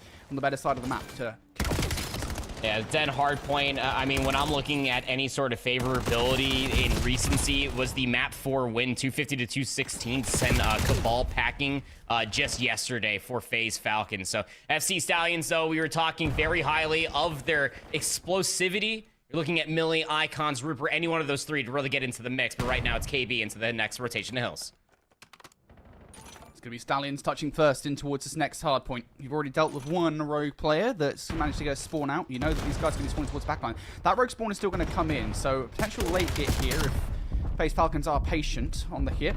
Going for an initial look. That pressure now going to be coming through the capture side. Millie looks towards it, immediately gets shut down. Trades now starting to come through. KB weakened up. Roxas in for the time. Icons doubles up. Icons finds 3, and that's the Icons that we wanted to see almost right out of the gate. A huge 3-piece to keep control of this hard point. Live it up to the namesake, finding himself 3, getting bump forward into couches. Actually catches, was that Aluka with a nade in his hand. He was cooking it up. Or I'm not too sure what happened there. It almost looked like he shot it for a second, Brody, but the back spawn's very much so still intact for FaZe Falcons. And the Stallions are reading this ever so wonderfully. Just slowly encroaching from the front, trying to keep them at a distance, challenging the back 15.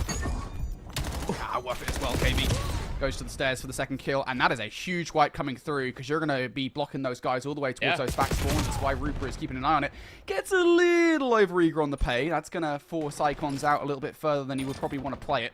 Of course, KB is still also a designated survivor towards that old hard point. I think they recognize that. That's why you're seeing 2 players in the middle turn their head towards him. Now FaZe Falcons can focus their attention back towards the hard point. Millie softened up by a nade. Level double nade setup coming through. There's the follow-up as well. FaZe Falcons, they are very quick to break back then. I mean, even off of the systematic overextension for Rupert, he still gets the back dojo response. KB confirms that, even going 1-for-1 in the back line. But that 4-player break, just so beautiful for FaZe Falcons. Exactly what you needed out of them, just to start heating things up when things were starting to look a little bit scrappy at the end of that back P2. 5 spree for Nox now, up to 9-4. He's going to start trying to maneuver around the backside of Dojo. He'll find out that one player's here, doesn't even need the assistance. His teammates got things on lock, and QK up front with the M15 in hand, plus the head glitch, going to be able to wrap down 2 and force the rest of the Stallions to go through mid. By 9 spree now between Nox, Aluka, and QK, and unfortunately the caster curse will take Nox off his. Still, QK and Aluka alive here, in control of the next hard point. Gonna be a 2-2 split on the hit 3. Reaper getting shut down. QK weakened from the initial play here. That's going to slow things up. Never mind. QK goes straight out for the challenge. They've recognized a lot of the pressure coming from the backline as well. Millie tries to land a Semtex. It doesn't matter. Not when Roxas is shooting the way that he is. FaZe Falcons, they are looking sturdy at the moment. Yeah, I mean, QK, Roxas, Nox are all just stepping up, winning their one, turning that into an extension to the life. I mean, look at the combined spree now. We are on now 13 watch. Nox finally gets traded out, but the rest of his teammates are still picking up the scraps. Luca's all the way over by Broken. He gets shot in the head. So now all of this has realistically come from the front. You have all of that information. FC Stallions challenging for the back 15. They will find success in doing so. We'll keep things within just about 20, going back to P1 again. I think FaZe Falcons recognize they've got a little bit of time to play with here, right? I mean, you know, you can approach this from multiple angles. Getting behind and flipping out their spawns is probably the most important thing you can do. They're already starting to do that, getting Aluka and QK through towards the other side. There's one more annoying player to contend with, and I think Millie recognizes how important his position is. Either try and hold those spawns or deal with the pressure. The issue is he goes down, and you're losing all of those tertiary gunfights around the hard point as well. So everything that could have possibly just gone wrong for the Stallions did. The end of P2 in the first set, it was constant, like 3-for-1s in the feeds, maybe just a single 4-player dead for FC Stallions. I want to say on the back end of that first set, nice win from Roxas there, is that we have about like four-man feeds for FaZe Falcons. Like, these guys are just very efficient on being able to get the multi-kill, setting up the next man to be able to watch over top of them, and then slam the next players in the dirt. That's how they're turning this P1 into a money hill. FC Stallions haven't gotten a single second off of P1 within the second set, and the rotation is already being looked at. Icons play in the corner, can't find the first kill, and get snapped on for the second. The body shots from Nox to make sure he knew what happened. Oh, there's so many of those already through this game where it feels like somebody from Stallions has been called upon to make some kind of individual heroic play out of nowhere, and they just can't produce. And I mean, to be honest with you, that was probably a play that maybe we should have seen go Stallions' way, but ultimately it doesn't. And that means FaZe Falcons now can start to really extend themselves. Aluka going all the way back. Back spawn's being blocked, and he finds both of those gunfights. Now Nox can overextend for a double of his own. Yeah. Nox, you get to put extra bullets in the body when you're winning gunfights like that. Falcons are playing spawns. They're playing push-outs pretty much perfectly at the moment. Stallions are being given no quarter to breathe. And just the corners being picked up as well. Nox got the next player weak, gets shots in towards the next one as well. So realistically, FaZe Falcons can still challenge for this, but that's another one of those bright moments where you get Aluka's, his two-piece, Nox, able to find the next two. These guys have been going absolute sicko mode towards the latter half of the first set and trying to pick things up. Business has not been put down, going even in towards the second. FC Stallions, wipe, repeat. It's almost the same exact situation that they had within the first set, Brody. They got the back spawns. The difference is that Aluka's lurking in a dojo, keeping things blocked. Through the next three, just have to push forward. Yeah, now Reaper all of a sudden becomes more important because Icons has had to move himself out of the play to deal with Aluka. Reaper able to reach one, weaken for the play. Player's now going to have to scarper in towards the interiors. QK does take out his teammate with the Hellstorm. That will even things up a little bit here. Gives an opportunity perhaps for Icons to produce something. No, can't do it. Aluka with a slide out and will be able to act on that Hellstorm missile. With 30 seconds left, Proper, they're going to need to hit this. There is no chance of you giving this time away. And they have to just fly straight down the ADS of these players. Aluka looking to try and tear these guys up. Has a couple too many. Rox is able to deal with those softened players. Nox is able to find another one as well. And that's so unfortunate. Stallions working off the back foot. Nowhere to go. You had to break the hill from the back dojo, and then you just had to try to hold the rotation. Millie's at least trying to do the latter half of this.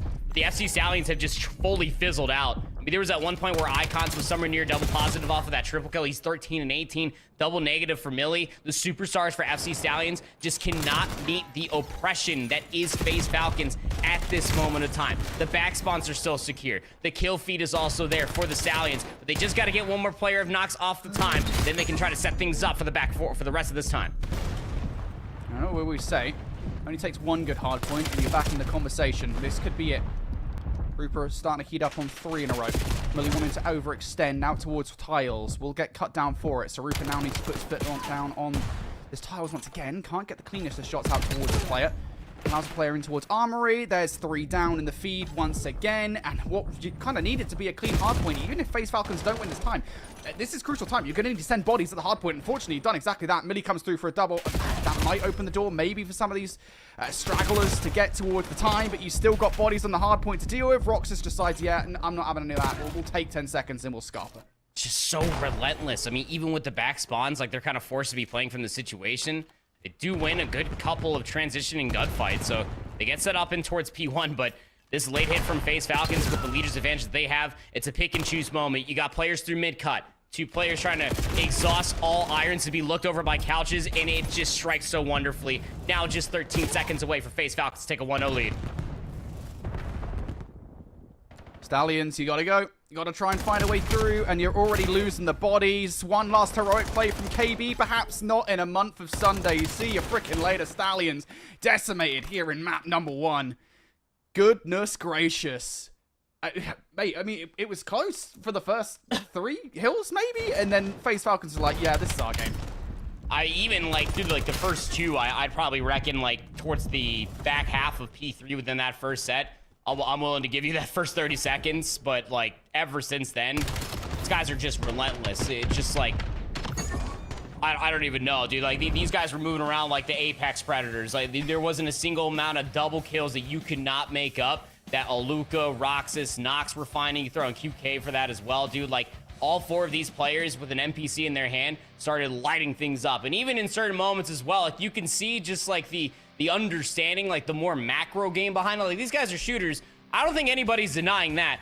But it's their ability to recognize, okay, I spawned up here, picking up M15, watching this cross. I spawned up here. We're going into P2. Stay scrappy. Everybody pull out an NPC. These numbers are ludicrous. Like 23, 20 non-traded, 20, 17, going up to down, even in the assist column.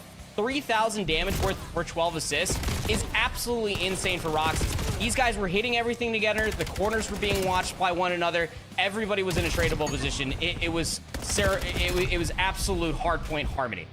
Yeah, I mean, you can see it there, right? I mean, it was a 40-point difference, really, at the end of the first set, pretty much. And it just continued, grew and grew and grew. And I think, you know, a good example of just how good the hardpoint was from FaZe Falcons there was, I think, that P2. I think it was on the second set, right? Where it's just like, to recognize, all right, we've got somebody blocking those back spawns. They're going to be out of the play towards the hardpoint. And you trust, I think it was Aluka that was running out towards the tile side. You trust a player like Aluka to go that far out, leaving literally 2 players, right? If Aluka and the player towards the back spawn goes down, if somebody takes that long route all the way through P3 side, there's a high chance that FaZe Falcons are in trouble, but the trust in each other to make sure that they just do their jobs in that situation, to lock down that hard point, it just a good example of the teamwork there for FaZe Falcons in map number 1. Absolutely on point as we kick off this series, and that is a dominant start to this series, by the way. We're going to need to see a hell of an answer out Stallions here in Fringe. Yeah, and I think that that's going to be a nice little mental reset for them. I mean, Fringe could be a map that you hit things very, very quickly if you continuously bombard and towards that AS and D side, as we've seen since it's been introduction into BO7.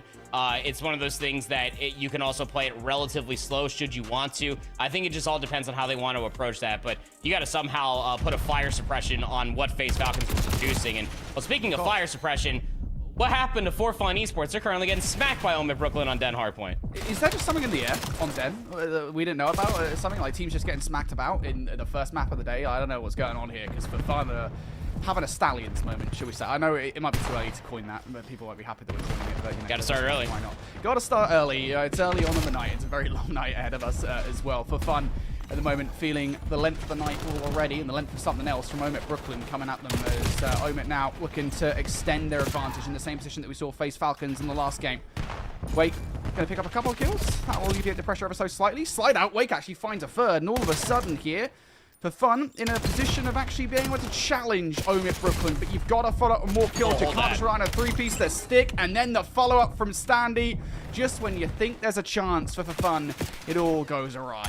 Yeah, make it the next season's trailer right there what Sandy just did. Semtex on the 1. Next player thought that the red dot was on the opposite side. He's able to find himself a 3-piece. Speaking of players that have been really comfortable in this new NPC meta, you're looking at Standy. I mean, he is his old school standard SMG, just get lost on the map, play for the scrap time, bump forward when I need to. and just try to get information from my team. Probably one of the, I wouldn't say the sole reason why they're so far ahead. I mean, Rex has been shooting in recency, is 20 and 15 at the end of the day, but this OMIT Brooklyn team, as far as their playoffs run are concerned, you put some vets up against the wall, you expect these guys to show up as well. Just gotta see for fun, find some kills. I know it's the cliche thing to say, right? But at the moment, they are getting massively outslayed here in the game. Gotta pick things up. Wait, try for that 3-piece towards P3, but that's really the only kind of light we've seen in the darkness for fun here. OMIT Brooklyn holding for the moment. They're allowing the pressure to get in towards Armory. Stanley will now fill that gap, but Bull X has a bit of a job to do. Runs out of bullets in his AR, switches to the NPC. Stanley now on the wrap, can't find the bullets. And it is for fun, breaking in for the back 20 seconds. So OMIT Brooklyn not going to be able to finish things out here. They're going to send one straggler to deal with. 2 real almost gives that a real good shoot to try and get that time, but not going to happen. OMIT Brooklyn just deciding, yeah, we can settle things on the next hard point. We've got a lot of time to play with it.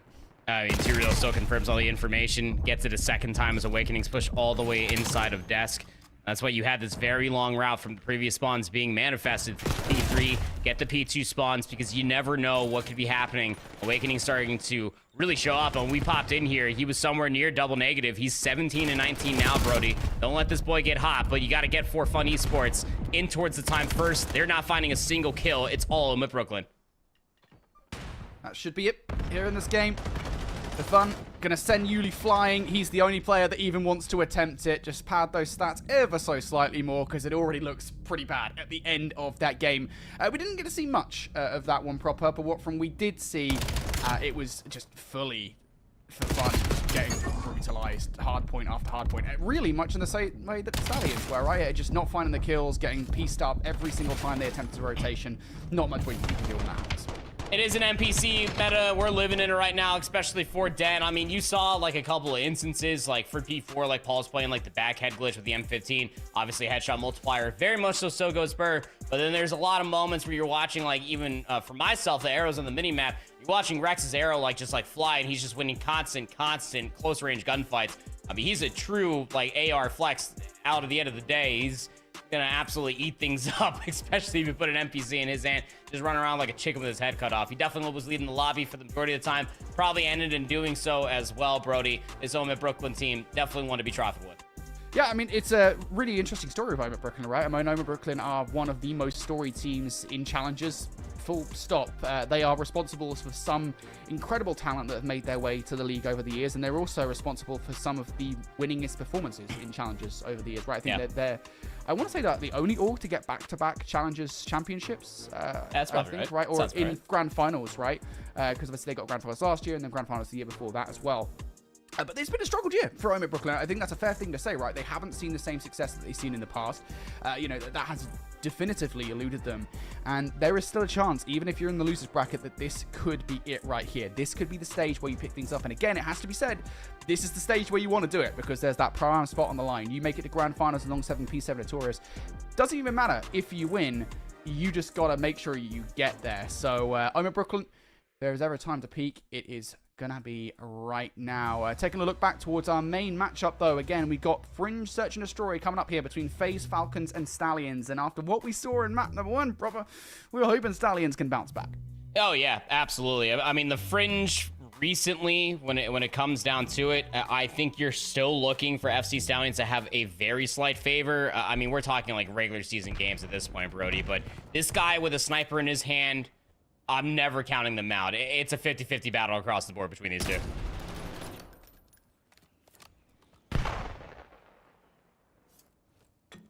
FaZe Falcons here at the beginning of this search and destroy. I think you can tell a little bit tentatively. No reason to get over aggressive versus Stallions. It's something we see a lot of teams kind of do as, you know, they dominate in map number 1 and they overheat going into the S&D. Things seem to have slowed up, I think, for Falcons here. Getting a read of the lay of the land before making a move, and they've decided to go now straight towards B. They will be meeting Millie and KB over here. KB with a sniper rifle, effective as ever, picks up that first blood, and that's going to slow things up for the Falcons even more. You've got 35 seconds. You kind of have to commit to this. Yeah, I mean, you could try to cross back over. They know Icons is still throwing shoulders. Rox is going to have to hard clear it, but the rest of his team are basically all over B. It's QK that has to watch Aluka over to try to get the plant. Aluka plays for the 1. Millie gives up his life. This could be a costly mistake. big trade to make, especially after what Millie was doing at the beginning of the round. Rupert's going to trade things right back out there. Wrapping it. You don't really have time to make this play because Rupert just beams a Luca. QK out towards the open he goes. And yeah, that's kind of the downside, right, to leaving your play calls so late into the round, is that you don't really have a lot of options when you do. I don't even know if it can go that far. I mean, we had a crucial error for Millie, throwing away his life just to check the bomb. You had numbers, play for the obvious numbers retake, forehead, but like, then the rewrap under 28 seconds to try to get back into A. You have no information on that bomb site at all. Like, you just fully cleared. Oluka was on the bomb site. QK was watching over top of him. And you effectively had mid covered. I'm just scratching my head all over the place, but FC Stallions going to be able to win the first round. It's a beautiful first blood for KB. Like I said, he's the difference maker. He's got to try to slow things down off of what we saw from FaZe Falcons in that opening map.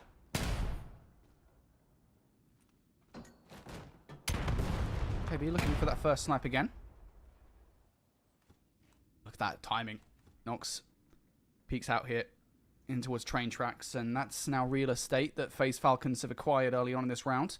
Stallions seem to be edging towards A. If they do go this direction, Rox is here to meet. That nade might actually connect and does not. Flies past the players. Reaper rears his head. Roxas now going to have to deal with a double nade setup. That's going to remove the heady at the very least. QK, though, is there playing Overwatch along the alley. Roxas rears his head, and it's now down to KB with a sniper rifle. There's no Phase 5 play today. It's FaZe Falcons that win that one. QK with the AR this time around. He gets a wonderfully placed and well-cooked nade in towards what is about to be the slide out over by the boxes. And then he just starts ripping the rest of the enemies to shred. I believe it was Roxas over there, but could be a mistake. That player gives up his entire magazine. That you can see from the FC Stallions, even without comms. They say, now's the time we got to fly. And if QK's already made the wrap back over, he's got late utility. He completely blows up the play. So wonderfully done coming through for FaZe Falcons. They completely and utterly stop FC Stallions within their track, thinking they could build momentum off that first round. QK's play was so good that it blew up the lobby. We'll hopefully be back in that game here in just a second. But yeah, I mean, a great round, I think, from FaZe Falcons, right? Again, it's something we talked about very briefly there in that hard point. You know, I kind of alluded to it in the P2 setup that we saw from them with Luca pushing out. It's just another perfect example of why FaZe Falcons are such a strong team, why they were able to beat P7 Notorious last week when you and I got to cast that final matchup of groups. Their teamwork is really damn good, and it's just like that perfect call of like Roxas, you know, he's sitting there on the heady. He'll make the call that if these players are going to come his way, he can just back down players' life perfectly because he knows he's got the coverage of his teammate. It's just, again, it's players that have played together for a really long time. There's some really strong chemistry on this FaZe Falcons lineup.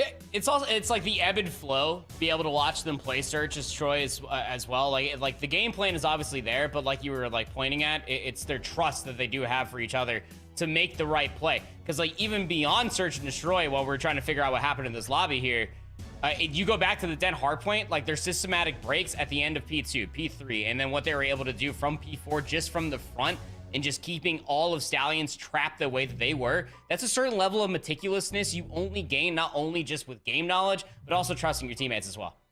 Yeah, just really good game plan at the moment for FaZe Falcons. Stallions seemingly struggling in the Search and Destroy, and they needed to have a good Search and Destroy as well. I remind folks is where we're at right now. This is losers round 2 that we're currently in. I know there's a lot of people waiting the upper bracket final for a multitude of reasons. Obviously, I know there's a lot of P7 Notorious fans out there, and I obviously know that there are some Huntsmen fans out there as well. So we'll be having that matchup here very soon. That's going to be the upper bracket finals, but that's going to conclude after we look at our losers round 2 matchup. These, though, are really important matchups because they're battle for survival. Obviously, Pro-Am spot on the line here in Challengers Elite Stage 3. These teams, they gotta win their matches if they want to continue on and keep the hopes of getting that spot alive.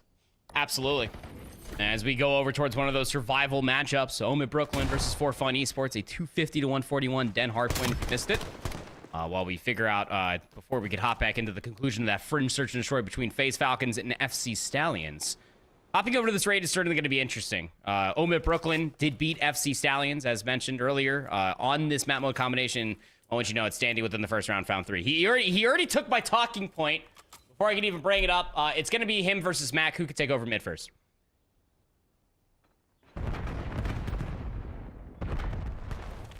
Good start from Standy. 3-0. And Brooklyn now looking for aggression from him. It's going to be a long wrap if that's the play call. ELIT getting up in the face. It would have been nice if you could have taken that real estate. Yeah, that's maybe a little too aggressive for my liking. They are going to catch Stanley on the wrap, though, and will win up that gunfight as well. That is a huge one because now that buys so much more space in the middle of the map. You have a lot more options to work with now. The Max over here a little bit too suddenly. I don't think he ended up seeing Turo. He got inside of Tiki with an M15, no less, so he rips Awakening's head off. Max trying to chase for the trade, sees him in the water. Should be an easy cleanup, but he's got to get back towards the refuge of his teammate. Gio's got an M15, has both players through mid, and gets the transfer even with the wall jump, be damned. Finds the last two required. That had a 1v1 written all over it. Gio says, nah.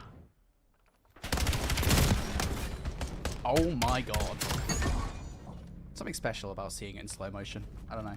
It's kind of like a Zack Snyder movie, in a way. Just adding slow motion to absolutely everything. It's always a fun time. Yeah. Make it 4K. It's called the Snyder Cut. Oh, don't. Anyway, it's unfortunate. I feel like if Standy maybe could have been more effective on that long flank, that would definitely have been around for OMIT Brooklyn. Obviously, it doesn't help when a two-piece like that closes things out, but still, I mean, it just kind of feels like that entire play was precipiced on the idea of Standy getting some value out of the flank. Standy now wants some value out of this round as well. It's a 2-2 split. They're making a lot of noise over by A. Standy needs to trade this gunfight out. Barely does. Headshot multiply goes Brr and finds that frag. And they're going to have to divert a lot of attention here to deal with Standy while this rock is going down. Standy does fall. That's going to make things easier on the retake, but it is ultimately a retake. Yeah, it was Standy's ruse just to cause a ruckus over by Laundry. All the other pink arrows were moving through mid. Post plants all inside of basketball court. You got two real lurking inside a money window trying to play for a cutoff. Two players are starting to loop back through back bed.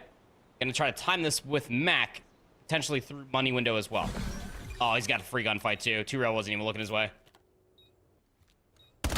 Great timing. He does. Spots out the second player as well. Oh, misses the shots on towards Gio. If they were slightly crispier, that would have been way better.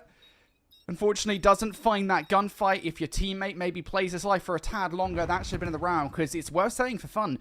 They had to clear so much space there in that 3 versus 2, right? I mean, Stanley did his job pretty much perfectly in the 3 versus 3. He burned about, what, 10 seconds off the clock? You know, really didn't leave a lot of time for that retake to come through.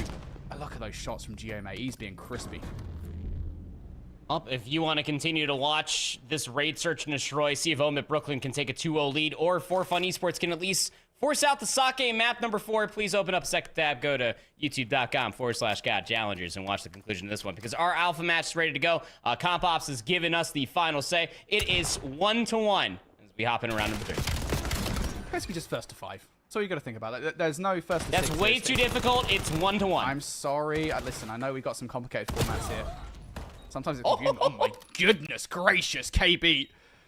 Face slams one player in a 1 versus 4, although it should be reminded, back to reality we go, that it is a 1 versus 4, and Alucas just spotted him out. KB gets right. He lagged him. Toe? I think he just sliced like 3 toes in that snipe. Oh my god. It's a good thing he was already jumping, because if he wasn't, he'd be on the ground. He lost his foot for sure. Yeah, I mean, 1v4s with the sniper rifle, as cool as it would be. The leg onto Aluka. He still got his kill there with the pistol. He's going to get overwhelmed with the numbers regardless. 1v4 versus the sniper. It's basically a who's who could run at each other first, and once you know it, the one with numbers are able to do it. So you go in towards this one. We are now back towards FC Stallions offense. And in the previous offense that we saw, it was initial pokes over towards B. Traditionally, you get KB sniper rifle trying to get that opening blood, and then they slow wrap back over towards A. It's looking a pretty similarity towards that. Ripper's just throwing some utility to try to cause a ruckus.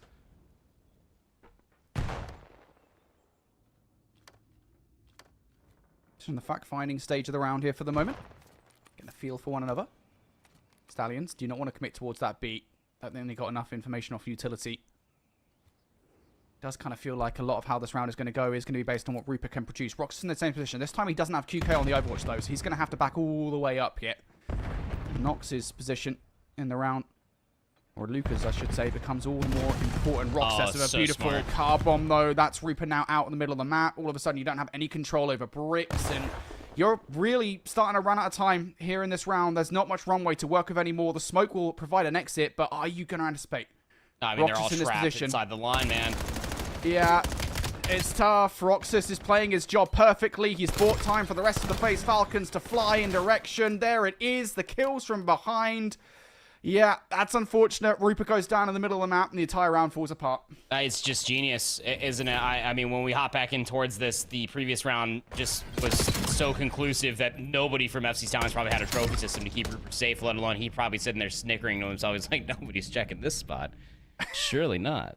And he gets car bombed, and the numbers subside. Like, you already had Roxas throw that same shoulder you were talking about. He had a Luka with a sub in that spot this time around rather than an AR overwatching him. So then you're all just trapped inside the alleyway, like a literal fish in a barrel moment for FC Stallions, or horses as it may be. Don't try to stuff your horses into a barrel. I don't think they would fit.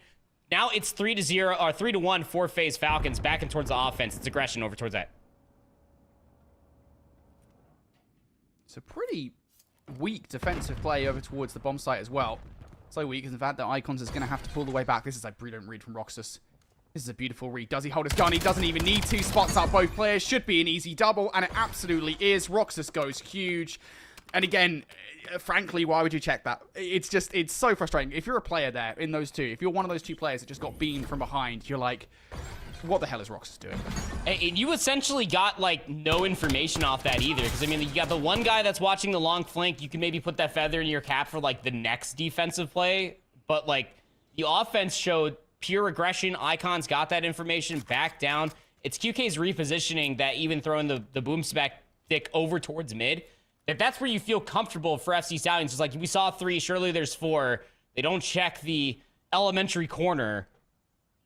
FaZe Falcons just end that round so quickly. So FC Stallions trying to get their momentum back together. It's a 4-player hit to beat. These two will actually connect here on the defensive side. Also, offensive stuns and nades are also going well. Nox are going to double up. Oh, goodness. That is so damn quick. How about that? Sometimes you just hit a bomb site and you run straight into a sturdy brick wall. No C4 in hand to break that one. Yeah, sometimes you hit bomb site, sometimes bomb site hits you, bro. And if anybody was looking for, like, the TLDR of, like, the map 1, it was literally that. It was just multi-kills after multi-kills, like, unreal how you're able to at least get that transfer, let alone be, like, half HP and then being able to zap somebody. And the NPC is godlike, but players got to execute. FC Stallions within this lobby recreate only have a combined 2 kills, and it's on 1 player. Look at the sprees, man. What is this, combined, like, 14 spree or something to that effect through this S&D? Oh, this is something you don't see often, and they just keep on getting red. They just keep on getting red. This time, though, Roxas gets beamed. Having a backup. It's not Roxas, excuse me, Nox. Codcaster playing games with us once again. It is Roxas who'll survive. But just that one play, again, has afforded so much space here to Stallions. They are going to commit towards the defense on the A side. They're going to give up B, and that might actually cost them. FaZe Falcons here might actually better get this bomb down, and I don't think Stallions will stop it. Hey, Roxas is actually going to go back towards the lurk. It's over inside of the offensive building. And FC Stallions are going to make the call. Like, every life is too precious. We have numbers for V3 retake. What a nade from downtown. Sometimes those nades, they do just line up. Now Roxas and QK need to produce something special here to close the search and strike QK. There's no way. There's no way QK gets beautiful timing on this play. This has to be watched. 25 seconds. Smoke goes down. QK will be able to see it. Puts out a shot. Killing the feed from Roxas. QK doesn't really have anything to work with, and I think just a little bit touchy there. Wasn't entirely sure that you could see anything through the smoke, and ultimately it's a 2 versus 4, so it's incredibly difficult to actually win that fight regardless of what you do, but still, there is probably a world in which that round does go FaZe Falcons' way. Yeah, it's just so nervy, right? I mean, you got QK, he gets up top window like you're talking about, and he's just able to get like that, at least what looks like a quick scope, the smoke comes through, so, you know, when you're peak anxiety top barn like this, and you're just like, hey, maybe I can get this shot, you're godlike. But when you don't hit the shot, that's probably what's going to happen when you don't have numbers. Well displayed, Brody. Ever so explained. FC Stallions, they get their second. Again, they've been searching for the momentum this entire time. Sticking together, taking over A defensively, getting players forward, playing for trades. Could be a recipe. Stallions have been red more often than not. Difference in the last round. They actually managed to win some of the fights off the beginning of the round. Can they do it again? Same setup from FaZe Falcons that has worked for them so well in the past. And it is the same setup from Rupert once again through the middle of the map. This time he's getting aggressive in towards bricks. Can he escape? Nope. Gonna go down. Rooper out for the count. NAJD coming through. It's all FaZe Falcons in the feed. Millie, you're left alive, but not for long. FaZe Falcons, they are so damn quick to react. And Stallions, I mean, they had so many situations where it literally is just coming down to these 1v1s at the start of the round, and they're just not winning them. Yeah, I mean, it's starting to look like a mechanical mismatch. And I say that so loosely because, like, both you and I, and realistically, like, the entire Challengers community, like, we know what these guys on the Stallions are capable of. But the Bosch's blood pressure is just spiking way too high at this point, man. Like, I'm sorry, Tommy. You got to take a breath because, like, these FaZe Falcons boys are absolutely putting your guys in the dirt. And again, it's not just one player. You could talk about the impact that QK had with the sniper rifle, jumping all over the place, sure. But 7-2, getting active with the M15. We saw even in the previous round before the disconnect, and then continuously, like, these guys are always watching over top of each other. Like, the damage numbers aren't even too far gone from one another because their assist columns are just always so equal. Only player that didn't have many of the other team shots, QK, just do better, pal. I don't know what to tell you. 6 non-traded kills, 7-2, light work. Well, at least it wasn't a triple donut.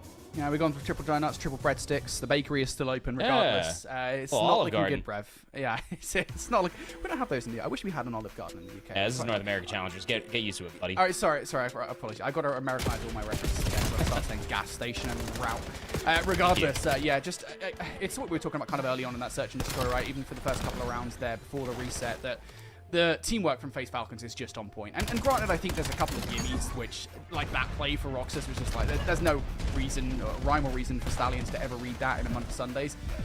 But Falcons, I think, again, their team play is so exemplary, and it has gotten better throughout this stage of Challengers Elite, that, you know, if this is the roster that we're seeing, if this is the way they're playing throughout the remainder of Challengers, don't be surprised if these guys make a loser bracket run all the way to the grand finals. They keep on playing like this, and, man, the rest of the bracket is going to be scary. I would certainly say so. Like, I think it's going to be one of those things that this FaZe Falcons roster, ever since their Map 5 loss versus Telluride Bush, like, you go in towards that series versus P7 Notorious, a lot of people probably, like the majority of the community were ready to write them off. You go back for even the FaZe Falcons at the beginning of the NPC meta, everybody was just like, oh, they're not adapting well. UK's getting run over. These guys aren't as explosive.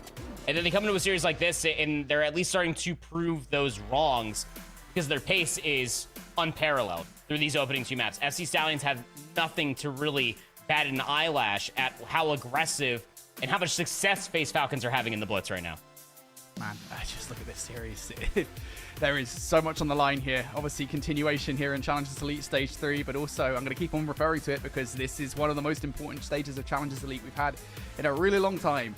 Is the path to the Pro-Am is still open for both of these teams, maybe not much longer for Stallions with the way that things are going right now.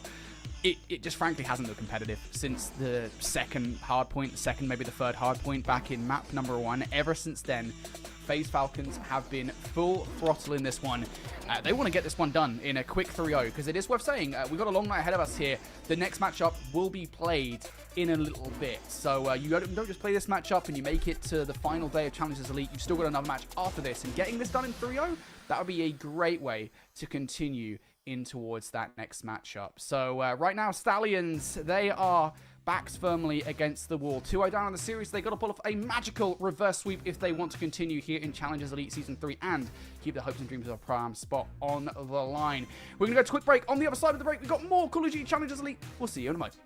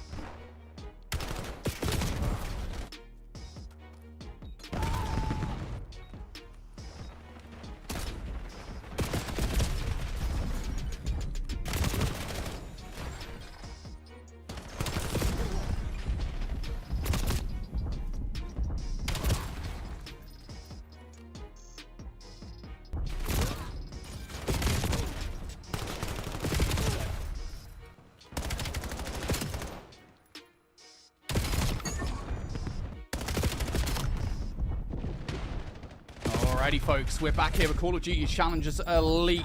2 maps deep into both of our series here in Lowers Round 2. The fight for survival in the season continues, and for both For Fun and Stallions, it's not looking good, bruv. No, it's really not. I mean, For Fun Esports, like, they're already up 2-0 here. Like, it's a reverse sweep, obviously, or bust.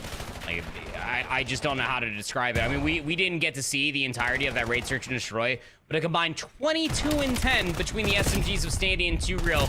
It ain't looking good at all, bruv. So For Fun Esports coming in towards this Scar. You're really going to need all of it. OMIT Brooklyn, they do have this going for them, and I was going to say at this point before our other series, they lost this pretty cataclysmically to Stallions just not even a few moments ago, or I say like in the tournament's sake. So you got that going for you at the very least. I was looking hopeful for a second. They get 3 down in the feed, and maybe this overload can go through, but yeah, then they lose absolutely everybody. So yeah, this is a good opportunity, I think, for Fun to get into this matchup. Of course, it is worth saying they are on the better side of the map here for the moment. OMIT Brooklyn are going to try and brace as For Fun make their way with the EMP. Kind of feels like Mac is maybe the key to the play. Or 2 Real can just fly out against one of the most despicable headies in the game and give a freebie away. That probably wasn't the best play that could have happened, because now For Fun are starting to garner a lot more real estate. You've got Mac towards top blue. This should be another overload in, and it absolutely... Someone get the overload in, please. Thank you very much. There we go. 3-0 for Fun. A couple of areas for OMIT Brooklyn. That's going to allow that third one through. Things starting to look a little bit better for Fun. If you guys want to watch the rest of this matchup, you can do so over on the Beat stream at youtube.com/COD Challengers. We're going to jump back into our alpha matchup here in just a moment, though. As we look towards our next matchup, look, Stallions right now, they're in much the same position that For Fun are in. Yeah, they absolutely are. And now you go in towards this one, you're going to have to use everything that I just said on the opposite side. For what For Fun Esports are finding success in, you have to hope you're able to channel some of that from your 6-4 win versus OMIT Brooklyn within these very playoffs, Brody. So we'll have to see. FaZe Falcons in this series, if you're just now joining us, have absolutely been lighting things up all in FC Stallions' blood. These guys are firing off on all cylinders. Their teamwork, bar none, is probably the best on the day right now. It's teamwork and overload that can really do some serious damage against the opposition. I think FaZe Falcons will be feeling very confident that they will get them through for 3-0. Stallions got to find a way back through. It's not looking good so far. Stallions start at 4. Aluka and Roxas combined for 3. One last wrap through. You know where these guys are going to be spawning. So this position for Millie is so crucial. And it gets wall jumped around. Absolutely thrown about. Icons off the spawn. We're about to pick up a double. Actually a triple. A huge stop. Nade over the top from Roxas keeps the play alive, but Icons at the very least will stop that overload going through for the moment. Yeah, they may have their Codcaster colors. They might be able to shoot back them or just like them from time to time, but they got so much longer to go. Another wave of gunfights go completely unanswered. Another 4 dead. The Vice picked up by Roxas. Nox is in your top green, just shooting you as you spawn up. And he's forcing everybody to spawn over by the field. This doesn't get red. Millie's still able to find one all the way in towards the back. But now it's starting to get picked up. It is pure chaos as Nox just tracks KB across the map. Not easy to do, putting them in the dirt. Yeah, I kind of like the play calls from Stallions off the spawn, right? They're like, look, we made it spawning out because there was a player top green, making sure that we do spawn out towards that field side. So let's push forward in towards blue. The problem isn't doing that, is that if you don't get the kills off the back of it, then you put yourself in a position where you've got players out the play and you've still got to deal with pressure towards that green side. So yeah, it's just not a good position here for FC Stallions whatsoever. FaZe Falcons trying to up the ante through the middle of the map. There's 3 kills for Stallions, and now an opportunity here to actually start to make some moves forward. Again, this is all about the blocking. You don't have anybody in the EMP at the moment, but if KB and Millie can keep these guys at the back spawn for long enough, it should be something through, but there's just nobody on the follow-up. You've got players moving forward. Icon's trying to keep the play alive. Not going to happen. And you're going to get a reset once again. Rupa has no help here whatsoever. Just needs to try and keep this overload alive. And he just, again, it's so difficult. You need constant blockers pushing forward. Maybe Millie can do it. It's not looking good. KB going to fall as well. And Rupa just, again, it's got the overload here. They've got control, but there's just nothing you can do. And now Aluka going to fly at you to stop you as well. These guys are twisted. 30 kills between Aluka and Nox. We're just now reaching 90 seconds left in the opening round of Overload. These guys are about to be putting on a generational number between the 2 of them combined, I am certain. Ripper's able to find 2 there off the next respawn. The only problem is you got 60 seconds left, and look where the device is located at. Spawning over by P3. Roxas is beaming you, just trying to gain information through mid. And just before you thought that QK wasn't going to get across the map, he's already there. Yeah, and look at the setup. It's the exact same setup for you. I mean, look, I'll be perfectly candid. This is a pretty bog standard setup as far as Scar Overload is concerned. Getting somebody top green to deal with the players coming off the spawn. Now it's Aluka doing it. Aluka lining up 3 gives 4. Go on, Aluka. Early Christmas present, not going to happen. QK wins those gunfights, but it doesn't matter. The setup is still in. Overreach rack through the middle of the map here. That rat might be able to stop this one. Nope, never mind. You don't deal with all the players. Oh my you can't God. find any pressure whatsoever. At the very least, you haven't got somebody top green, but with the kills coming through, it won't be long before another player comes through. Nox almost gets another one, softens up that player that Aluka can follow up. And the kills right now between FaZe Falcons, it's just ridiculous. My word. I mean, there was a moment where FC Stallions, they were putting themselves in a situation to maybe battle out from green. And I agree, like, they reached the halftime score, but like, it's one of those things that like they make it happen so fast because they recognize the state of the game. Like, these guys are so twisted, not only just mechanically, but also just to recognize where they get that 3-for-1, the 4 dead, immediately. Where each person is in conjunction to that box setup, like you were talking about, Brody, just to go to, is just what makes them so deadly. It is what we've been singing the praises for this entire series so far. These guys are systematically blitzing the hell out of the Stallions. It is a B2A moment brought to you by Aluka, 23-8 in 1 half. It's just how many times you're going to get Aluka top green. that's the question, right? Obviously, Aluka can't do that here. I think the scarier part about this, right, is that FaZe Falcons can now start to bring those NPCs out and do what they were doing top green, but with a couple of players inside top blue. So I think that's the big thing. If I'm Stallions, obviously you're 4-0 down, so you need to be playing aggressive yourselves, but just do not let FaZe Falcons get up in your face, because if this happens, yeah, you're going to be in real trouble, and the death loop is going to start once again. I think it might already. Aluka's got control of the EMP. He's wrapping it all the way through. Tries to thread the Neil perfectly straight towards the Overload point, and will actually lose it in a 2-for-1 trade. Overload now down at the door of Stallions. Roxas just going to wait patiently, and Rupert will take him down. So things will solidify here on the defense for Stallions. They hold for the beginning. Just holding for now. You're gonna have to do something unearthly. You're already getting some space. Roxas has a Hellstorm missile. I mean, Aluka threw his towards the window. He is a walking Hellstorm missile. And I mean, they're just hoping to maybe try to get a Blitzkrieg score off of that. Hellstorm missiles revealing all the positioning. Nox is just knocking everybody down over by the B portal. And then Roxas cleans up the fourth. All this map space is just falling by the wayside. I mean, just where they left off, Brody, it is like riding a bicycle. They find themselves a good way for gunfights. They get in power positions. They're going to start hooping. Oh, mate, this is just horrendous, isn't it? 7 spree for Nox now. Finally gets cut down off the back of it. I gotta imagine there might be another Hellstorm. There was already one for Aluka in the back pocket, and obviously the previously one used. Nox has one. The Nightmare seems never end. Yep, he did get that Hellstorm missile. Almost immediately going to bring this one down. It's starting to feel a little bit like a campaign mission at the moment. Death from above. Another Hellstorm to land. Another attempt here for Stallions. Doesn't even look like it's going to start. And FaZe Falcons, I mean, they've just got full control of the map. You've got 3 minutes to pull out a miracle at the moment. And I just don't know if it's going to happen. It's a good kill coming through from Icons, though. That's a great start. Made over the top from Rupert. And actually, all of a sudden, this looks like a plausible hit from the Stallions. But again, it's got to be said, Aluka still has that Hellstorm in the back pocket if he wants it. QK's playing the right corner as well. Doesn't finish his food on the first. We'll get his ankle chewed off for the second, but it's a 2-for-2 trade here in the feed. Icons now has an opportunity to get top green, but everybody's spawning over by red. So this next gunfight through mid needs to be won. KB delivers on that. The problem with all this even further, not only is the score, but it's where you need to score from where the device was located at, and then you can start getting some more hooping going on. Icons is able to find himself another 2. He's on a 6 spree. Gets the score. That should be the Hellstorm missile, at least for Icons, but there's just so much more to do. You're down by 4, and you're down to 2 minutes on the score as well. No map positioning so far yet. Yeah, and Roxas being in the position that he is actually going to force Stallions to spawn out of 5 from the Overload at that point. So, almost goes in. No, never mind. Going to get cut down here. Last couple of kills, and they will savor it for the moment. 2 minutes on the clock. Again, you talked about it. Hellstorm missile has been earned. An opportunity now. Maybe not even. Rupert's cutting 3. Rupert with the root almost finds number 4. Unfortunately, doesn't recognize the player towards the right. Icons now looking to follow up for the double. Weakened up from another player, and Roxas will save it One remaining player to contend with. Roxas is hunting him down, and Millie, not a chance, buddy.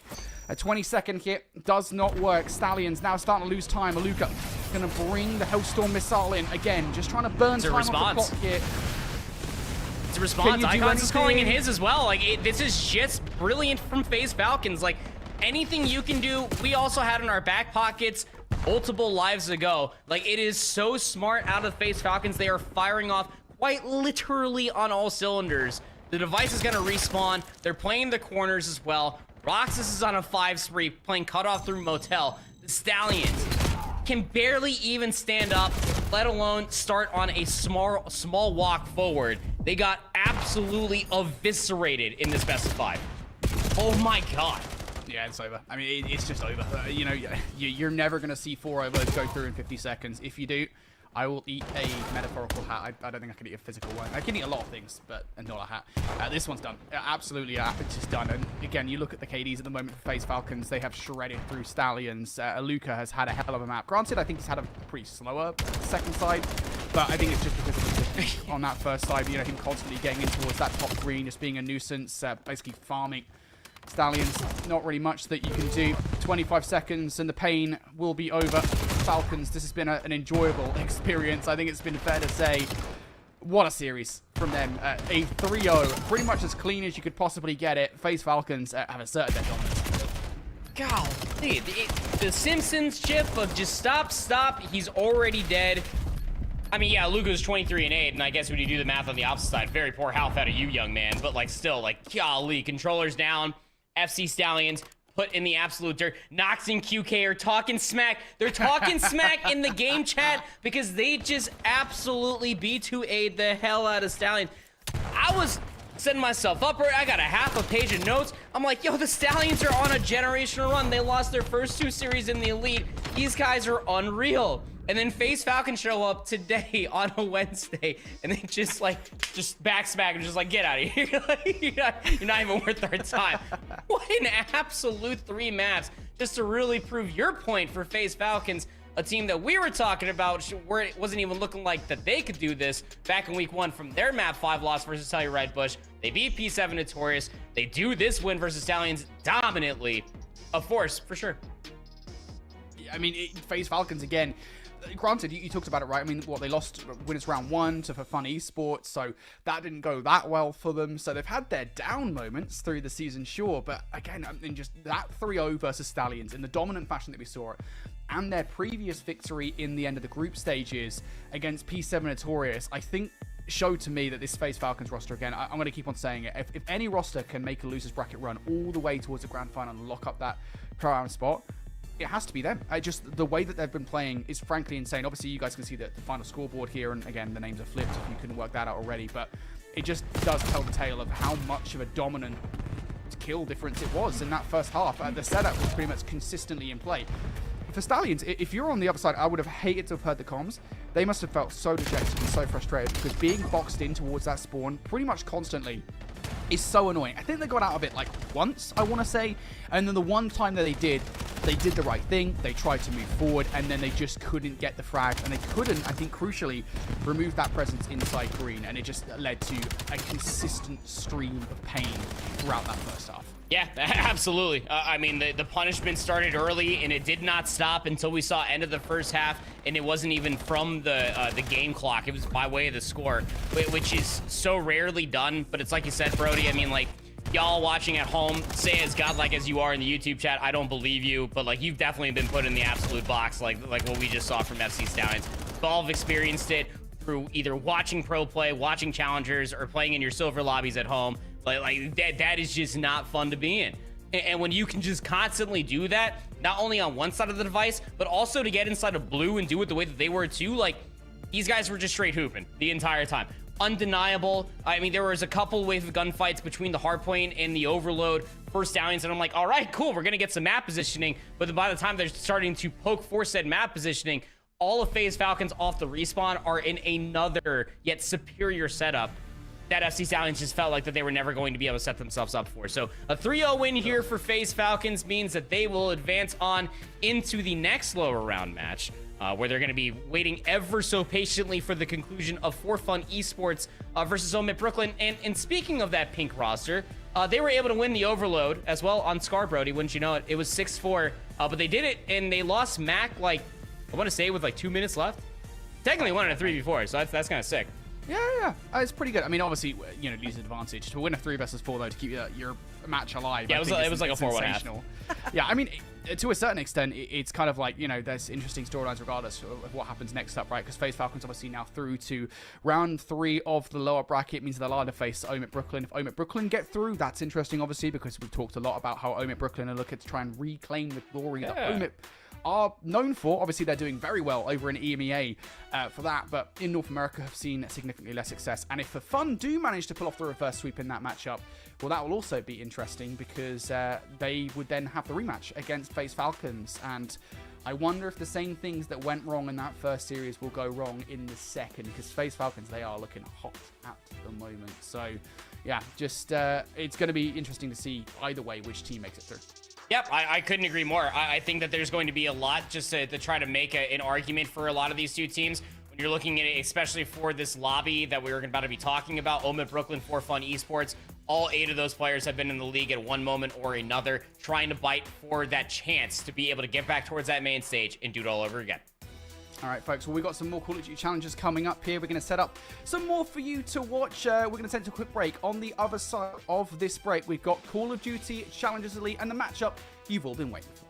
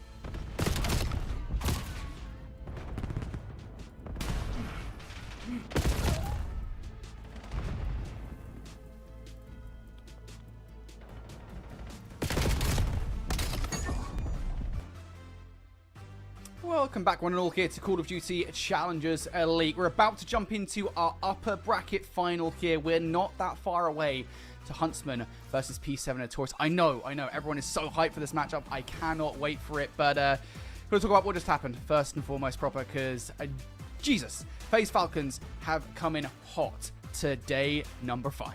Yeah, they sure have. I mean, you look at their run so far for FaZe Falcons' sake, like they lose 3-1 to For Fun Esports, who then lose a map 5 versus the Huntsmen. But regardless of that, they get their get back versus Cabal 3-1 in the lower round 1. Then to the lower quarterfinals in a star-studded fashion, a DoorDash, as some like to call it, absolutely smacked FC Stallions 3-0. If you missed it, you could go back and probably finish a bag of popcorn in between maps 1 to 3 end. It was absolutely a belittling. So I think it's going to be interesting to be able to see how their road continues to traject forward. But speaking of roads being trajected forward, Huntsmen versus P7 Notorious, man, I'm so locked in for this, dude. You got the undefeated Huntsmen going up against the almost undefeated P7 Notorious. Speaking of their one loss was to FaZe Falcons. It was the literal last group matchup. You got a Colossus Plaza Scar guaranteed first 3. So I hope you like fast-paced action, because that's exactly what we're going to get this first 3. Oh, 100%, dude. If there was ever a match to see Johnny and Renegade going head-to-head with Eric and Snoopy, it is this one right here. Because that Plaza Search and Destroy is going to be so fun, as is that Colossus Hardpoint. This is going to be a map to see the NPC go off, and we can't wait to get into it here for Huntsmen and P7 Notorious. We'll be looking at the winners final very, very soon, guys. Of course, it is worth saying we do have another matchup going on at the same time. We mentioned that For Fun are going head-to-head right now with OMIT Brooklyn in Losers Round 2. So while we wait for P7 Notorious and Huntsmen to get going, let's check in with, see if For Fun can survive OMIT Brooklyn. Yeah, and now we're going over towards for this, and the map number 4 could be quite crucial. For Fun Esports coming back and towards the Fudge 4, we're talking about how Mac, he disconnected, so this is a big moment. I mean, in between like those heating up moments for OMIT Brooklyn trying to come back in here as the fire suppression, and the way that opening map 1 win, 250 to 141 on the dead, now here on the Sake, it could be an opportunity for your big-time slayers like Yuli, Awakening, Geo, Mac, any one of these 4 players to pick up the pace. Really need to see For Fun have a lot of fun here on Sake. Awakening's already doing so, 9-3. Keeps going in their favor as far as the control over P3 is concerned. Things looking pretty good, and as you hit that 20-second mark, I think OMIT Brooklyn going to cut their losses and just wrap around P4. Mac trying to extend and grab some kind of real estate through the middle. Not going to happen. T-Real going to shut him out.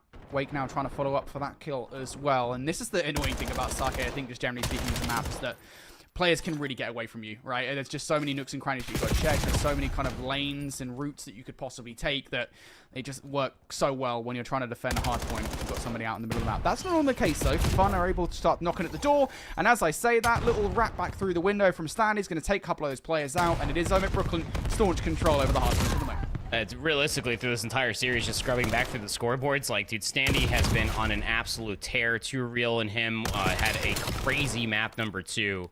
And Paul X has just been beaming as well. 11-7. Dylan Rex was like one of the heavier carriers when it came down to that 250 to 141 win. But going over here towards P4, it's the exact name of the game, like you were talking about, Brody. Get lost in the middle of the map. Try to make the other players look for you. Try to make the other team take very long routes. It's exactly what OMIT Brooklyn are doing, and now their ARs can just train on the front as For Fun Esports try to break for 10 seconds. Big shot down there for Fun. Move Standy off that 6th spree. I think the Hellstorm missile will be denied. Standy has had a hell of a map so far. Just trying to play through the middle of the map to perfection. And this has been an amazing hard point from Brooklyn. They've got pretty much every single second of time they can possibly get. Standy checks down low. Gonna die for it. Didn't expect weight towards the right-hand side. So, control of the hard point. Good here for the moment. OMIT Brooklyn going to take themselves a moment to set things up on the break. And here they go. Rex straight towards the time, able to deal with Geo. You've lost the pressure from the side, so it's all going to come through the front, and it's working out perfectly. Rex and Paul X have already found the gunfight. And now you're in control. You're just looking to hold. Make sure that For Fun do not wrap behind. Quite literally the most important part. Just make sure that somebody's at least watching that depot cut all the way through Shrine. Next player to spawn up would be Paul X. You would expect that guy to hold a good iron.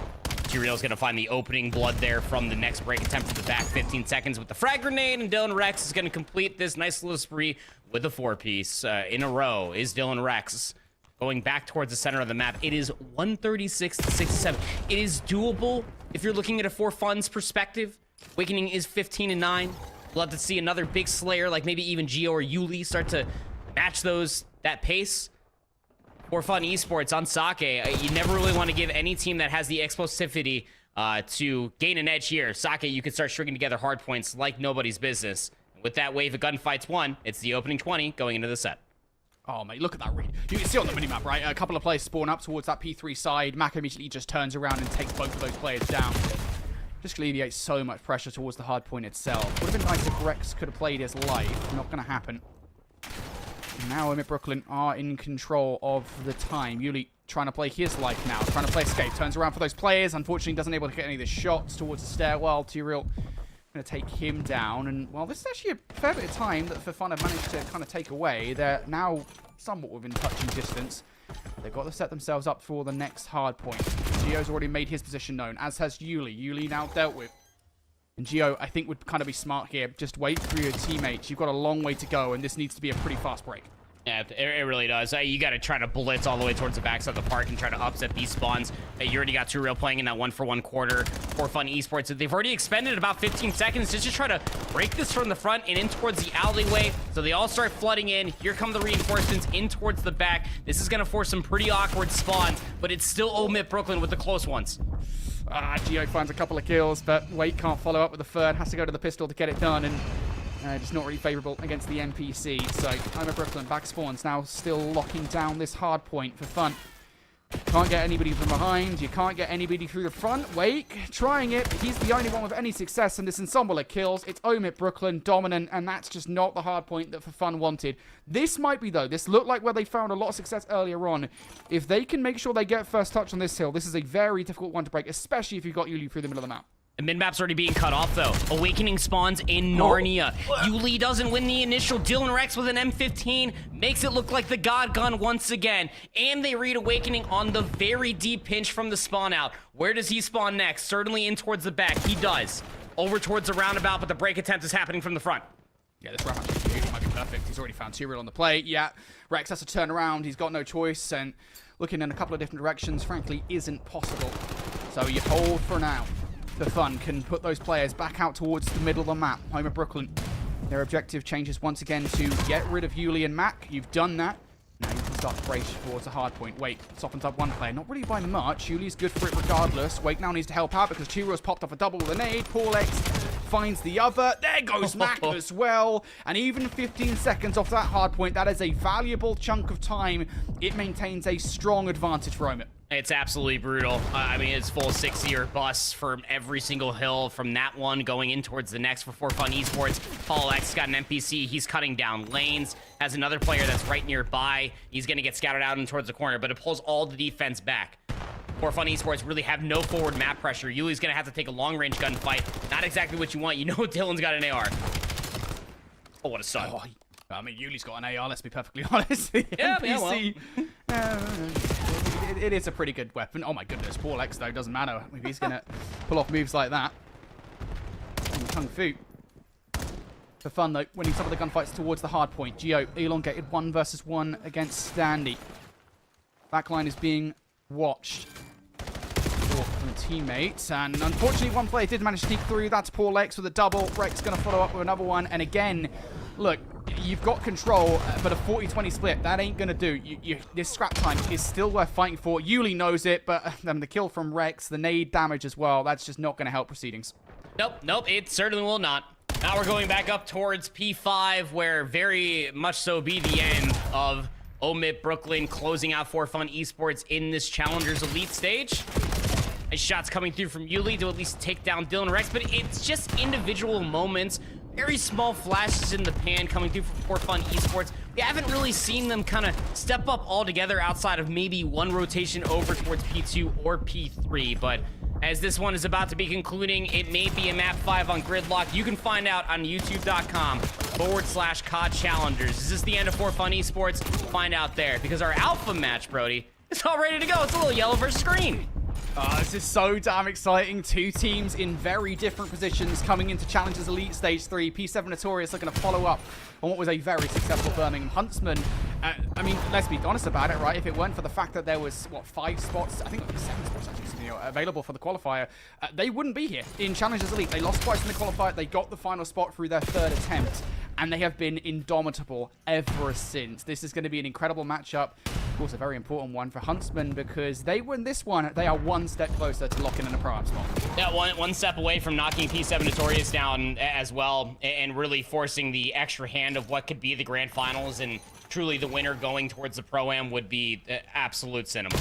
We'll have to see how this one all pans out. Snoopy getting dropped from Boston, coming in towards us. We've had this conversation across both you and I. Alan and Jay has been lighting things up down here in the Challengers pit. So Huntsman with this new formation, Swooty, even a loudmouth on the content side, is absolutely a loud gunny on the map. This guy's been getting lost in the NPC meta. Yeah, I mean, for this map as well, this is where you're going to want Swooty to really start to show up. Really, I think just generally speaking, I kind of hinted at it, right, before we got into the match, but both Huntsmen and P7 Notorious, the SMGs are so damn strong. What we've seen from Renegade in this NPC meta has been nothing short of phenomenal. He had a brilliant group stages. Johnny also in that conversation as well. It's a big reason why Huntsmen have been anywhere near successful as they have been. Swooty showing us that again, flying from player to player, almost maps another player there towards the end, but will get shut down. Either way, it is that relentless aggression from Huntsmen that will lock them down that hard point. P7 Notorious want to hold this one. If not, you might find yourself in a hole early on here on Colossus. Yeah, just keep blitzing them.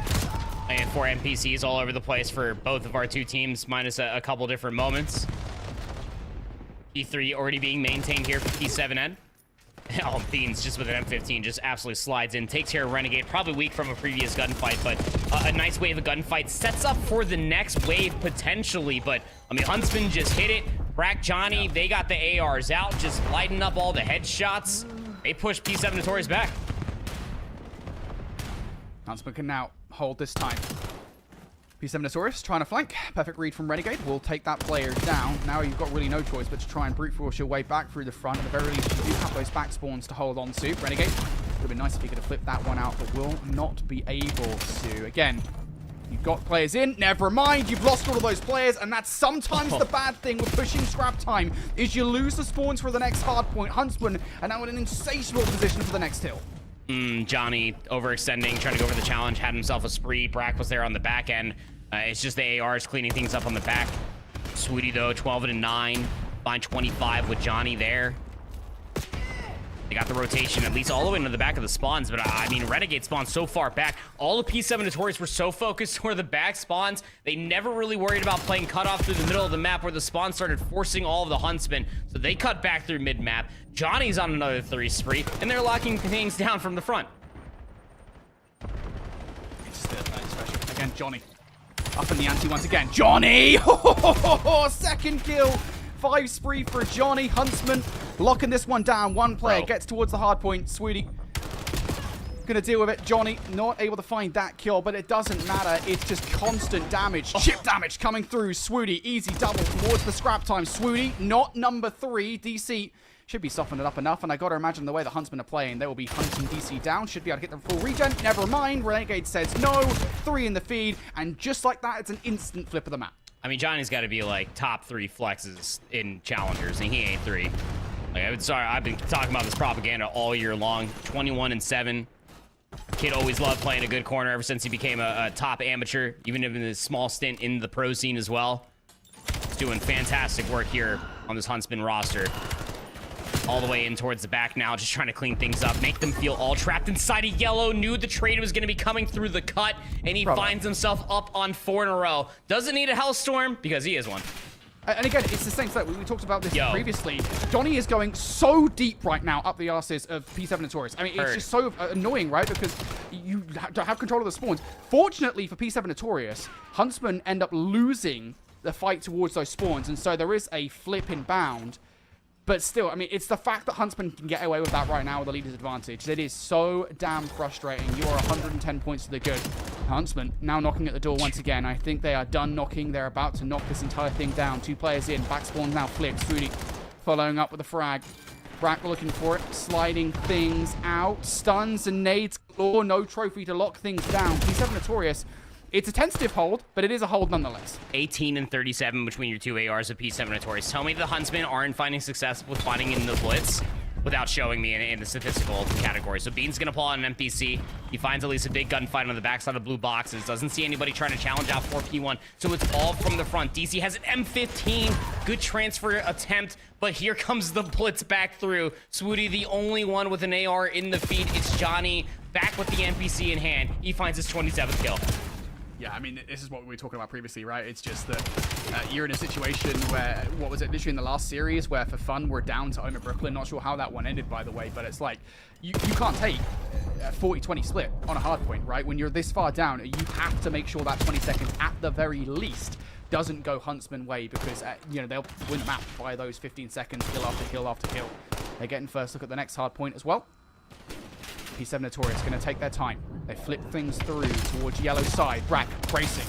Take a 1-for-1. Swooty over the top will find another one. It's another kill in the feed for Renegade. DC, the last one left in the play. Spawn out for Brack. We'll let them know, hey, the spawns are flipped once again. Now they're going to be on blue side. Renegade gets traded things out, though.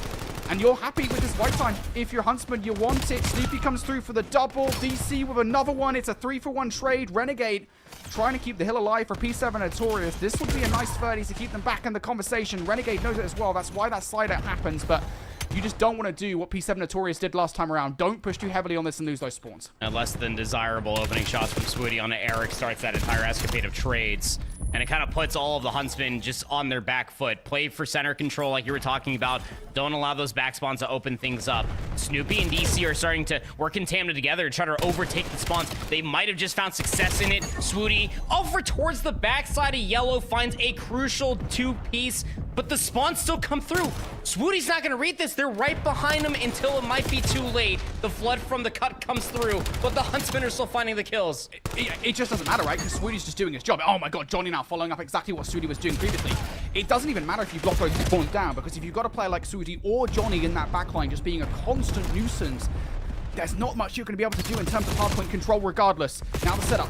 In once again. Racing through the front line. P7 Notorious taking a 3-for-2 trade. Brack with the last one left. 15 seconds. Huntsman are going to continue to regenerate around that backline. Nade out. Beans following up with another one.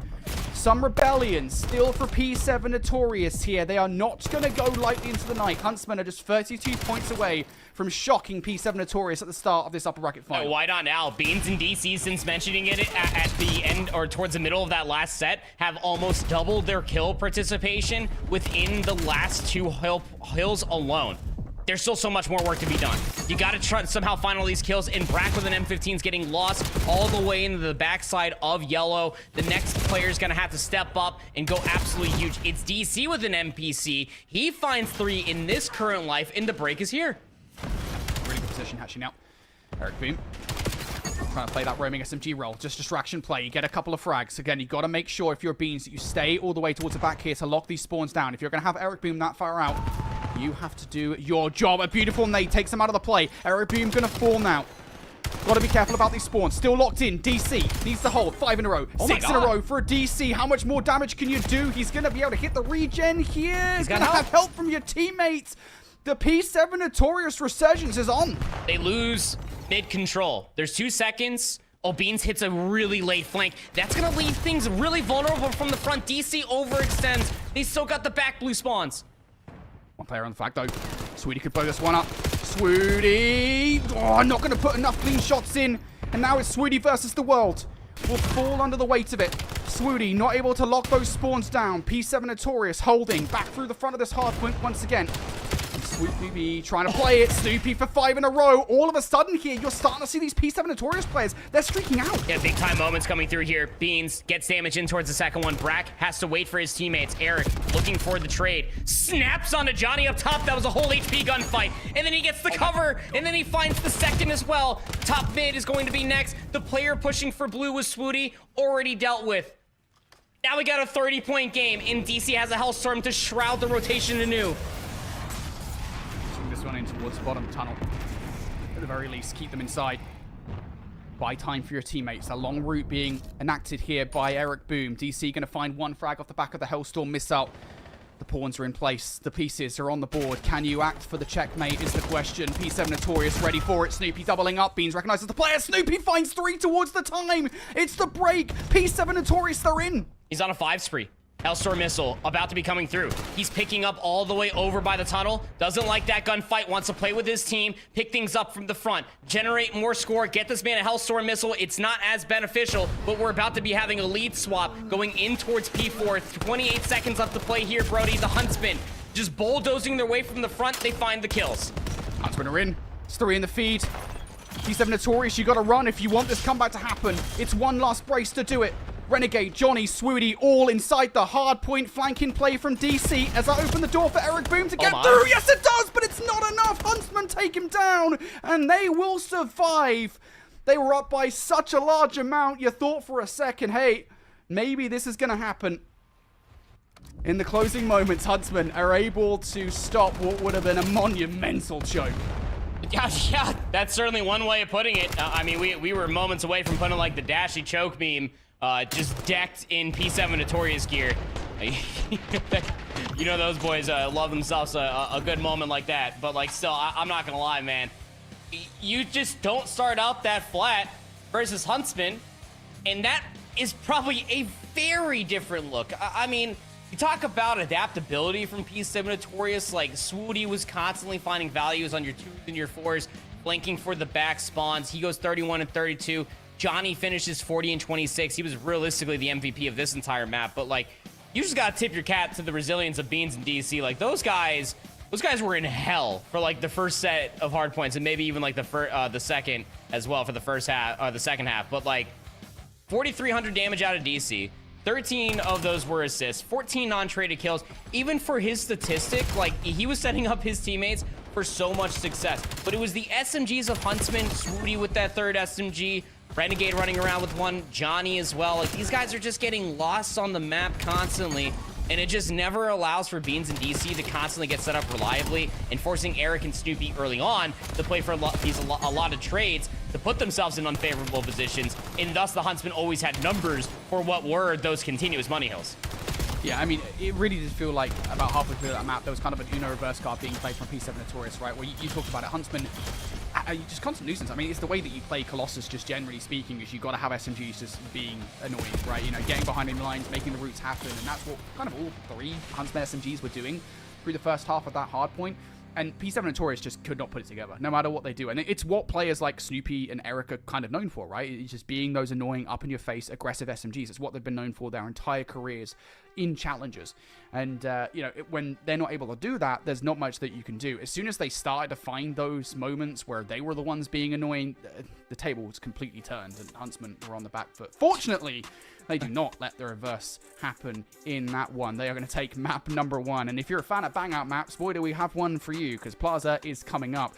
It's worth saying, we did see P7 Notorious lose this map against FaZe Falcons, and it did just come down to sometimes those opening duels were not going their way. I mean, ultimately, that's just what Pass, Search, and Destroy is, but P7 Notorious, it shows that they are capable of losing this map. I just got to give another shout out to Johnny, man. I mean, between him and Swoody, like they had like a combined like 9,100 damage in that map number 1, but like 29 non-traded kills, like that is he had as many non-traded kills as Brack had actual kills. Like it's what? Anyway, yeah, I think Plaza Search and Destroy is it should be really fun because like you were talking about, like we have seen P7 Notorious, like there is tape on both them winning and losing. And we talk about like the blitz, what happens over on Plaza Search and Destroy over by inside of the club, right? Everybody's throwing down over there, but I think even more so than that, like for P7 Notorious, they actually have a really good B execute and a really good retake. Like they have a lot of opportunities that we've seen in their 2 times playing on broadcast for Plaza Search. The ability to slow down the map and make the other team just head scratch and be like, what do you mean you don't want to just head knock over towards A continuously? It's quite frustrating to deal with. No gentleman's agreement that says we got to bang things out, gentlemen. Yeah, and that, I would say, is the concerning, in air quotes, thing for me for P7 Notorious is, right, you know, if we go back towards that FaZe Falcons Search and Destroy matchup, sometimes it kind of felt like their late round, if the bang out didn't go their way, or even if it did, sometimes they can get a little bit tetchy, right? You know, they could put themselves in bad positions where they didn't need to be. I think there was a couple of times where Eric in that FaZe Falcons matchup has got some horrendous timing off the back of him just kind of moving maybe a little bit too much. And if there's anything we know about Eric, that sometimes that does happen to him. So something to bear in mind here as we await the Plaza Search and Destroy. We'll give you guys an update as to what the bracket looks like, though, right now. Of course, this is the upper bracket final here between Huntsmen and P7 Notorious. The winner of this one will lock a place inside the top 2 and that grand finals, a very important position to be in if you're the Huntsmen. For P7 Notorious, obviously, you want to win the entire thing, but you already have a spot locked in the Pro-Am no matter what happens to you in this tournament. Guys wanted to know what happened at the end of that Sake hard point. Well, unsurprisingly, OMIT Brooklyn were able to walk that lead home. They take that series 3-1 proper, and we do gather OMIT Brooklyn versus FaZe Falcons matchup. That's going to be next up after Huntsmen P7. Yeah, you know, an unfortunate end for Fun Esports in their tenure here as far as Stage 3 is concerned. We'll see what they're able to do in the open bracket when it comes down to Atlanta. OMIT Brooklyn, though, looking to continue on with their rite of passage and try to get in towards a top 3 scenario, let alone a top 2, and if not, get in towards the Pro-Am. I know Rafi would be eaten happily to see his logo there up on the big screen once again. But FaZe Falcons stand in their way. And then, of course, the loser of this one will then stand in their way, even beyond that, to chase more prize pool, more pro points, but even most importantly, that coveted championship spot to be able to represent your organization and yourself realistically there up on the LAN main stage versus the best in the world. Should be a very fun conclusion as far as the tournament is concerned, Brody. I mean, we already got a 1-0 lead here as far as our winners finals is concerned, just one step closer to seeing who's going to be top 2 guaranteed.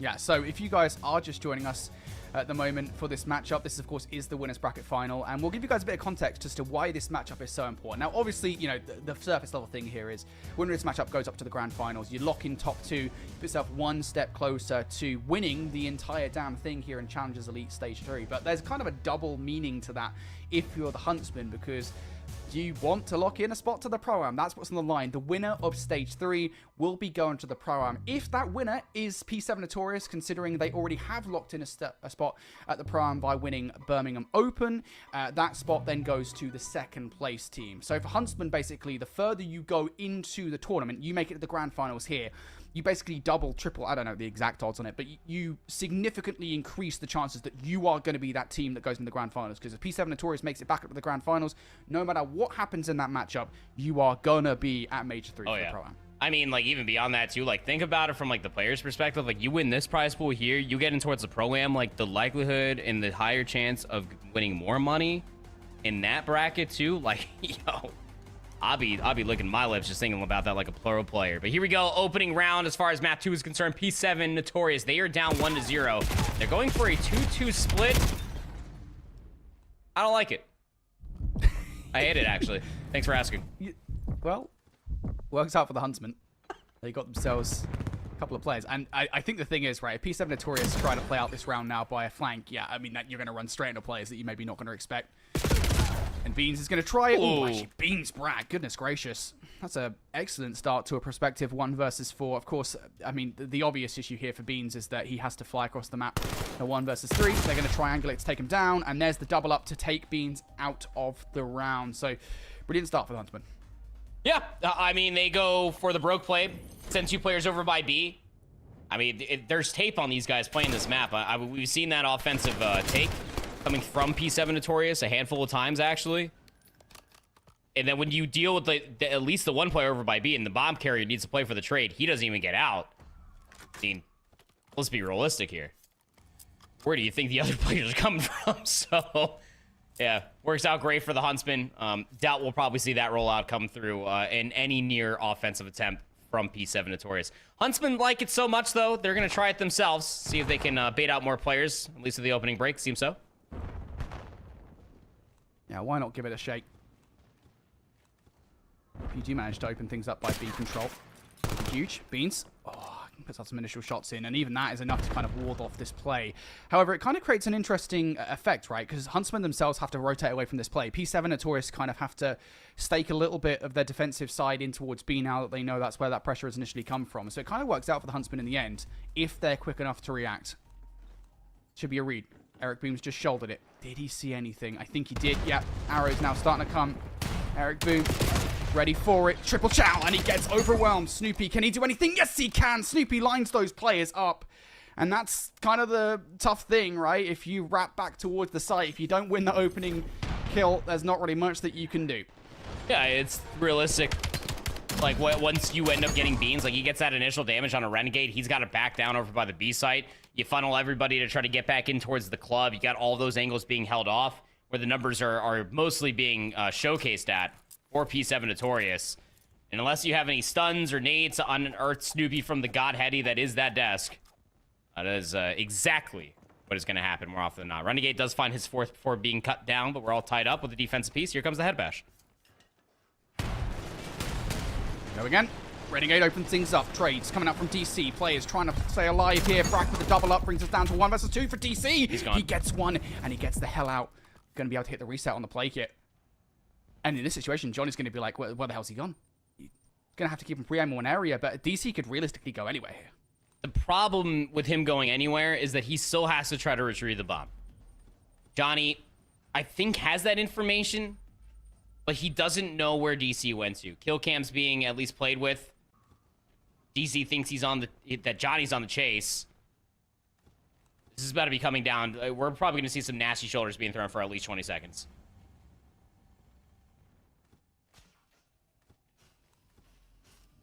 About to butt heads hit. See him. Oh, we didn't. Oh, it doesn't matter. DC's only able to tag the leg, and that's not going to be good enough for the multiplayer. Johnny will win the fight. The longest 1 versus 1 you'll ever see. I'll tell you what, DC did well to get out though, right? To get that first kill and actually hit the reset on the play, that was pretty good. Renegade gonna be able to win things out there. I mean, being able to recognize like the HP disadvantage, sliding through, finding the kill out of the backside of the fish tank, and then just like, yeah, getting back over towards the defensive side of the map, I think is going to be your best bet. And DC recognizing that has realistically been like one of the players that have been standout, that NPC on this map mode combination we've seen in the past. Johnny cleaned things up there in the end. Got a 3-4 head bash here. No trophy systems. It's nades galore. And you could lose Eric Boom and Beans in the initial. DC easens out so slightly, but you're still very much weighed against. And can you give me some analysis on that round, mate? Yeah. I mean, again, you don't have any trophy systems. One team's nades were better than the other. Next question. Thank you. But ultimately, like, I think it just comes down to, like, if you can get, like, the wall jump first, like, whoever gets that up close most spawn has, like, the most pressure. Because, like, you're basically signing your life away that I plan to get stunned all the way up until I die. And being able to at least convert that opening kill is monumental. Johnny finds himself now up to 4 ever since winning that 1v1. We'll split that round there with Renegade, allowing him to have one himself. How kind. It goes up. Yep, lands. But Brack actually takes one down with him. So kind of neuters that entire play. P7 Notorious is going to have to change tact here. If Eric can actually find some value out of this flank, might well hand the round to P7 Notorious. Especially given how slow Huntsmen are to react. Again, it does feel like this entire round is precipitated on what Eric Boom can actually garner here. And he's just run straight past absolutely everybody. And that could really be to the detriment of P7 Notorious. They recognize that Brack has made his way down.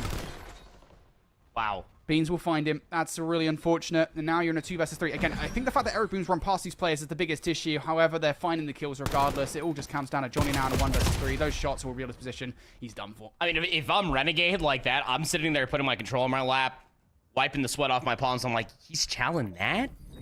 Beans off the bomb plant is challenging that?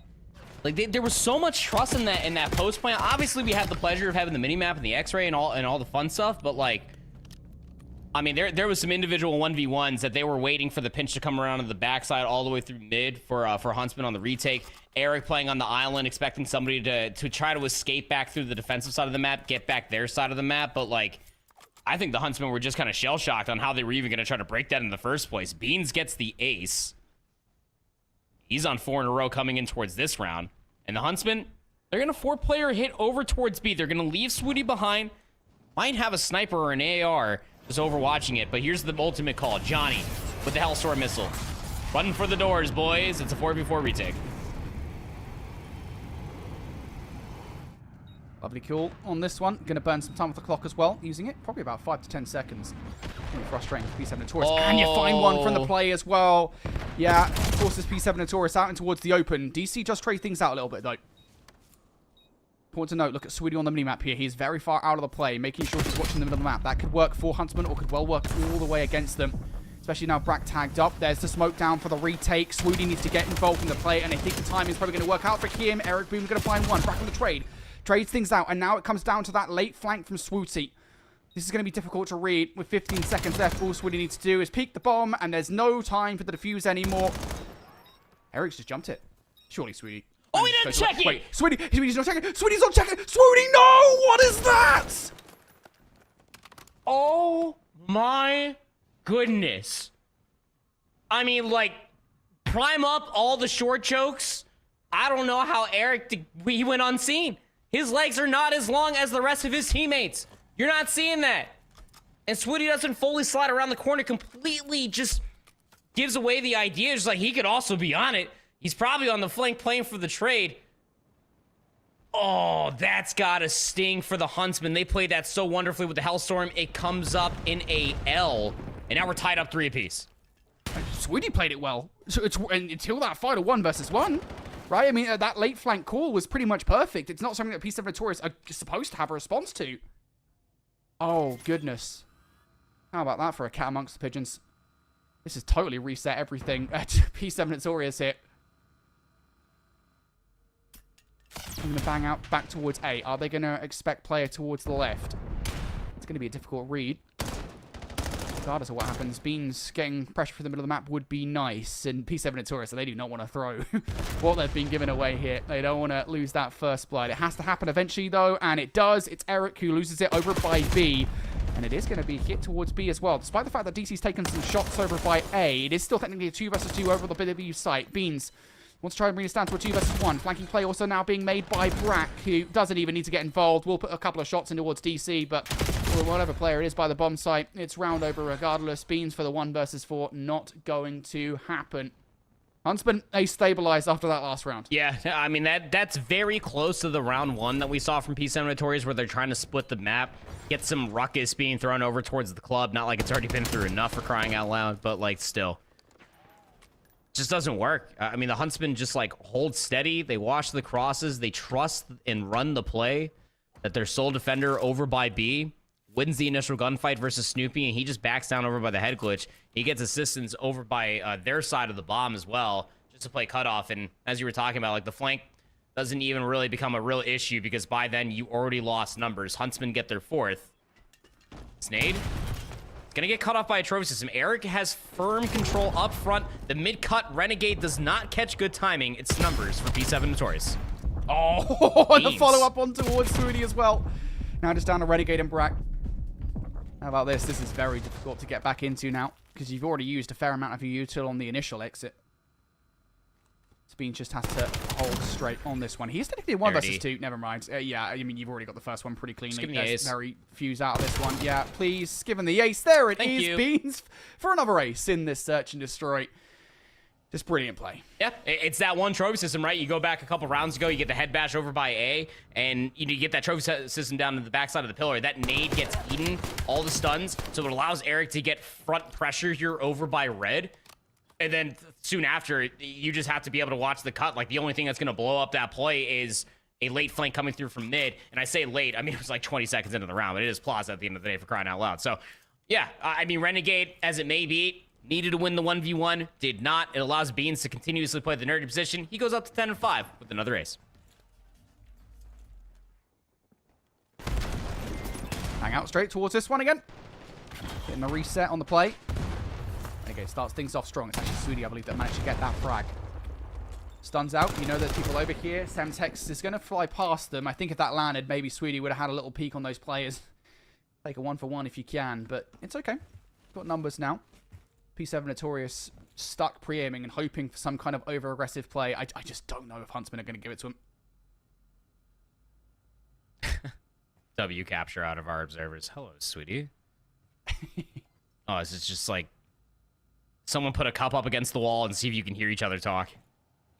Here comes the 3-player hit, though. Oh, it's about to be happening. Oh, the tension is brewing. A 2-for-1 trade. Renegade there for the last. Like you said, I mean, the Huntsmen are just not going to give him a single inch right there. Able to win the head bash. They get the numbers. They can post up to their liking. Renegade's just going to slide back in from the mid-cut and just clean up the last bits that remain. So the Huntsmen, basically keeping things on lock, especially when there's a trophy system advantage. Go figure. It's just that simple. Just shut down the nades, Brody. Just eat them, man. Mm-hmm. It's just wild how much Plaza is decided by the first round. Whoever gets the first blood, excuse me, in these rounds. I mean, the map's so huge, so right? difficult. Yeah, it's Plaza for you. Huntsmen want to close it out with a bang out. Can they get it done? Stun will connect. Here's the follow-up good. It is from DC. It is from Eric Boom. Also, only Brack finds anything. P7 Notorious. They're sending us to a round 11. Oh my gosh. I gotta do the math for all the kills. I think that it should give the defense to the Huntsmen. I mean, Beans, DC, late resurgence. Beans been consistent, but I mean, some pop-off moments. There was like some cheekiness being thrown into the wind for the first handful of rounds. Beans off these ego chows, forcing out timings, will indeed be the defense for the Huntsmen. Are we gonna head bash around 11? Oh my word, we're doing it. Send it, boys! Have to have it. Here we go. YouTube being saved. It's gonna be chaos inside. Now just down to a 1 versus 2. Ball on DC find the first. Sweetie, what are you doing? Swooty's doing 360s. DC for the 1v3 to close things out. P7 Notorious, they equalize. It almost looked like he ran out of ammo initially, like he was chasing for another gun. It looked like a controller DC or something. I don't know. have no Sometimes idea. that happens, right? Sometimes your USB just pulls out the controller. You're running into the wall. I'm not entirely sure what the hell just happened there for Swooty towards the end, but man. It's like, hey, Renegade, watch, I'm gonna go for the ninja one time. Like, Oh, man. I mean, Listen, it's tough scenes, bro. Happens. It's really tough scenes because, like, I felt for all intents and purposes, like, Huntsmen, they absolutely deserve to win that. Like, they shut down, like, the B kind of silliness that we saw out of P7 Notorious versus Telluride Bush versus FaZe Falcons. But Beans, he got 2 aces, man. I mean, say another guy wants it more. I will wait. 8 non-traded kills, 10 and 7, 1,300 damage. He's leading the entire lobby in most statistical categories. But even what's crazier too, like look at the first blood to first death ratio. Like you were talking moments ago about like how it always comes down to those first bloods. But in Call of Duty, and especially in Plaza, gets over accentuated by the simple matter. It's all about that second guy. And in that last round of around 11, it all came down to that third guy. Because you can find the trades, you can find a 2-piece, stay alive, and then set yourself up to regen or replenish for the next gunfight. I mean, that's just a gritty way to play Plaza, but certainly one way to play it indeed. I mean, we've got to give a lot to DC, right? Because, again, Absolutely. the kill feed sometimes lie to us, right? Sometimes the kill feed is a little bit dishonest with who gets those kills, but at least in the feed, it was telling us that DC 1v3 towards the close of that game, which is insane. Obviously, you know, it's a 1 versus 3 only in spirit because, you know, it's so damn fast, but still, you know, you've got 3 bodies to take down. DC, doesn't matter how quick it happens in the action, you do get it done. But yeah, I mean, for P7 Notorious there, just a couple of key moments they're able to get it done. Clutch up situations. Huntsman played that relatively well. But you are, I think, going to look back at the end of this and think, yeah, if this 1 versus 1 goes Swooty's way, it's done. He literally just doesn't see it. It's so damn unfortunate. If that 1 versus 1 goes Swooty's way, if Swooty even wins the 1 versus 1 at the end, Huntsman take it with 2-0 up. Absolutely.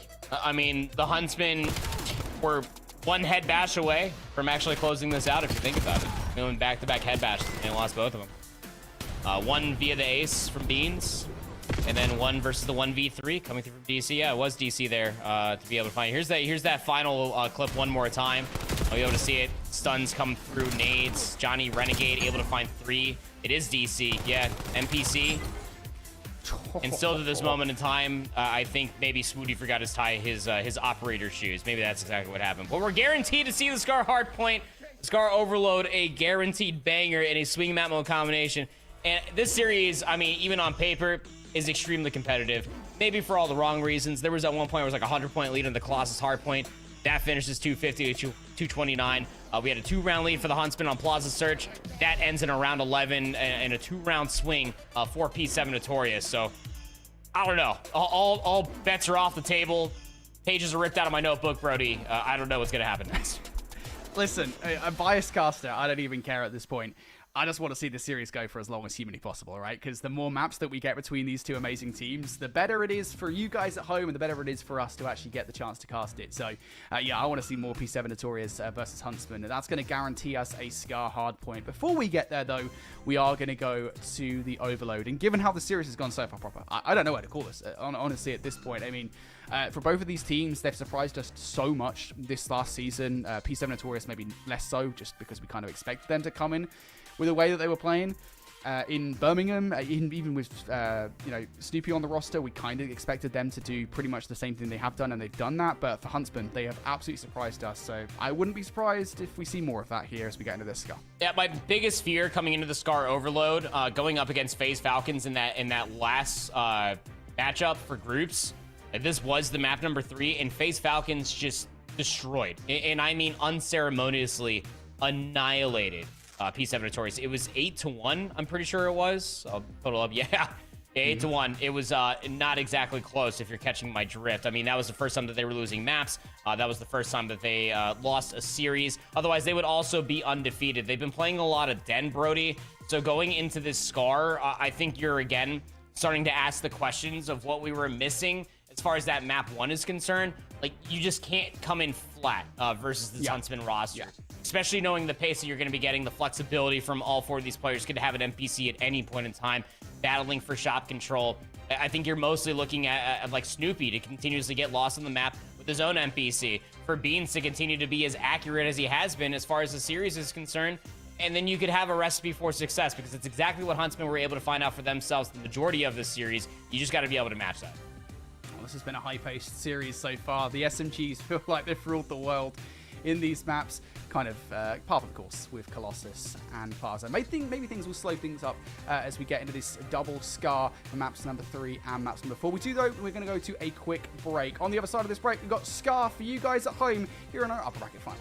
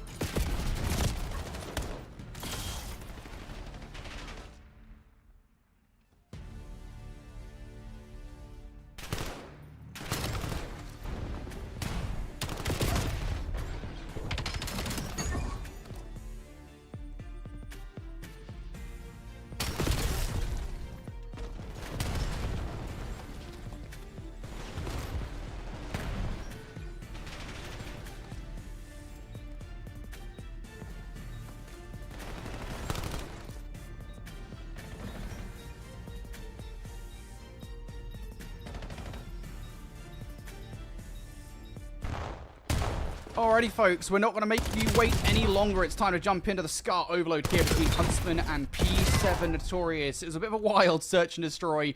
P7 Notorious, they took it away. Huntsmen, they're on the reset here in the respawn. Yep, so we'll go in towards this one as a true swing map mode combination, and I bet you Huntsmen are pissed. Yeah, they're shooting like they're pissed. Oh, I would be 100% after how the way that search and destroy ended. Yeah, you're going to be frustrated. I think especially he's going to have something to prove here coming to this map. He's already proved a lot this season, right? Sweetie's a phenomenal player. It's been so fun to watch his rise over the course of this stage and really over the course of this season. But he has an active grind for sure. He's a Notorious, now dealing with the pressure. Sweetie, yeah, he's perfectly proved it. Makes a long flank and now can transition this play into what was a defensive action into an offensive one. You've lost the overload along the way, so Sweetie's going to have a bit more work to do. He's been stunned up though, and he cannot survive the pressure. Fortunately, at least one of his teammates can, so Renegade keeping this play alive. Starting to push a little bit forward, but he doesn't have any lead blockers, so this nade, would love to be able to land, but it just keeps DC back at this moment in time. Brack able to at least find one, but it's all just stray trades. They've lost so much map positioning. Johnny's off the lurk, wins one versus DC, but the problem is he doesn't have enough HP to try to surge a little bit further forward, but that forces everybody to turn back to worry about Johnny, so we just go back to about even Stevens as far as map control is concerned. That's fine if you're the Huntsman. The reset here of the play.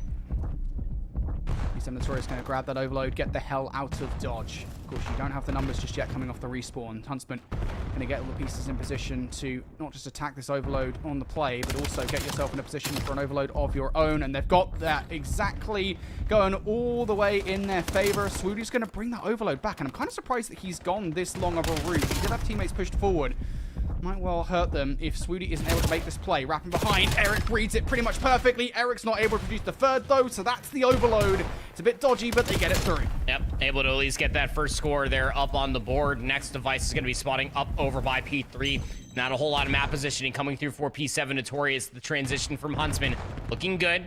DC's already up through mid-cut though. Not knowing where each one of these players are located, it's realistically about a 2v3 over on the plane side. Snoopy jumps right past the initial player, gets the next one with the device weak. Nobody comes back through mid-cut. It's just a moment too late. Just maybe lacking a little bit of pressure from that point of ingress. But if you're the Huntsman, you're fine with all of this. You can still play for the kills. How the hell is Snoopy alive, by the way? I mean, he is just bouncing from wall to wall at the moment. That's probably the reason. But, I mean, the fact that he plays his life there is pretty much perfect for the squad. Has the help. P7 Notorious. Now they can start to make their move forward. Beans, lead blocker, going to get shut down. Kind of relying on the flanking play being made underway right now by Snoopy. Eric trying to make his way through. He's lead blocker himself with a pistol. Finds one, looking for a second. Doesn't hit those initial shots through. You're going to lose your teammate into play. Beans now trying to convert for a desperate play. Will at the very least pick up this overload and get the hell out of it. Can you convert this into a score? Oh my god, he broke their ankles. No way. There's no way. Oh no, player towards the back line. He doesn't get it through. Now just down to one final player. Renegade doubles up through the window, and that will be a save for the Huntsman. He gets that kill on a Swootie, and he gets that score. What an ankle-breaking moment coming through from Ben Beans. But still looking for their first. 60 seconds left on this half. Here comes the next surmounting offense. Device is down low. Johnny's covering from the back. Gets a good snap on towards the second, deep over by the trailer cars, but it was but a humble pipe dream for the Huntsmen just to sprint it in towards that A portal. They get stuff. Some Notorious really unsuccessful at the moment at getting those lead blockers through. I think that's the biggest issue. Just cannot get anybody in for actually any effective kills. Renegade should be dealt with here. Not the player enough. Maybe Brad can act on that. No, and this is it. You wanted your players through. Overload to even things out. P7 Notorious now can act off this. They could perhaps get the rally through. Eric Boom has the Hellstorm. Probably don't want to use it right now. Just be a nuisance. Huntsmen know they've got to deal with him before they make any move forward. And that's the perfect play. Eric Boom eviscerated. Down goes Beans as well. You're losing your lead blockers once more. Swootie definitely made it up there. It absolutely slams Eric. Device not being picked up by Renegade. This has the second potentially written all over it. They just got to somehow get past Beans, who's on an absolute laser beam as it may be. Device then scooped up. Even with the pistol, Brack picks it up in return. Overtime ensues. Extra 30 seconds hit. Got the blockers in place. Swootie trying to do something. Stun goes through. Oh, player gets cut short, I think. Don't know if that one actually went through there towards the end. Didn't manage to see it. I got to imagine it probably did. You've got a couple of players pushed all the way forward. Either way, we get the halftime. Grabbing that EMP was crucial. If they do manage to get that second one through again, I'm not entirely sure if they did. They certainly had the players in position to do so. That would have been huge. I think just on the round, though, P7 Notorious really struggling to get players through. The one time that they got those lead blockers in a position where they could actually do something, they managed to get a score. Yeah, and they had a good opportunity to be able to get that rally. So the score doesn't come through, but that rally, like you were talking about, a solid opportunity for sure. I mean, given like you had the next device spawning up P2, you had red control. Then you saw there just in the last few moments, like a good multi-kill comes through from Renegade with the NPC. We've been seeing the praises of what he looks like in this current meta. Leading the charge here at 16 and 12, 16 and 13 on the opposite side for DC. The opening breakoff is here for P7 Notorious. Renegade is the only one to find a kill. He's got an M15. He's top red. Probably dead to rights. Use that first player through. Opportunity here for P7 Notorious. That stun's pretty much perfect. Yeah, that's going to lock that one through. P7 Notorious, they are fast here off the start of this round. Huntsmen, not a chance, and it's 3 kills in the feed. Things go from bad to worse. There's just one more player here, and I think the only positive in this play is that Renegade's positioning hasn't been found out. He doesn't get those initial shots through. Fortunately, Swooty off the respawn will you alleviate some of that pressure. Brack still needs to convert this, though, for a defensive play. Snoopy could just well just fly this one through. Yeah, that's exactly what's going to happen. Just carry that one home. No reason to go for kills. Get the overload through. You're okay with that. Yep, starting to hoop now. P7 Notorious on this side of the map. Look way more comfortable. Go figure.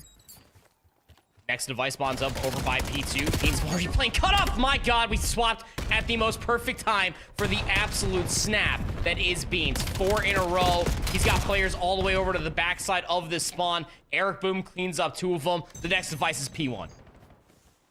This has just been horrendous. Last, like, what, 2 minutes for the Huntsmen or so? This is just absolutely wild. Smacking them about. P7 Notorious have, yeah.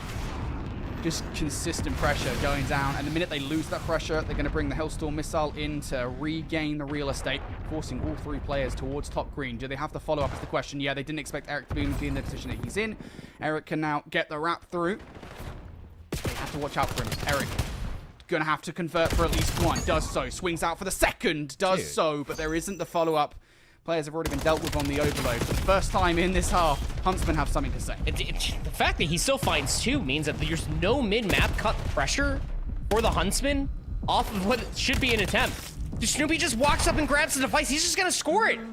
Nobody was watching. What's happening to the Huntsmen? What happened to all the good comms and the team shots and everything else? Nobody's got mid covered. They're still looking for all these kills, and Snoopy just like, as the cartoon character may suggest, just kind of like waltzes in there and just happy-go-lucky flies his way forward. This is all but chalk. P7 Notorious are absolutely running away with it. The Huntsmen just look mentally compromised. They're broken, totally broken, and it's P7 Notorious. I mean, it did really feel like, I think, the entire series, and granted, even with this map, it's not necessarily over, right? You still got 2.5 minutes left on the clock. There is definitely a way back into this map if you're the Huntsman, especially with 3 down, but it does feel like the entire series is going to be predicated on who could get their SMGs in position to being as annoying as possible, right? I mean, that's why Huntsman was so successful early on that Colossus. It's why even towards the end of that Colossus, P7 Notorious were as good as they were, and I think this half, P7 Notorious have just been so damn annoying. Their SMGs are constantly in your face, and they're constantly as well just getting behind you. You have to be on your guard. You have to be consistently checking for any players that might have gotten behind enemy lines, and that just is time consuming, and it's so frustrating. And for now, Huntsman, this is the result. You are 5-1 down with just over 90 seconds on the clock, and your last effort, it just doesn't go anywhere. Down to 90 seconds. Feels all but out of reach just a few moments ago. I mean, with the device spawning in over by P3, like, that's the checkmate motion, especially when it comes down to overload. You're down by 4 on Scar. You might not be able to see the next score come through. DC's all the way back behind green. This push is starting to manifest over by boat, but Beans, who's been tearing things up with an M15, just puts them in the dirt. Now DC can play this God head glitch, just start knocking a few more bodies down. Beans picks up the device, slides back through. Next one up over by P2, and they might just look to flip the entire map once again. I mean, this has been an absolute masterclass on spawning on the blue side for P7 Notorious. Snoopy's winning unreal gunfights. The multi-kills keep on coming through. The Huntsmen had nothing to show on this side. Yep, teamwork is pretty much perfect. Even if Snoopy goes down, he wastes enough time that the help will come through the middle of the map. At this point, you're looking for a consolation prize if you're Huntsman. Beautiful shots coming through from Sweetie. Rat can't get his shots through for a frag on the other side. Maybe Johnny can do something here for at least a second overload. We'll tag a couple of players down. Renegade with a follow-up. Yep, that should be another overload. Oh, never mind. Through the middle of the map from long range. Eric Boone puts a stop to it. And while the kills do come through, the overload will not be stopped. So at least Huntsmen have a positive way to end what has otherwise been an extremely negative overload. They have been completely broken apart here on Scar. They got to go next. Yep, just GG go next. Keep the venue the same, change the game mode, run it back up. P7 Notorious on the blue side of the map. An absolute beautiful showcasing on what it looks like to constantly get ARs in position, to constantly break pressure, allow SMGs to take these very lucrative routes and just get behind enemy lines. But even more so than that, being able to rally the device the way that they were just completely broke the Huntsmen from any sort of fundamentals, albeit Overload's only been out for this 1 year, so whatever fundamentals, the list is very small, are out the window as far as the Huntsmen are concerned. I mean, like, I'm gonna lose sleep over, I'm sure the Huntsmen might as well after watching the VOD. Like, Snoopy literally just jumped down from Motel while everybody was still fighting through T1 in over frontside green, grabs the device, and then catches the timing to get over towards the portal to score.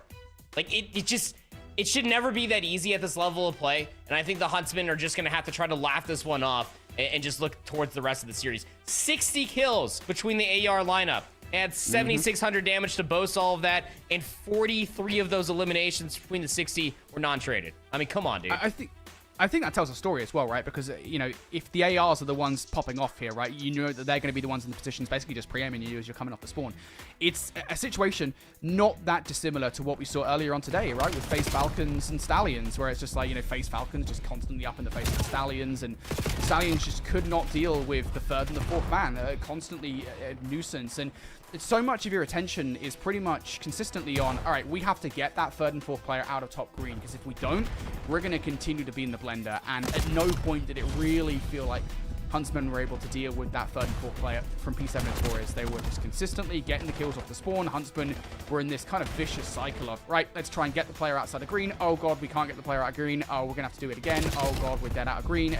Constant pressure from P7 Notorious. Huntsmen were going through it in that map. And also, small plays like that as well. You got to give P7 Notorious some credit, because not even just with the way that they were playing, but also I think just the heads up individual play calls to be like, all right, cool, I'm not going to go for a frag here like that one from Snoopy.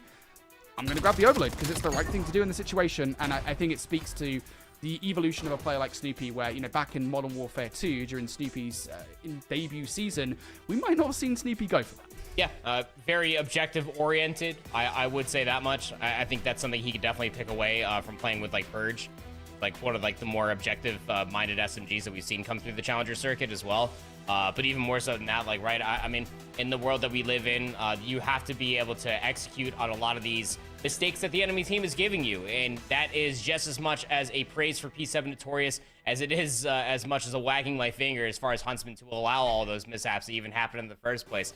That did not look like an undefeated team, as far as I'm concerned, going in towards that second half of that overload. But hey, still, you're very much so in the series still. Nonetheless, you saw the Scar Hardpoint is on the docket. A potential to go all the way to a dead and search and destroy map 5 if they can win this one as well. And from the Hardpoint, just from the perspective, from the score's sake, the map 1, Brody, you and I were there. It was incredibly close. Yeah. But it almost wasn't, and it almost ended up being like a reverse 120-0 at one point.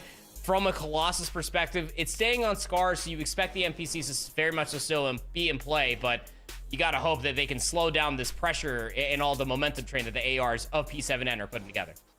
Yeah, that's the thing for me, right? I think map number 1 was very much orientated around who could get your SMGs behind and being a nuisance. And I think P7 Notorious started to pick up towards the end. They were just too late in doing so. This map, I think, is going to be a little less orientated around that. The ARs are going to get more involved in the action.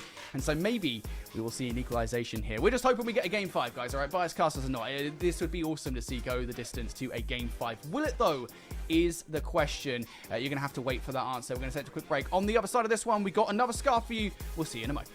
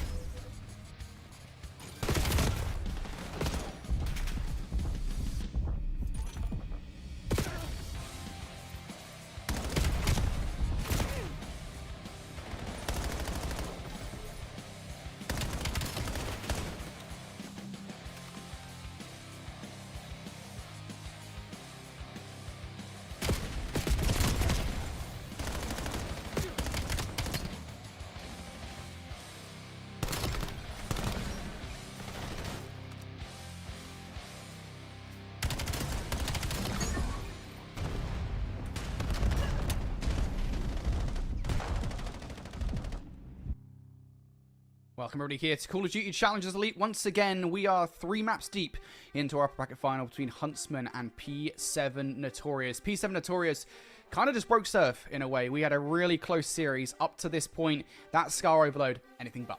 Yeah, exactly that. I think it's funny because it's like you have one of those moments for P7 Notorious where it's like they're looking at themselves in the mirror. It's like, no, you remind yourself, we're the #1 team in Challengers right now, sir. And that comes through like in that second half of the overload. And realistically, even at the latter half of the Colossus hardpoint as well. Back-to-back rounds on the Plaza Search and Destroy. This very much so could have been a 3-0, and we'd be starting the conversations of P7 Notorious in grand finals and the Huntsmen in a lower bracket run. But the Huntsmen still on the verge to force it to a map 5, the flawlessness of their season on the line. Ready to start. P7 Notorious, Beans having to go to the pistol to kick things off. That's always a good sign. You run out of so many bullets of your M15. Setup is looking pretty good. And this is what we're talking about, right? Your NPCs getting out and about, being a nuisance. That's what you want to see if you're P7 Notorious. However, Eric Boom does get dealt with. That alleviates pressure towards the point. Huntsman, a break here. The TK, though, from Renegade, probably not going to help. No, it doesn't really help out your numbers at all. You're still trying to vie for some motel control. Renegade, he's playing for exits outside of shop. About to get shot in the rear end here by Eric. Actually can't even finish that kill. Doesn't go for the wall bang, so he just gives up his life easily. It's a Brack 2 piece. And now you know that everybody else is coming from the front. Okay, so what should have been a very simplistic break turns into terrible timing from Eric. And the Huntsmen win the roto. I like this from Huntsman as well. Getting aggressive. Unfortunately, Sweetie falls, so Huntsman Renegade buys Lonesome. So early on in this hard point, no trophy system to protect Renegade from that stun. Snoopy with a wall jump leaves Swooty left alive. He's on the hunt for the second kill, and well, Eric was very happy to take that batter up for free. So P7 Notorious now in control. Nobody top motel just yet, though. You lose both Eric and the DC in the play. And Huntsman, they very quickly lose control of P2. They very quickly regain it. Brack with a double. That's going to ascertain it. Yep. You just have to keep your eyes on the front. Another satellite push has started to come through. You can confirm that because Renegade hasn't seen a soul through mid. He gets spooked so bad that he's thinks, and Baby's coming over by the airplane. Like, not a soul at all. Swooty's going to see the last couple players try to hit through old. E1 starting to get broken all the way through. Renegade picks things up. I mean, he's been waiting for a gunfight for Phil's for like 25 seconds, but he's got the rotation down. This is a difficult hard point to break. Notorious trying it through that mid cut. Brack ready for it though. The one player towards that top green. It was red. Snoopy's able to take Johnny out of the play in the ensemble though, and Pinstripe kill feed goes in Huntsman's favor. So now it's up to Brack here. Has to help out. Unfortunately dips down, I think a little bit too low. Gets tagged up by a nade again. We're a little too early in the game for trophies at this point. So that util will land. Brack overwhelmed, having to back away. He's doing well to play his life, to be fair, and follows up with a kill on towards the pistol. Swooty, I think, just decides 20 seconds left. The best possible thing he can do here, even if he loses time, is push through towards that next hard. The Bean's got a deep nade all the way in towards the back. Doesn't really land, I think, for full damage. Comes up just a little bit short, but allows Snoopy to get up a little bit closer towards the white wall. Back 10 seconds should be secured here to the end of P3. Actually, Swooty's hitting all the way through the old time. Johnny spawns all the way over by green. This needs to be communicated for P7 Notorious. They actually had numbers on the blue side of the map. It's a 2v2 for the backside of blue and splits plunge to the middle of the map. That's a huge kill for Renegade. That's going to ascertain those back spawns for Huntsman. Now they can encroach on Eric Boom, who does find one. Eric turns around for the second, but is already weak from the first engagement. Can't survive.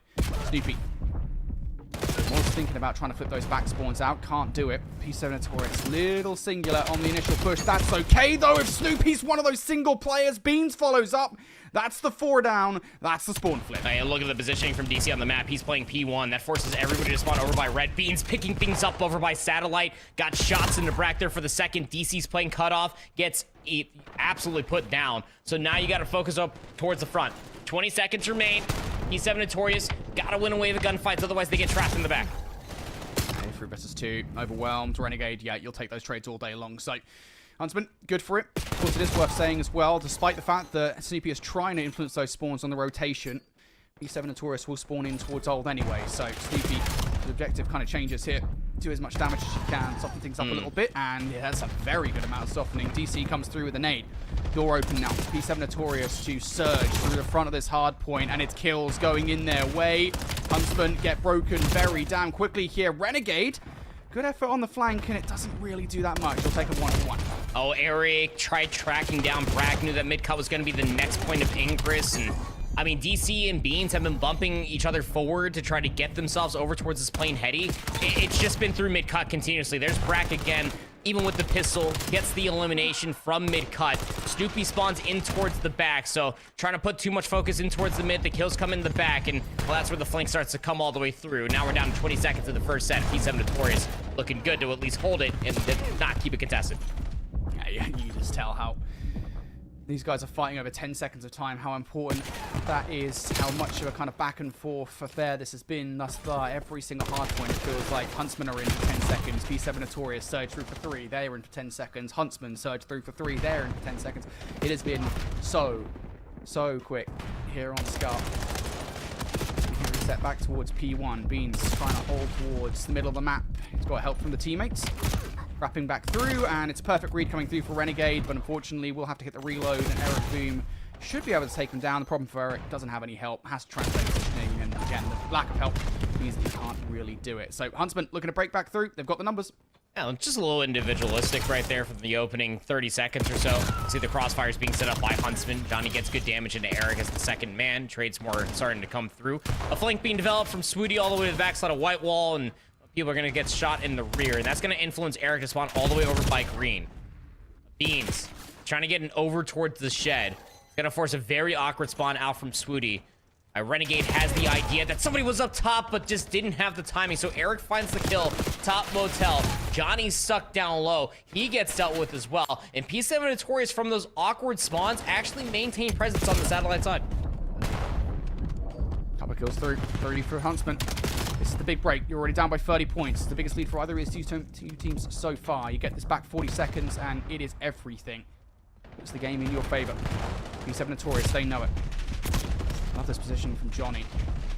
Fast positioning is going to play distraction for P7 Notorious. That nade is also going to keep Notorious away here for the moment. Johnny able to just farm at the moment, picks up the double. Now just down to a 1 versus 2 in towards that scrap time. Beams for the chow out. It's not going to win anything. And, well, I mean, P7 Notorious, you've spawned it. Might as well send a couple of bodies at it. But as Renegade doubles up, that's not going to be the case. And there is that 40 seconds we've talked about. Huntsman switch lead in their favor. A big shout out to Renegade, who was just getting lost over by Blue. I think he spawned on the backside of Boat, Brody, and then he put himself in a situation to just start shooting a couple of P7 Notorious players in the rear end. And that forced everybody just to have very awkward spawns, forcing 2v2s on opposite side of P2. P7 Notorious over by top green, never had another introduction in towards P3, and now the Huntsmen are starting to streak. You saw it there at the end. Brack there off the 4 spree. Swooty's now up to 3, 22 and 24. Has coverage from Renegade in towards the back. The Huntsman lead will grow. Yeah, this is not a good position for P7 Notorious to be at. Huntsman will have the heady. Don't have anybody in time just yet. I think they lack a trophy system is the problem. You can see that utility going in their direction. Snoopy, jump over, beautiful. Snoopy, transition for the second. Shots will not connect. Maybe DC can do what Snoopy couldn't. Yep, it's Beans that finds that frag. There's the break back for P7 Notorious. 20 on the clock. Huntsman should just give this time away. If anybody from P7 Notorious actually grabs the time, Renegade's dead nade will stop DC from doing so for about 5 seconds or so. That means P7 Notorious will get less time than they wanted. Wow. Player spawn out for Johnny as Brack picks up Beans now. Opportunity to try and break these back spawns. Swooty is very deep set to stop that one happening. Doesn't even need to. Kills being one in the middle of the map. It just doesn't go without saying, like, that is an unreal win for Brack versus Beans in the middle of the map. It allows Johnny to get back up and towards shops. Most importantly, it doesn't allow any P7 Notorious members to get behind enemy lines. They lost players through the middle of the map, as I mentioned. So an opportunity presenting itself through Shed, but Brack off the respawn finds 2. The only player up is Beans, and he gets put down as well. 4 dead straight. The Huntsman at double sentry. Yeah, this has been a lockdown over this hard point. P7 Notorious haven't had much to say whatsoever. They've tried to break it, but Huntsmen have had a couple of players towards the backside pretty consistently. P7 Notorious deciding, hey, well, let's just try and break through the front. They've already taken Brack out. It's all just down to 1. Eric hits the reload at the wrong time, but has the coverage from Beans to lock down that back 20 seconds. So P7 Notorious keeping this one close against Huntsman. They're going to have first look on New as well. Huntsman, they will lock these back spawns down. That is by no means a guarantee, especially when Eric is shooting like this. Fortunately enough there for Renegade, you've got help from the back line. Huntsman still with those back spawns. Hey, the problem is P7 Notorious could not get in towards the back, as you were saying. I mean, Johnny, he spawns in the backside of Blue to contest the old time, dies in the process of doing so, but the 2 players that were still over here for the Huntsman hold the line. P7 Notorious in the previous set really struggled trying to hold this from the front. They set it up for once again, who's all from mid-cut is how the Huntsmen kept breaking it over and over again. 30 seconds left to play. Snoopy, the first one in, knows he's got a player one shot just around the corner, and he's able to clean things up. There's no trophy system to stop any of the stuns and the nades, but that doesn't matter. P7 Notorious are in. Effectively getting these guys in the blender with those back spawns. Only one player going to spawn out of said blender. Towards the middle of the map. Swooty able to get the double. That's going to isolate Beans towards the time. That should be Huntsman time. And at this stage of the game, at 2:16, 2:17, 10 seconds is gold dust as Snoopy gets spun on.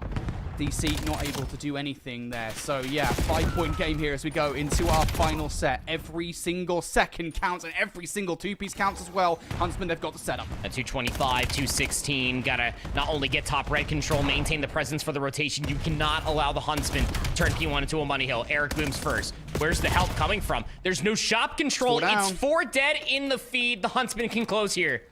Yep, you know where they're going to spawn as well. Everyone in position to hold this one.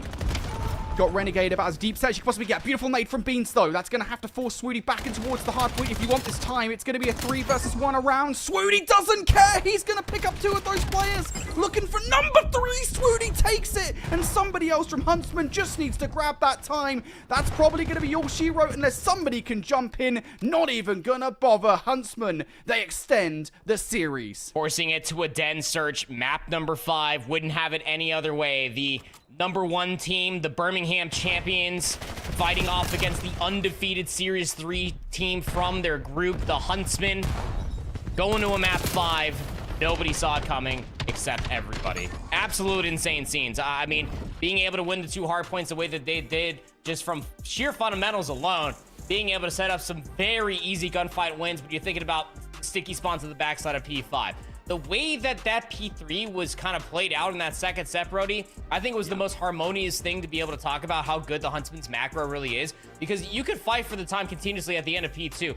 But the most important part was always trying to send players on those long routes to get back blue control, play for the God Heady that is that plane Heady, but most importantly, turn what was about 25 seconds 2 times over into a real good chunk of time there on P4. Renegade, the route man, constantly getting paid, 17 non-traded kills, but how about Swooty? 34 and 30, he popped off right next to Brack. They got themselves a combined 49 non-traded eliminations. Brack shooting everything that was moving. Beans trying to do his best on the other side, leading with 4,800 damage and 23 non-traded himself. But it just simply was not enough. P7 Notorious, they got to win. They got to win via Neslo. Oh, man. I mean, listen, they could do it. They won the Game 2 Search and Destroy, right? I mean, albeit by the finest of margins, they could absolutely do it. Listen, I want to give Huntsman so much love. You know, you talk about that P3 setup and how good that was. I think just in general, right, that second set, P2, P4, they made all the right decisions, right? I mean, look, you recognize you're down by about 30 points or so. You get together pretty much the perfect setup with players top motel, excuse me. You know, Johnny in this position. This is actually the play right here, right, where Johnny able to get a couple of kills. Pretty much the perfect setup on P2. Yeah, P3, they get the majority of the time, but they recognize that, hey, with 20 seconds left, the best place we can possibly be in is on that rotation towards the next hard point. So they cement themselves towards the back of that time. They don't give up those spawns, I think, until like the last 15 seconds. And even then, P7 Notorious don't get that much time for it. Like, it felt like Huntsmen were pretty much in the driver's seat for maybe the last, like, what, 3 minutes of that game. Even if the scoreline didn't show it, because ultimately it was still a really close game, Huntsmen, they were the ones controlling the spawns, they were the ones controlling the rotations, and that is why they're able to take game number 4. You talked about it, we got to require the Neslo now as we go to Den, Search and Destroy, and if it's anything like we saw on Plaza, which obviously Plaza's a bang-out map, there'll be a little bit more variety in the gameplay on Den, it's going to be a banger.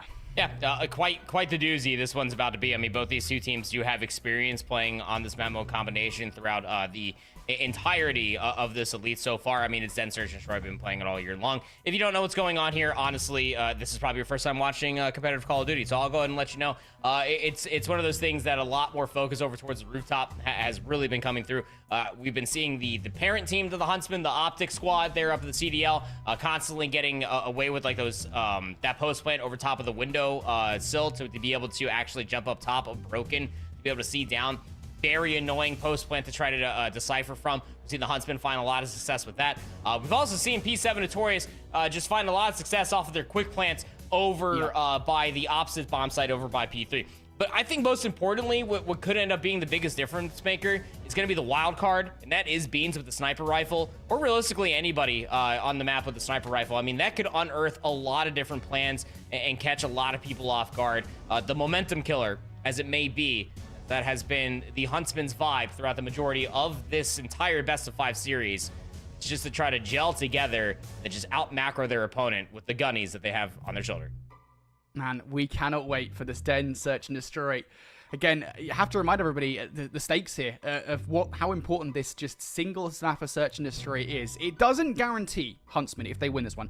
By no means are they guaranteed a spot at the Pro-Am. However, if they take this map, we talk about them getting one step closer to being not just champions of stage 3, but also that Pro-Am spot, right? Because they get to that grand final. P7 Notorious then, if P7 Notorious get back to that grand final, basically means the Huntsmen are there. So this is a very important Den Search and Destroy for all you Huntsmen fans out there. And again, we know there's a lot of them. So Den Search and Destroy, that's coming up real soon. While we're waiting, let's remind you guys what the prize pool looks like for this entire season. Obviously, we've slotted things out with half of our field before today out of the action. And they've slotted in a couple more teams since then for Funny Sports and Stallions proper. They walk away with 3K apiece. That ain't bad, you know. I mean, it's not bad, like, if you're thinking about it from, like, an individual perspective, but, like, come on, man. Like, you know, like, especially for Fun Esports, like, those are 4 players that, like, have been in the league before. Like, they're trying to chase, like, that dragon of just, like, we can be back up at the top. Playing online Call of Duty hasn't always been a lot of their strong suits, but, like, they were dealt a very tough hand. This is a very tough season of Challengers Elite, as it has been all year long with these guys. We have so much talent as far as North America is concerned. Orchid out the mud.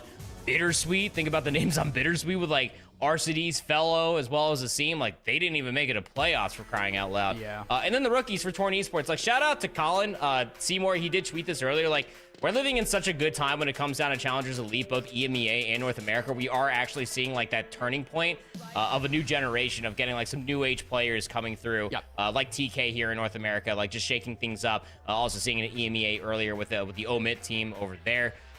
Just a lot of people getting caught off guard, but most importantly, like you were talking about, Brody, $20,000 in prize pool ain't nothing but a sweet thing to be able to ride that on that plane ride all the way to over Atlanta, knowing that you just made it to the Pro-Am. Yeah, I mean, already you're starting to see teams starting to think a bit about what they want to do for Major 3, because the turnaround for rosters is not big, right? You don't have a lot of time if you want to make decisions on your rosters to try and change things up. I think Torn were a roster that, looking over towards Twitter, they've already started to think about, you know, bringing some new players into the roster. That's one of the big talking points for the season, was what Torn were able to do pretty much off the rip, right? Because they were able to beat Stallions in that reverse sweep, and that was like, whoa, you know, TK's definitely got it. And then they proceeded to lose to Huntsmen pretty badly. So, you know, swings and roundabouts from that. But yeah, I mean, as you said, and as Seymour said as well, shout out to the guy, we love Colin. There is a lot of talent in North American challenges. There's definitely a lot of talent in the EMEA challenges, and it is always fun to see some of the new talent coming through. Even in this matchup as well. I mean, Swoody is relatively new, I want to say, right? He's definitely been on the rise over the course of the last year or so, and he performed in that last map for sure. We want to see him perform in this final search and destroy as we get into Den very, very soon. Before we get there, though, guys, we're going to go to a quick break. On the other side of the break, we got the Game 5 here between Huntsmen and P7 Notorious to decide who's going to make it to our grand finals.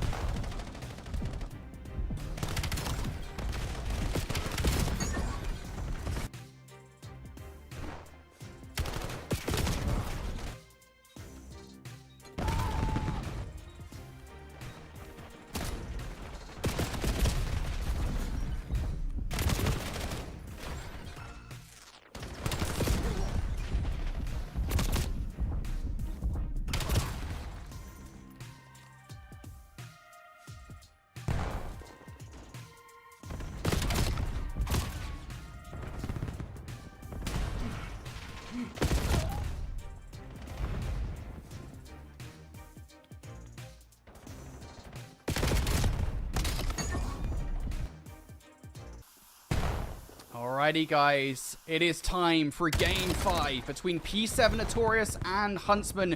The last Search and Destroy in this series was nothing short of incredible. We're expecting the exact same thing again. Yep, the pace might be a little bit different. I mean, Plaza to Den, it happens, right? Johnny, though, he's very hot off the flank, and the timing was not there for DC to be able to watch this, so big 1v1 on the horizon. Oh, DC saw him, but he's not going to win the gunfight. The pinch from the opposite side hasn't even started. Opens the Hasn't door, even as you started. said, though. Yeah, this pinch has taken a while. Eric Boom has to be careful. Johnny going to re-wrap here to put the numbers back in favor. Eric, he's got some beautiful timing on towards that first player. Almost converts on towards the second. Snoopy now ruined his position, though. 10 seconds left. Sweetie going to have to hop the bomb. Big 1 versus 1. Snoopy wins it. Should have time to stop the defuse. Goes to the pistol to do it. And Snoopy goes huge. P7 Notorious, they hold on. I mean, that was over 50% completion. I mean, even in that 2v1, you almost feel like the slight hesitation to make the call. He actually went Neo right there. Yep. Dodge a few pulls just off the crouch and the right stick rotation, but I mean, Johnny's flank comes through, and I mean, you got both Brack and Swooty still just sitting there. I mean, they're not even like licking it in Dojo. Like, they're smoked off, so like they don't want to push through. Fast flank comes through at B, and then they get smoked out. So, albeit a beautiful flank from Johnny, it amounts to nothing. Yeah, I don't think there was enough reactivity on that play. Johnny made a great play, and I think it's just a little too slow to get the other two involved in the action. P7 Notorious will benefit from it all day long. Huntsmen, much faster and much more decisive here in this round. They've alleviated the pressure over by A, so this bomb is going to go down. And the strategy for P7 Notorious on the retake, well, first part of the strategy, get a snipe kill through for that initial opening blood. Now the 2-2 split. Nades over the top again. No trophy early on in this one. Gonna soften things up. Beans. Can he pop off from more? Has to go to the pistol for the kill. And that might soften up Brack enough that he should go down. Yeah, flanking play from Eric Boom. That's going to be all she wrote. Huntsman, it was a bit of a brittle defensive hold, and they just didn't have anything to say. I thought we were for sure going to be getting that rooftop post plant that I was talking about that we've seen from like Optic do continuously. I mean, I know like being the Challengers prospect that is the Huntsman regardless. It was set up for it. I mean, nobody was over there. By B, get full coverage. Beans does find first blood with that sniper, the difference maker I was talking about. But still, I mean, the post plant all set up under the backside of P4 over by the tree. Doesn't really set themselves up for success, especially when they're losing numbers and then they get pinched all the way from red. So, P7 Notorious starting off hot here, 2-0. Leaning back over towards B. There's 3 players here defensively. Nade's got a hit. I think Beans probably saw one slide back over just from outside of that garage door. Nade gonna come up ever so short, but it's pushing all of them back. That's the good news here for Huntsman on the defense, is that you do have somebody pushed up towards that tin side. Renegade is in position to do something. Not gonna be able to stop the plant. The reaction off it could be able to get the kill. No, doesn't cleanly get away with it. Will get on the follow-up, though. That smoke's gonna land, and Johnny might be able to get out down to 3 HP. No, never mind. Through the smoke, he gets cut down, but now down to a 2 versus 3 hit. P7 Notorious having to deal with a flanking play from Swooty. Should be able to get the freebie. Indeed, he does. And gets the second as well. Finally, some positivity here for Huntsman in the Search and Destroy. You saw in that moment from Bean's perspective. We were watching it from his sniper scope. He got a stun on the other side of the bomb, but nobody knew where that stun landed at. Like, he stunned somebody on site. It could have been on the backside of tree over on the other side of tin. Still safe from the plant. But it's Johnny playing on the outside of that bench. I mean, I don't know how else to call it, man. Like, that is such a cruddy spot. he put himself right behind the bench. He got stunned. Wait for the timing that the bomb got planted. Popped up. Found one upon the exit. Expunged the smoke. Called all for P7 Notorious to push forward. It sets up for a Swooty flank where he finds 2 with the pistol. I mean, that was executed so wonderfully. Oh, Switch to get a hit marker. We switched over to him. It looked like he did. At the very least, he's had a trophy system in the air or something. It probably is just a hit marker. Another way. That should be information that somebody's gotten past, right? If you've got a hit mark on one, at the very least, that somebody's made it towards the tree. But be careful about crossing. Snipers are watching. Beans snipe is very much specifically making sure nobody's getting towards tin.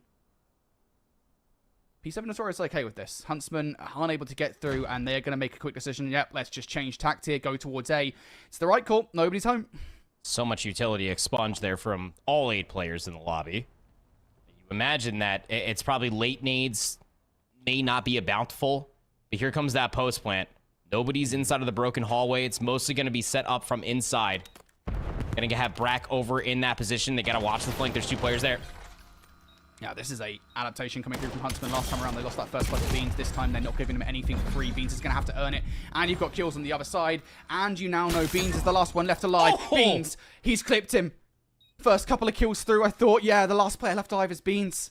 He's the one with the sniper rifle. This should be easy reads. It's not. Beans gets a third. Surely doesn't. He turns and almost makes the 4th happen. Beans might have just made the best play we saw in challenges, but they stop him. If he doesn't go the long way around right there, like you might have ended up seeing it. I mean, like the way that he was like pulling the stick, you'll see it here from Brack's perspective, like, sticking all the way to the left, but had at least the inkling for the read. Shout out Brack and Swooty right there. I mean, they set up for the post plant for Swooty just to jump up on top of like that little broken part, be able to see what that post plant is going to be coming through. But that trophy system that Brack throws down keeps that alive. A late nade over on the backside from P2 in towards that broken hallway would have been absolutely chef's kiss. But talk about a transition from seeing all of the util over by B over towards A. Exquisitely done. The Huntsmen tie things up. Yeah, just really nice adaptations on that round. Love to see it for the Huntsmen. Talking about adaptations, Bean's in a different position here. Spots out one player through the mid.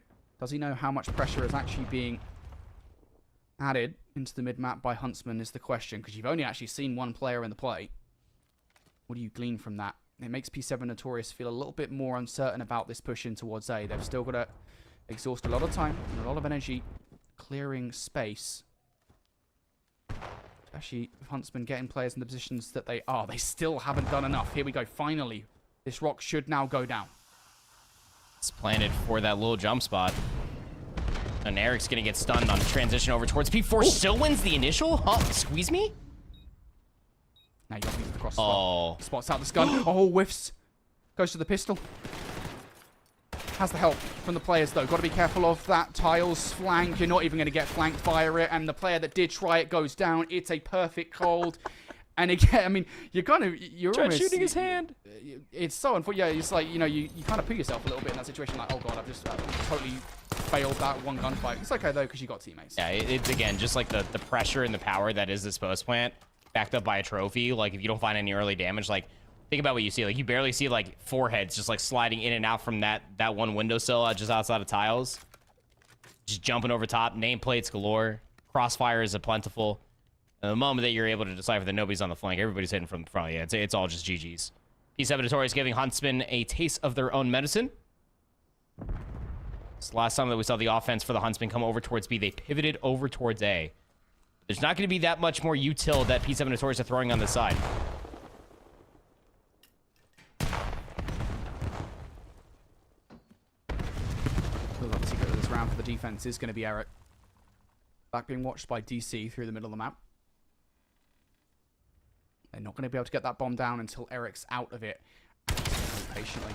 Nope, no longer. Gets the kill. Should be able to get the hell out, and he does. Now looking for more damage. Eric converts for a second here in this round. Somehow still hasn't fallen. Finally does. Damage done. Players now stuck between all three. Here comes Beans on the flank. Eric shot everybody. He got the information. All 4 players there. Brack smokes the first. Renegade for the second. Beans in a 1v1. He's got the snipe. Something spectacular. You can taste it. It's the baked beans. He doesn't know. Now he does. Spots him out. Beans no. Stay on target. Oh, Beans whiffs to the pistol. Not enough. Beans not going to win the 1 versus 1. Huntsmen tie it up. They will indeed. And again, that was all off the back end of what was a technical 2v4, if you think about it. Like, Eric finds the initial one, finds then the second, stays in the play for just a little bit too long. He got damage into everybody, Brody. The player inside of Dojo couldn't win the initial. I want to say, like, Brack just absolutely just dropped him where he was standing. And by the time that Beans comes around, he finds that initial pick. That shows where the flank is located at. Johnny knows that he probably has the weapon advantage. Here's the boomstick. So as long as he dodges the first shot, which he does, he has every bit of the advantage. Unless Beans lands all the headshots. These teams just neck and neck. Another offense for P7 Notorious. Look at the flank that's already developing in between Renegade and Johnny. They're already in P2. DC's watching. That's big. It's going to send them back right into the ADS of Snoopy. Depending on whether Snoopy actually gets the timing on this one. Just going to play a little bit more defensively here. It's so funny how much power he has here in this play. Oh, and he'll take that 1-for-1 all day long. Because now Huntsmen have to wrap back through here, through the middle of the map and through Dojo's side. P7 Notorious, they know it. They've got players in position. Beans throwing all those shoulders. That stun might have actually just about connected. Sweetie through the wall. Will take Eric Boom down. Nope, the nade's going to do it. But Beans reacts. Brings us back down to a 2 versus 2. The only issue is you don't actually know exactly where DC is. You're probably going to have some kind of idea. Dean takes a shot, trades out. Now down to the 1 versus 1. Swooty, the sniper rifle, whiffs to the pistol. Not going to get it done. And DC on the off angle, the one player they didn't know where he was, he wins that one. Yeah, I mean, it was planned for him the entire time, wasn't it? He was playing onto the backside, outside of couches. He's able to sniff the flank that comes through. So once you know that you have full-on numbers advantage, 3v2 for the site at the very worst, get that bomb planted instantly. Nade, Dojo, keep them at bay, and then plant for the arches, because that's exactly where DC is going to be coming back to once he at least confirms that the flank is good. Players mid-cut, already there. P7 Notorious. What a dissection of what little information they were able to gain off of DC just watching the flank.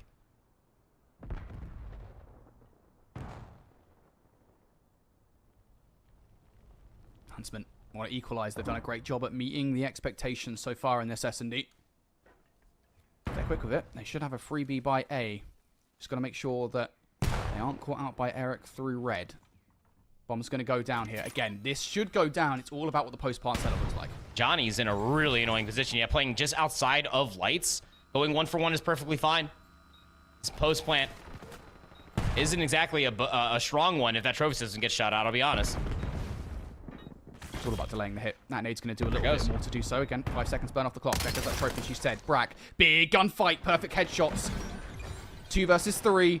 1 versus 3 here for Beans. Finds the first, finds the second, and now has to keep an eye out for Swooty again. You know that Swooty's going to be the sniper in this situation. So you know he's probably going to play this one a little bit passively. They've gone on the hunt for it, and Swooty playing his life to perfection.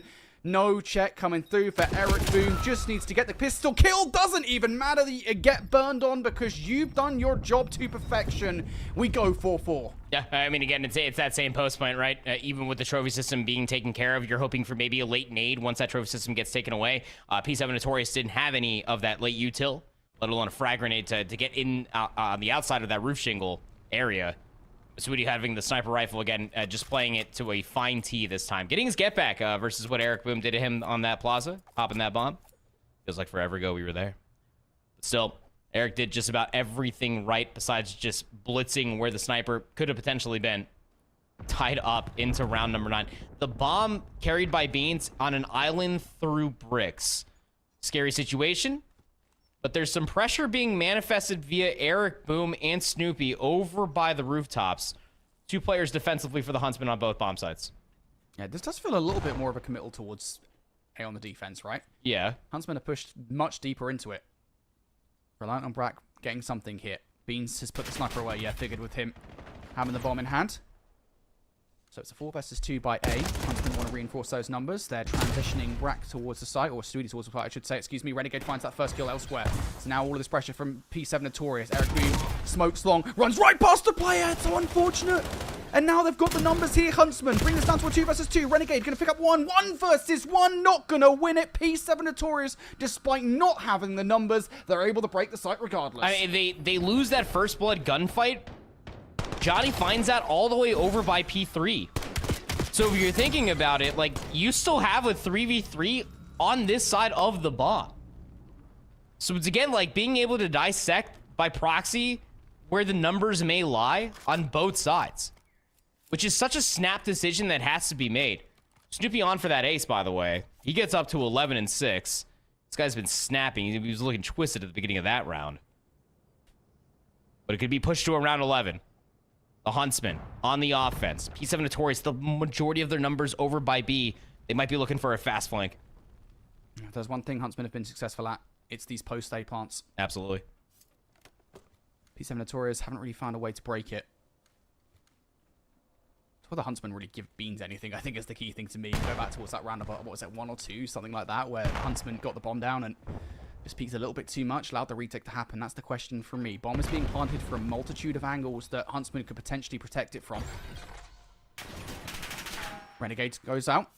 1-for-1 in the feed. They spotted out Renegade in the play. Renegade gives Beans an angle. It's a shoulder, but he doesn't die crucially. Information has been gathered here in the play. 30 seconds on the clock.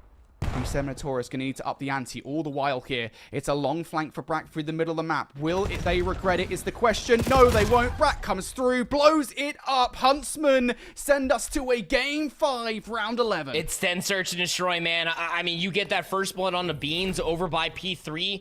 DC's right there for the trade. It's exactly what I said on the previous round, but this time for the Huntsmen, like, bet.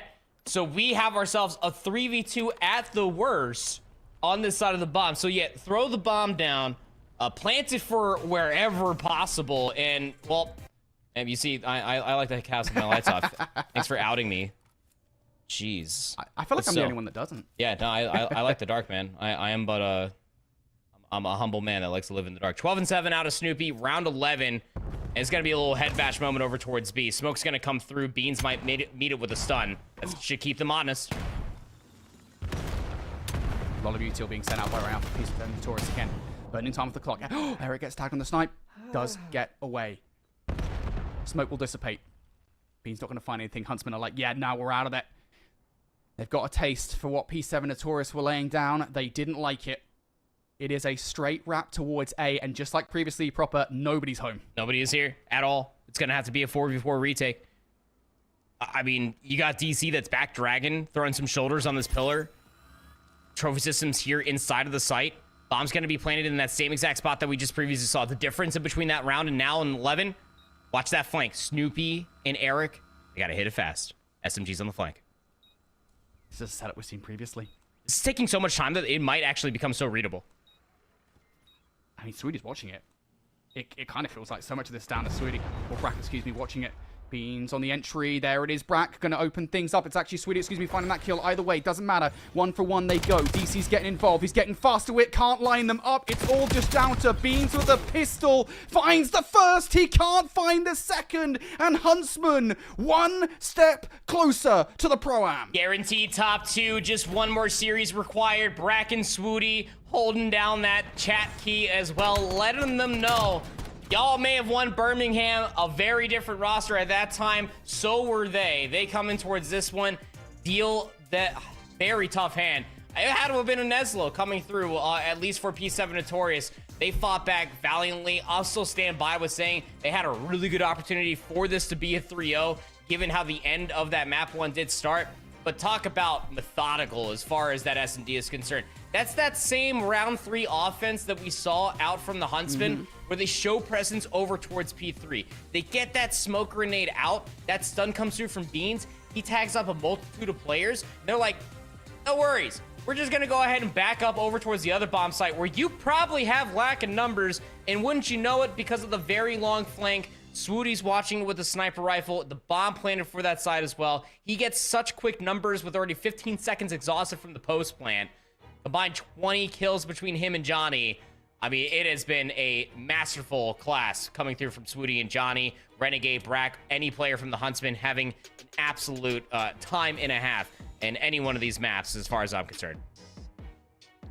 I could be wrong, and very often am. I don't think that there was a single successful retake from P7 Notorious, with the exception of that one round where really it was kind of Huntsman's fault, right, early on, right, where they kind of wide swung against Beans. Beans opened up with that first blood, and then kind of the trades worked out in P7 Notorious' favor from that moment onwards. After that first round, that first retake from Huntsman towards A, or from P7 Notorious, excuse me, Huntsman didn't give a single one up. Like, they successfully got that rock down over and over again.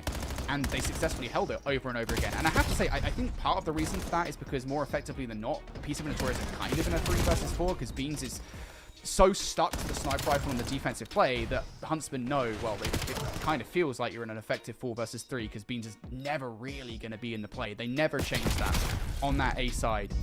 And I think that was the thing that maybe got P7 Notorious in that final search and destroy. If we're talking about an S&D that really did come down to the finest of margins, it is small stuff like that that kind of can do you in. And for Huntsmen, well, that works out in their favor. Yep, absolutely. It's again, I mean, it's Den search and destroy, right? Like, you have no mid-cut access to go over towards roof shingles. It's a very unique style for the map. We've been talking about this since Den became a competitive map within Black Ops 7, man.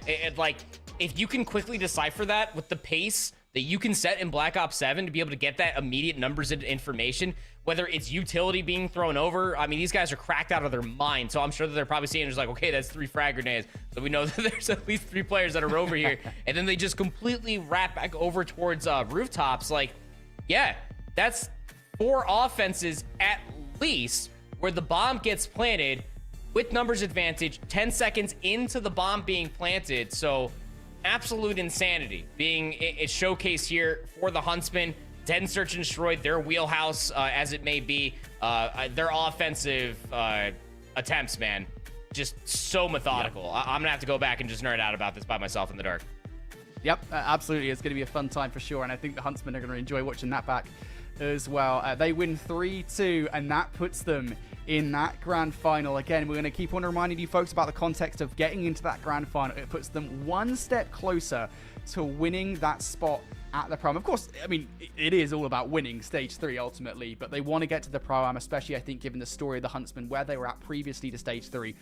What a story it would be to pretty much almost not qualifying for the entire damn thing, to winning it and getting the spot at the Pro-Am. Even if they didn't win it and got the spot at the Pro-Am, that would be huge. Of course, it has to be said, it isn't locked in just yet. If P7 Notorious get to that grand final, no matter what happens in it, they will have that spot because P7 Notorious are already at the Pro-Am. If they don't, Huntsmen got to win another series. That's what's insane, man. Like for Huntsmen, like if they go up against P7 Notorious, great, you guarantee it. If not, like you said, then they've already got themselves in that spot where they have to be able to be the best team. They haven't dropped the series all elite so far, Brody. Looking poised to be able to do it, to join the big dogs up on the main stage potentially. I know Renegade would love that feeling no less, jumping over from Halo when he did. But I digress. I think that coming in towards this one, the Huntsmen, clear-cut favorites as it may be.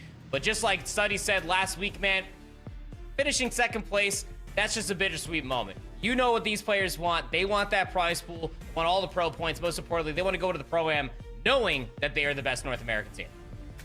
Yeah, absolutely. Well, we've got another series coming up here. One more to go on the night. And honestly, given the last one, I just want more of that, man. I want more exhilarating action. We went to Game 5, Round 11 in our upper bracket final. Next up, then, we have the final match of the night. We go to the lower bracket to decide who will be making it to the top 3. Will it be OMIT, Brooklyn, or their opposition in the FaZe Falcons? We're going to go to a quick break. On the other side of the break, we've got that matchup. We'll see you in a moment.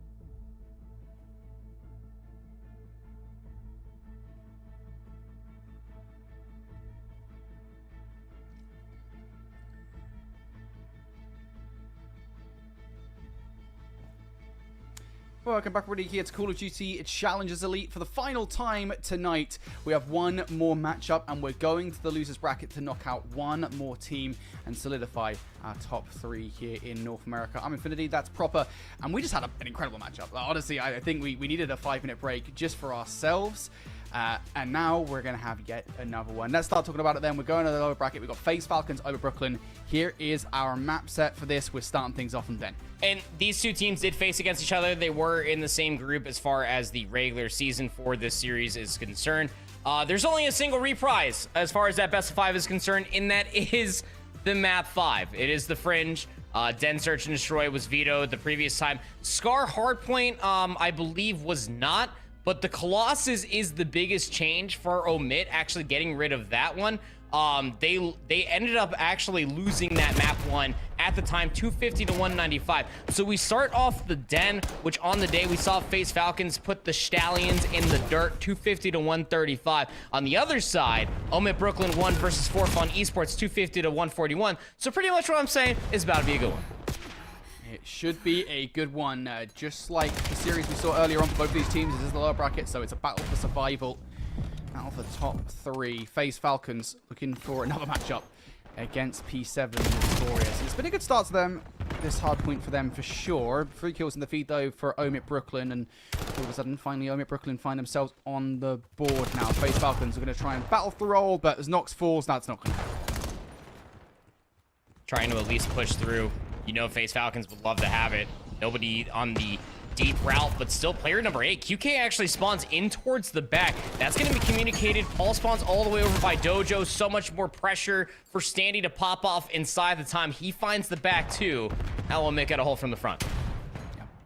This is holdable, especially with early util, right? You got no trophy to protect you on the break. All that util being sent. At some point, you kind of just got to fly, and that point is now, especially off the back of a couple of kills. Just 1 foot in the feed for OMIT Brooklyn as Nox and Roxas come through for 4. FaZe Falcons, how about that for a staggering break? Yeah, I mean, that's shades of what they look like versus the Stallions, right, Brody? I mean, you and I kept on commenting, like, how good they were on their 4-player breaks, 3-for-1 trades consistently on this map mode combination. Spawns in towards the back, come through. Late to be red for FaZe Falcons, so I don't know why they would, considering how far forward they were on the map. Even with P2 being active, you know as well as I do, you got to be blocking that sucker. So FaZe Falcons get the majority of time there on 2, but just a marginal lead. It'll be the first year of 3 as well. FaZe Falcons getting up in the face. Roxas going to continue that momentum. Oh my god, he's finding kills inside the room as well. Doesn't matter if he dies because Nox is there for the follow-up. FaZe Falcons, hints of that teamwork that we saw earlier on against the Stallions. Nox just dipping and diving here around the archway. Finally going to get cut down. TK from Paul X not going to help OMIT Brooklyn on the break whatsoever. However, nobody in time right now. A lot of white time. Luca really focused on just making sure those players towards the archway side don't get through. Has the help from his teammate. In the end, though, does get overwhelmed. TK in the feed from Nox and Roxas. Last one left alive. OMIT Brooklyn look good for the back 25. Nice reposition coming through from Standy. 60 HP. Not going to be prepared for that one. The headshot multiplier from QK, who's been firing today. To real inside of Tin. Going to get jumped over by a Luca, who's also having himself a pretty damn good day. And I mean, this 50-50 for P3 is actually really starting to benefit FaZe Falcons. I mean, yeah, the lead's going to swap by 4 seconds, but they still have dojo control. They deal with the players there on ult. So now they realistically got to keep their eyes up going forward. They're even trying to play cutoff. Nox gets cut down, but not before he finds one. And Brooklyn on their way for the break. A lot of this predicated on Rex. What can he produce on the potential flanking play? He's been spotted out, so Brooklyn now have to rely on the pressure through the front.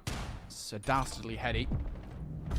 Roxas was sitting on. Actually going to back away as Nox and Aluka fought. And now OMIT Brooklyn looking for a way through. QK trying to hold those back spawns, but no pistols from Rex and Paul X will break them. Looking now at the spawns. OMIT Brooklyn should be able to range out in his back line, but it's not going their way whatsoever. The NPCs are frying and flying for FaZe Falcons.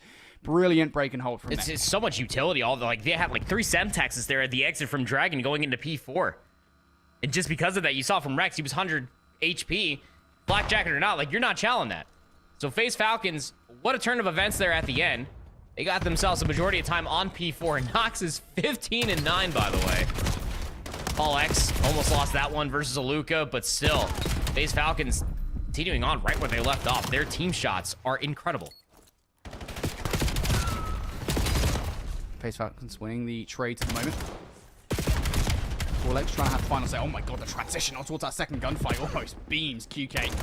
Fortunately, QK will survive. Nade will not connect. QK playing his life to perfection right now. Just keep him down, but you've lost the supporting cast. QK somehow still alive. Finally gonna fall. No follow-up from Aluka, so OMIT Brooklyn should break for the back 25 hit. FaZe Falcons gonna change tact now. Full hit straight towards the next hardpoint. Standy beamed. Finds one though. And for Nox now on this roto, you have a lot to do. Could potentially just go deep if he wants to, but I think is kind of prioritizing playing his life, if anything, being a nuisance as those blue arrows start to swarm. Can Nox find anything? Here we go. Finally able to activate. There's one for the 3B. Can the follow-up from QK be just as good? No! OMIT Brooklyn will not get broken just yet. Trade from Standy is just one of the more punctual ones because not winning that one is probably forcing the rest of OMIT Brooklyn to continuously spawn over by lockers. So that actually puts OMIT Brooklyn in a situation to try to continuously keep this contested. Rex tried pushing up, trying to get himself a little bit more space. It only puts his teammates at a number disadvantage. You gotta call on the superhero that's been Standy inside P2 even the past set. He can only give you one more before falling. Spawns have now flipped, and Nox is winning gunfights like that, up on a 5. FaZe Falcons now gonna hold back 20 seconds, valuable given how close this game is. That's why OMIT Brooklyn are full sending in towards the time. QK overwhelmed. Roxas can only put bullets into the ankles, and that's not going to be enough. The flip side of that, though, is with OMIT Brooklyn investing so much in towards that time, FaZe Falcons should be able to put a setup together on towards new, and it is more or less the same setup. It's just with a couple of swap players. Aluka deep in towards the little room here. First point of contact is OMIT Brooklyn triple down on the hit through archway side. Luka not going to get stunned up. Now he will, and the pitch should come through. The help falls apart. Roxas and Aluka down. Nox was weak for the fight. Doubles up for the first. Now, though, it doesn't matter because OMIT Brooklyn, they've managed to get players through mid. There was a lot of focus over towards the very long flank that could have potentially came through all the way to the backside of Dragon. And like you were saying, 3 players from OMIT Brooklyn hit up through lockers. Nox still able to give you 2, so that means they can't flood in towards 10. Maintaining numbers over by the Dojo side, they can still keep presence on this hill. And that's exactly what FaZe Falcons are going to be able to do. They had to overextend to do it. They know that they're losing numbers into the backside of Dojo. Rex will reveal himself, and they'll take down Roxas inside of small room as well. So that puts themselves in an advantageous position ahead of the rotation. Something they did not have within the previous set, Brody, but they still trail by 20. This has been such a close game. There hasn't been much split in these two teams whatsoever, has there?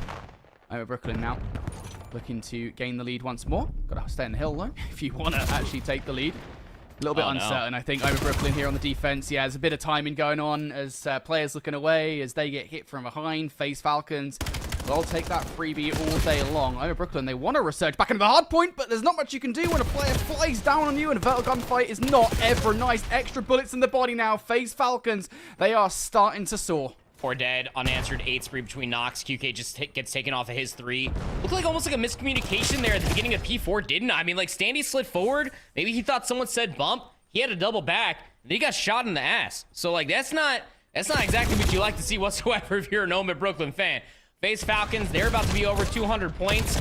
Back 20 seconds, or 10, excuse me, will be contested.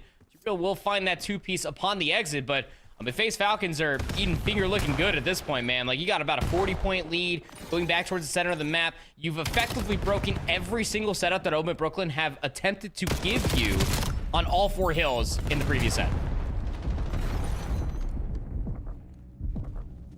3 kills in the feed here for FaZe Falcons. They'll be happy with that reset all day long. Looks like they're getting the better of these swipes at the moment, and that lead is starting to grow to unmanageable levels. QK trying to play his life, not going to happen. Standing with a big double. The follow-up's just not there for OMIT Brooklyn, right? You're finding these kills, and yeah, it'd be nice if you can get this 30 seconds, but it would be even nicer if you could flip the map out in your favor. That, so far, is not happening. FaZe Falcons, if anything, are being very staunch at stopping OMIT Brooklyn from getting past that 50-yard line. Yeah, they don't have any rotation, and that's exactly why, because they're just cutting them off at the 50-yard line like you ever so gracefully pointed out. Standy, kind of behind enemy lines. Should have the player in hold dead to rights, and he does. That's not enough to unearth the spawns. I mean, you see how deep QK is. Yeah, Sandy wants none of that smoke. I mean, he's got to try to finesse his life. He's got teammates in the back now. Here come the trades in towards the back. Too Real had a Luca dead to rights. He was already weak from the previous gunfight versus Standy. So, very quick break coming through from OMITBrooklyn. A snap break at that. They're in for the time. This is big. That was a huge moment for OMITBrooklyn. In a game where it felt like they were fighting from the back foot. Finally, they're on the front foot, but no longer. I believe 2 trade here. OMITBrooklyn have numbers back towards the time. Too Real eviscerated. Paul X, what do you have for us? You have to try and survive. You can't do it. All just down to the players towards the back line, and they're falling one by one. Standy down as well. Too Real. You've got to try and get in towards this time. You're bleeding at this point. FaZe Falcons getting this 20 seconds would be detrimental as hell, especially the position towards OMITBrooklyn towards the backline. Can they get through? The Rex, not going to happen. FaZe Falcons winning all the fights, and if you're OMITBrooklyn, cut your losses. You got to go. That was a massive semtex that came through from QK. I'm pretty sure it landed in the middle between 3 players, kept them all weak. Everybody got cleaned up soon after, and yeah, you got to start running. 231 to 189, what should have been a miraculous P2. Again, FaZe Falcons able to break just about everything. QK is starting to throw out laser beams. 236, another 4 dead in the feed. This is looking like game. Yeah, it feels like it. This was one rotation you couldn't afford to lose. FaZe Falcons, a Luca is flying. How many more can you get? To the pistol for a Luca. Wrapping around, not going to find that final kill. Doesn't make a difference, though. Somebody get that time. FaZe Falcons with a statement as they break cover here in map number 1. Insanity. Absolute insanity for FaZe Falcons. Again, like, we started off really dead even as far as like the first several hard points are concerned. If you start rolling through the rest of these hard points, it was the second set that really kind of screamed mercy for me. OMITBrooklyn, every single setup, and I mean every single setup, whether it was like the initial time P4, 3, 2, or even when they broke back into 1, subsequently 15 seconds after they like got into a superior position, got broken immediately. The FaZe Falcons, they do not care. They are literally flying at you with 3 NPCs, no quarter given. Nox, even with an M15 in hand, is making some of the biggest brain plays you could possibly imagine to constantly put himself in a winning position to be able to even convert gunfights. 41 and 26 is ludicrous. 28 of those eliminations not traded. He had the least amount of assists, which means that 4,400 of his damage was attested to his own kills, which is nuts to think about. It's just the verticality, excuse me, of FaZe Falcons, right? I mean, half the time you're taking a fight against FaZe Falcons, I guess rather ceremoniously, it's from the skies, right? It kind of feels fitting that they literally do just fly at you. The amount of times that you have taken a fight against Luca or QK, I mean, just look at Roxas there, right? Every single time you're looking at these guys, it's always a jump shot or a wall shot, something to that effect. FaZe Falcons are so annoying. And you know, like you said, it feels like FaZe Falcons are just getting the better of those 3-for-1 trades more often than not. They are the ones getting the wipes.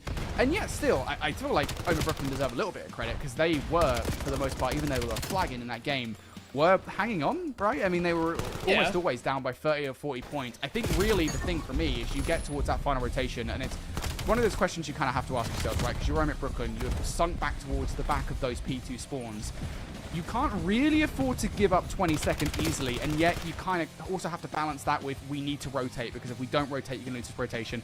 And I think they kind of balanced that a little bit too far into we can't give them this back 20 seconds. They only had 1 player on rotation, and FaZe Falcons were like, all right, cool. I mean, you can have 5 seconds. We're going to get the better look at the rotation, how deep those spawns are. So, yeah, just one small decision, I think, ended that game, even though OMITBrooklyn were fighting from the back foot already. FaZe Falcons, it's not a dominant start to the series, but I would say I think it's convincing. Yeah, I think even beyond that too, like what's been really impressive about like hard points for FaZe Falcons just on this day alone, like when they win the next gunfights, when they win the gunfights to break the hill, the next gunfights just come through like almost flawlessly, like a 3-for-1, 2-for-3. Like it always feels like that they have numbers on the subsequent gunfights that happen after the initial break. That was just never really a consistent factor for OMITBrooklyn. Like you go back towards that P4 where like it had to have been a miscomm, right? Like Standy, like he flies over towards the rooftops. You already got a player that's pushing over by AS&D, so like there was nobody back dragging to bump him, so like that spawn becomes open, everybody starts getting flanked, and it's just like at that moment it just never felt like that OMITBrooklyn had a wheelhouse of like how to get a proper setup as far as any of those last hills are concerned. All right, well, that's a great start of this series for the FaZe Falcons. They've looked hot today. and that temperature continues to rise. We've got a search and destroy coming up. Before we get there, we're going to go to a break. On the other side, map 2. See you in a moment.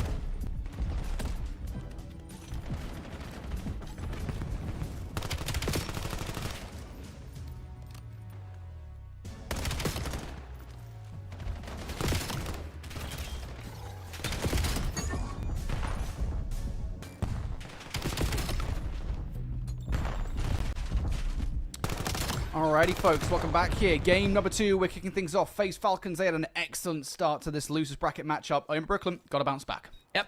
Going into the gridlock, search and destroy. I do favor OMIT Brooklyn just for this. The biggest problem, though, his name is QK. That guy's actually crazy. But with him being dead, I think the round's a little easy. Easier, I should say. Sorry, easier. Easy, damn, bro. My bad. Well, they're making it look more difficult than maybe you might expect. They've brought us down to 2-3. Maybe more kills as well. Rex is going to have to get the hell out of dodge right now. FaZe Falcons doing a fair bit of damage. Now just down to the last remaining player, and this one feels like it should be locked away. Roxas only able to tag the ankles. No more than that. You don't get a lot of damage there. It's an OMIT round. Yep. Able to get that bomb plant over by the tree. We've been seeing it all the way back in 2019. Just very difficult. I mean, even 5v5 then, 4v4 now. Sogs in hand, MPC, M15. It may not matter, man. Just like getting numbers so quickly on gridlock and being able to decipher where the majority of numbers are coming from just to play the trades. Not to mention how you have the jump spot to check the bomb through the underpass. Just makes life so much easier in this game. Not as easy as having a stim shot every life, but you know, easier. Now it's FaZe Falcons' turn, putting themselves up on over by the offense. Got nades being thrown over towards Sushi. It's looking like a B execute, but it's lacking 2 other members for FaZe Falcons, so they might just be searching for information until Nox just flies forward and shrugs and play. Not all of these kills are clean. Doesn't matter how clean they are, though. You're getting them regardless. Brilliant teamwork from QK and Nox. So that's how it's done. Nox now looking for more. The issue is you are still technically speaking in a 2 versus 2 around it. Nox trying to turn the tables on these players. You don't want to get the bomb down until you do deal with them. Nox will deal with 1, and now you bring it down to a 3 versus 1, and I don't even know if they're going to go for bomb plant. Actually, they will do so. They're on the hunt regardless. Rex gets 1, and he's going to get the hell out. This is more than plausible.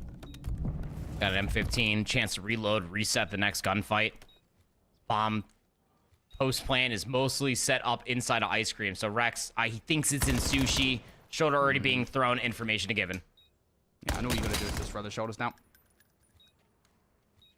Gotta get freaky with it. Rex, chow out. Yeah, not a chance. Just perfect play there. Rex's best chance is if he kind of beams one of those 2 players. It's just not going to happen. I mean, the fact that Rex even gets into a position that's manageable there is a testament to how good of a player he is. Ultimately, though, you win that 2 versus 2 on the site to entry, and from that point onwards, really, it's a difficult round for him to come back into. Yeah, I mean, again, like post plant, you typically think like that, like Nox wins the opening gunfights. Your teammate's last comm is that like he's pushed inside of Sushi. You might just assume that's where the bomb's going to be planted for. I mean, it's typically either going to be there or by the red truck. You get some shoulders being thrown over by the Metro, and yeah, that's it. It's all pretty much cake soon after. 1v3 is very difficult to come by. Never want to count on these players short. So offense for offense. Pretty even spread across the map. OMIT Brooklyn doing the 4-corner challenge on their side of the map, just trying to poke and prod for some information. The other side, you got Nox just lurking inside of showers. QK is the alarm bell to quick rotation over towards wherever he needs to go. Standy's being the tip of the spear. Try to get all the way through the underpass. Maybe try to set up for a delayed flank by the time that some of his teammates start executing over towards one of these sites. We'll see. OMIT Brooklyn does look like they're going to choose A as the bomb site of attack. This is a position from Nox. It's checked. Oh my goodness me. 2 real beams Nox. 2 real's going to follow up with another one as well. The only player to get any value out of that engagement for FaZe Falcons will be QK, and he's been swiftly removed. Roxas now has to pull off a 1 versus 3. He's going to be quick with it. Not quick enough. Gets beamed on the first entry. OMIT Brooklyn, really 2 real. Takes the cake on that one. Yeah, just brute forcing his way forward. I mean, it's the 2 real special, right? Just blitz in towards showers. I mean, even Standy playing his role to find T, like you get some assistance to get Standy into that corner through the underpass, and then by the time the bomb starts executing over towards showers, I mean, 2 real fighting 2 obviously alleviates a lot of the pressure, but like you go back to like BO4, like playing that one corner that Standy was in, with good trigger discipline will almost guarantee 2, but even finding 1 more than good enough. 2 real and Standy sharing the legwork in that previous round with 2 apiece. FaZe Falcons electing to forget the bomb. UK is going to have to double back for it, so that could throw off some timings as far as nades are concerned, but a pretty standard defense on the last side of OMIT.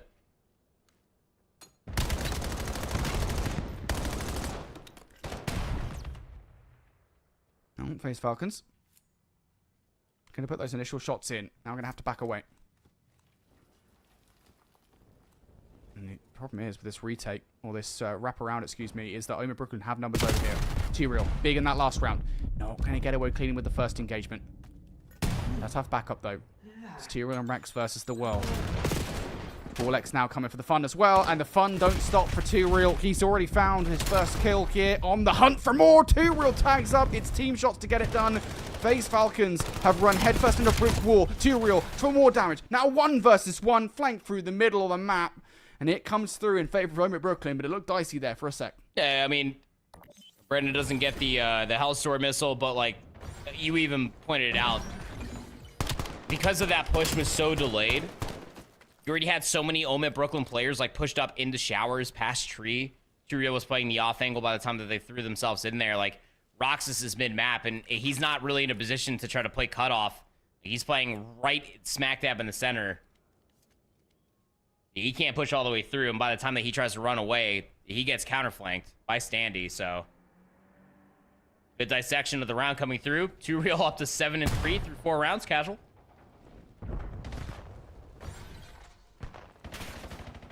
First blood going away. Nox in this one.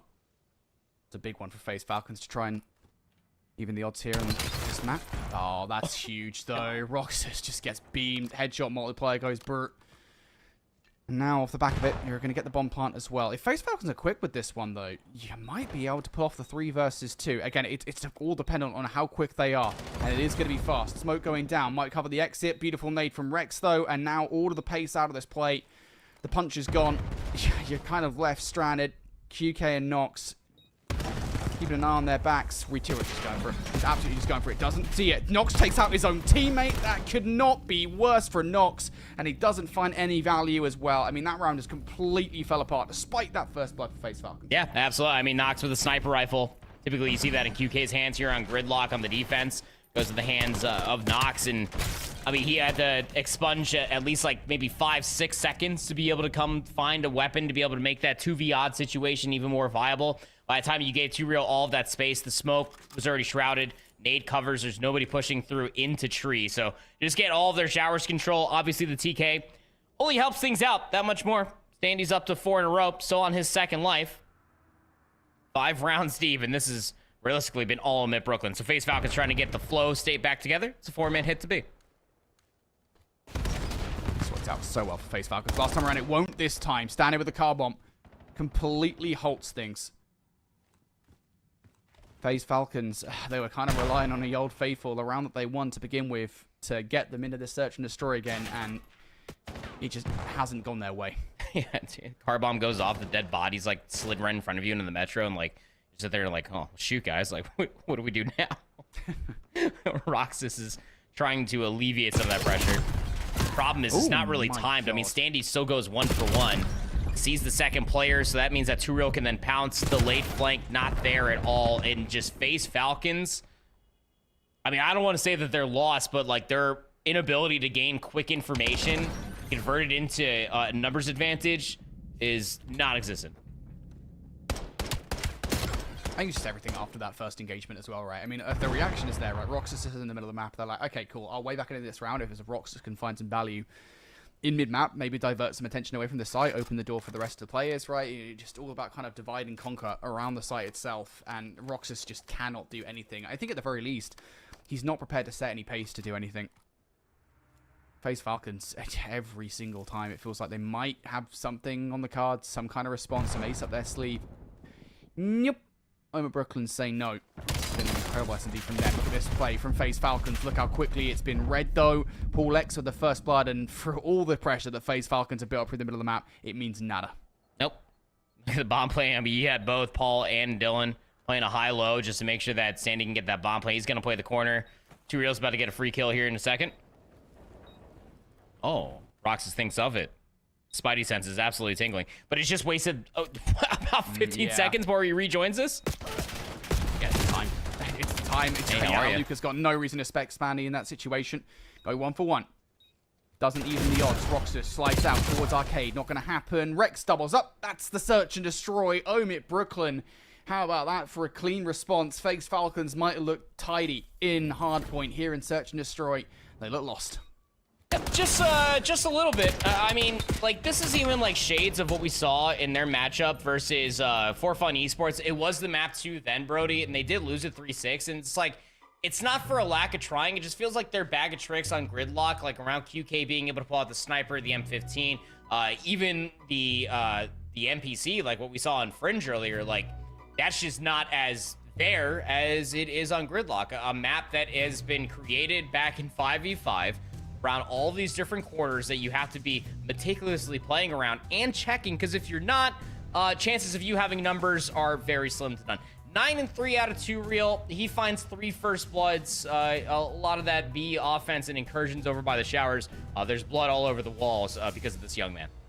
Yeah, and I think it's also worth saying as well, I just don't think Gridlock Search and Destroy suits FaZe Falcons as far as the playstyle is concerned, right? I mean, we talked about what worked out so well for FaZe Falcons on Den Hardpoint, and it was just the amount of times they could fly, right? I mean, the amount of wall jumping they were doing, the pace that they were setting pretty consistently through that respawn. Gridlock isn't really built like that, right? I mean, you know, granted, there's a lot of walls that you can jump off of. It's just the nature of the way Black Ops 7 works. But, like, really the only time they were able to successfully fly and set the aggression, set the pace in a round was the one round that they won, right? I mean, it was that first couple of kills coming through over by the B site. You've got the opening kills, and that was that. There wasn't really any way back into the round for Brooklyn. Really, apart from that round, FaZe Falcons, at no point it really felt like they were the ones setting the pace. At no point did they feel like they were the ones playing the aggressors, getting those opening bloods. It was always OMIT Brooklyn. As a matter of fact, it was mostly just Tyrael, right? Tyrael was the one that was winning those opening bloods. He was the one that was flying with the SMG. It just felt like they were so much more comfortable on Gridlock. Yeah, I mean, I agree with this take. I feel like it's, again, going to be one of those things that you start to look towards even some early util. The util being utilized or just blindly thrown into maybe possible positions. Stun checking a lot of these close corners. I mean, like, I feel like a lot of these times to be able to sway numbers in their favor, like Standy's just playing around those corners. So you just got to be able to not only be aware of it, double chow it, trust that you're going to be able to win it, have the confidence. If not, you got to stun check it. Otherwise, you're just going to get played like an absolute fiddle. Even in the rounds where they had first blood, it still never felt like that they were able to dictate any semblance of pace whatsoever. So guaranteed to go to the Sake hardpoint, Brody. I'm excited. Yeah, for sure. Well, we got another Den coming up next as we go into Overload. Talked about it. Didn't feel like FaZe Falcons were comfortable on Gridlock. Maybe that comfort will set in once again as we return to the map they won back in the first of this series. 1-1 here in the lower bracket in this battle for survival. Soon a break for more Call of Duty challenges.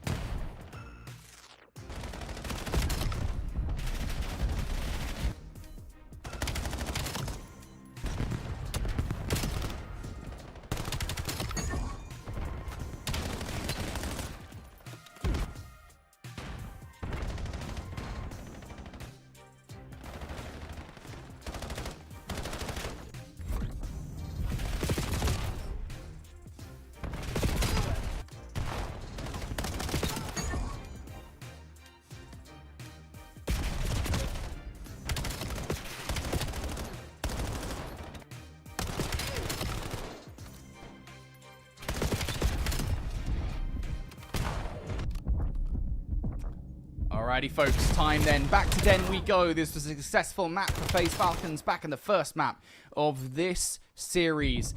And after that search and destroy, I think they'll be glad to pull this one.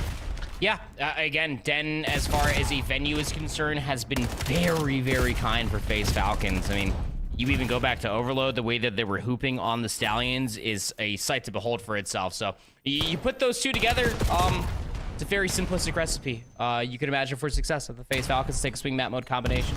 Already got Roxas in a position with the device in hand. Nobody here for the lead blocker. I think they're just trying to wait for Luka to find value. Paul knows that he's lurking around the joint, and he wins the 1v1 outside of couches. So, I mean, this device, yeah, it ain't going nowhere. Oh, it ain't going nowhere. Jesus, Standy. Yeah, I mean, it's a good read, right? Because you recognize, hey, this device has just kind of stopped short of the overload. What are they waiting for? They're very clearly waiting for a flank. Oh, God, I thought for a second that maybe Nox was about to do something crazy to get that overload through. But, yeah, good read from OMIT Brooklyn. Reaction was good enough. And they now can move forward with the overload for themselves. Using the device in hand. Player sat in the corner. Oh, that's almost beams. Let's get shut down by Nox. FaZe Falcons bracing themselves. I mean, Brooklyn don't have any tricks up their sleeve here. It's just a push straight through. Nox is going to not double up. He triples up. Nox fully wipes the squad. Paul X shut down as well. How about this for a quick turnaround on the momentum? FaZe Falcons want to get this overload through. It's 3 in the feed. It's 4 in the feed. Back and forth with Pendulum goes. It's OMIT Brooklyn now back on the offense. So 2 minutes have already gone by, and the device has sniffed the portal, and it has yet been teased. Just tickled and teased. Here we go. This is probably the best look. Oh, what an 8 out of 2 real. Just lands right into the feet of QK. Get down, Mr. President. Here comes the first score. It's in the hands of Dylan Rex, and now Standy's up on 4. I should know this. Oh, no, a Luka. I think he's just found some orifices in a Luka that he didn't know was there. QK going to double up off the back of it. Standy needs still to be dealt with, though. He is being so damn annoying right now. Finally, Standy goes down.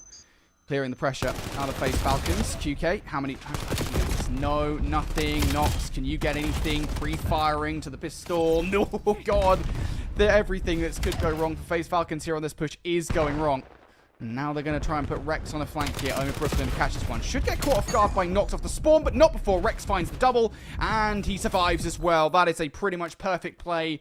I gotta imagine OMIT Brooklyn should be able to convert this one. Rex is the lead blocker. Nades through. TK, no trophy, doesn't make a difference. T-Rock goes down, but the detonation is in. Has no trophy on either side, right? So the nade comes through, softens everybody up. Dylan Rex eating the majority of damage, and people trying to sprint to get into a further position to deny the next space that's being taken away by OMIT Brooklyn, who, realistically, when you're looking from top to bottom right now, Brody, are not outslaying by that far, if at all, versus FaZe Falcons. It's just being able to find those very clear-cut transitional gunfight wins that have been able to put themselves in a scoring position. 25 seconds to go. Device being carried by Roxas, and they're trying to play for at least one capture on this side before the half ends. Material. Yeah, good for it too. Rex is there. And, well, the whiplash on this one. OMIT Brooklyn will have the overload for the 30 seconds of overtime here. Standy couldn't do anything. One player towards the B itself. Do they recognize Rockets from the tree? Rex, yeah, it's not going to protect. Oh, almost brings that one through regardless, but yeah, does not get it through. And I think you called it pretty much perfectly there, mate, right? In that first half, at the very least, FaZe Falcons, they just could not get through what was otherwise a stalwart defense at OMIT Brooklyn. I think especially towards that B zone, FaZe Falcons had a couple of solid attempts where they got players in, and both of those times, they either couldn't break, again, that incredible defense, or they couldn't get a player on the route through. Like, the fundamental play that you would make, FaZe Falcons just couldn't do it. Yeah, not even a little bit. I mean, they were finding, like, good gunfight wins. Like, Nox even found 4 in the feed, but, like, the majority of their kills were coming from their side of the map. And there may have been, like, at least a wave and a half of gunfight wins that they were able to win on the opposite side, but, I mean, talk about making the most of what you're given. OMIT Brooklyn, especially for Standy on that 5 spree, just started a forever snowball effect. Dylan there, being the third SMG. It's cracked, always has been. Loses that one, though, so maybe he's not as cracked. My bad. Hey, Falcons trying to push through. Nox, good for it. Should be able to get the second. Yes, he does. Beautiful kills coming through from Nox. Has help now through the middle of the map. Stuns out. Standy and Rex just trying to hold strong. They don't need to do anything here. They just need to hold. they could get the overload through for a third, that would be nice, but they can play significantly more cautiously. I don't think Serial wants to play cautiously, though. He's flying across the map at the moment. Forlex trying to buy space here. Tin's side, he's at the very least buying time, and he'll buy a kill as well. The trades are there, but again, OMIT Brooklyn, they are just playing war of attrition right now. All this time starting to be burned off the clock. Oh, good stun out of Nox. Plays his life really, really well. Gets traded out on the back end from Paul. Dylan is the only AR on this side of the map right now for OMIT Brooklyn, just sharing the legwork with Paul as far as who has the M15 in hand. Paul's going to pick things back up over by 10. Don't even think the device has been grabbed a single time just until that moment for Standy. They go 1 for 1, do FaZe Falcons, OMIT Brooklyn. Standy trying to wait for Rex to maybe try to get some damage across the map over here on stairs. Tough gunfight win, so Standy's going to have to take a moment of reprieve for now. Got player forward. Forlex, big, not going to win the fight. Furthest player forward is the overload carrier here. It's not particularly great to be in this position. He's going to wrap back, try and buy some time and space, but he just doesn't have any help. The closest player is Rex, and he's busy buying space over by P2. Has already been spotted out as well. You'll lose him in the play. That could go badly, but Rex is actually going to win that fight. Elsewhere, QK's been shut down by Archway, so FaZe Falcons here, they thought they had a multi-pronged approach. They don't at all. Aluka the only one to find any value. Rex being deep in the spawn now. Going to influence those spawns, but he isn't any help because his teammates have died towards the point. Rex can maybe get some wayward gunfights, but these players are spawning about as far away from B as close, but they choose the wrong route. They don't wrap it straight through tiles. If they did, they probably would have got it through, and now it comes down to a 1v1. Rex just trying to get this one away. He gets it with the pistol, and OMIT Brooklyn, that should have been an overload for FaZe. Turn around fade away on Aluka's forehead there with the pistol for Rex, who, I mean, wasn't a part of that play and then became the play to stop it over by Bricks. They're going to let this device reset. 2 minutes and 25 seconds, and again, no scores on this side of the ball thus far. Nox is up to 23 and 19, but straight gunfights, players weak. The SMGs for OMIT Brooklyn just cleaning things up miraculously. Now Too Real trying to get past into couches. Be an absolute nuisance. Don't do it to him. Oh, it was so close. Maybe about 30 HP away, but it was all just a bait play. Standy waiting for the confirmation. Go ahead and dunk that young man. Got ourselves a 3-0 lead here. 2 minutes left to play, and FaZe Falcons are reeling. And it just feels like OMIT Brooklyn are way, way better at getting that lead blocker in and actually being effective with it. It's just consistent. Third overload through. 100 seconds on the clock here for FaZe Falcons. Got to start here. Can't convert for a second. Aluka. QK going to do so. QK, another one. Just to go further, though. Not going to expect T-Real to be that quick towards the punch. And more time to be burned off the clock. FaZe Falcons should be able to get another attempt through. Do they read that Rex is as close as he is? Yes, they do. They find the kill. Good opportunity. Oh, and Standy blows the entire play up. Standy comes through for the third. And OMIT Brooklyn clear all of the pressure. They read the flanking player as well. That's about as perfect as you can ask for OMIT Brooklyn. It's all four. Yeah, Paul X needs to become the lead blocker. Standy might get shot in the rear end right here, so they're lacking numbers off this conversion, but they might just start to play keep away. Nox isn't going to let them do it, though. Paul, last alive mid-cut, wins a big one. Keeps numbers down sizable. Rex with an NPC. Not really in a position to watch this cross, but he hops up in the window. And all of these straight trades that keep coming through for OMIT Brooklyn onto FaZe Falcons are just keeping them so honest. Even with QK in that moment, finding those kills into Dojo, where were his teammates? Nowhere besides their side of the map. All of these trades that OMIT Brooklyn are finding on the back end of FaZe Falcons, attempting to put an offensive push together, are just keeping them further and further away from the portals. Brilliant. TK from Brex, excuse me.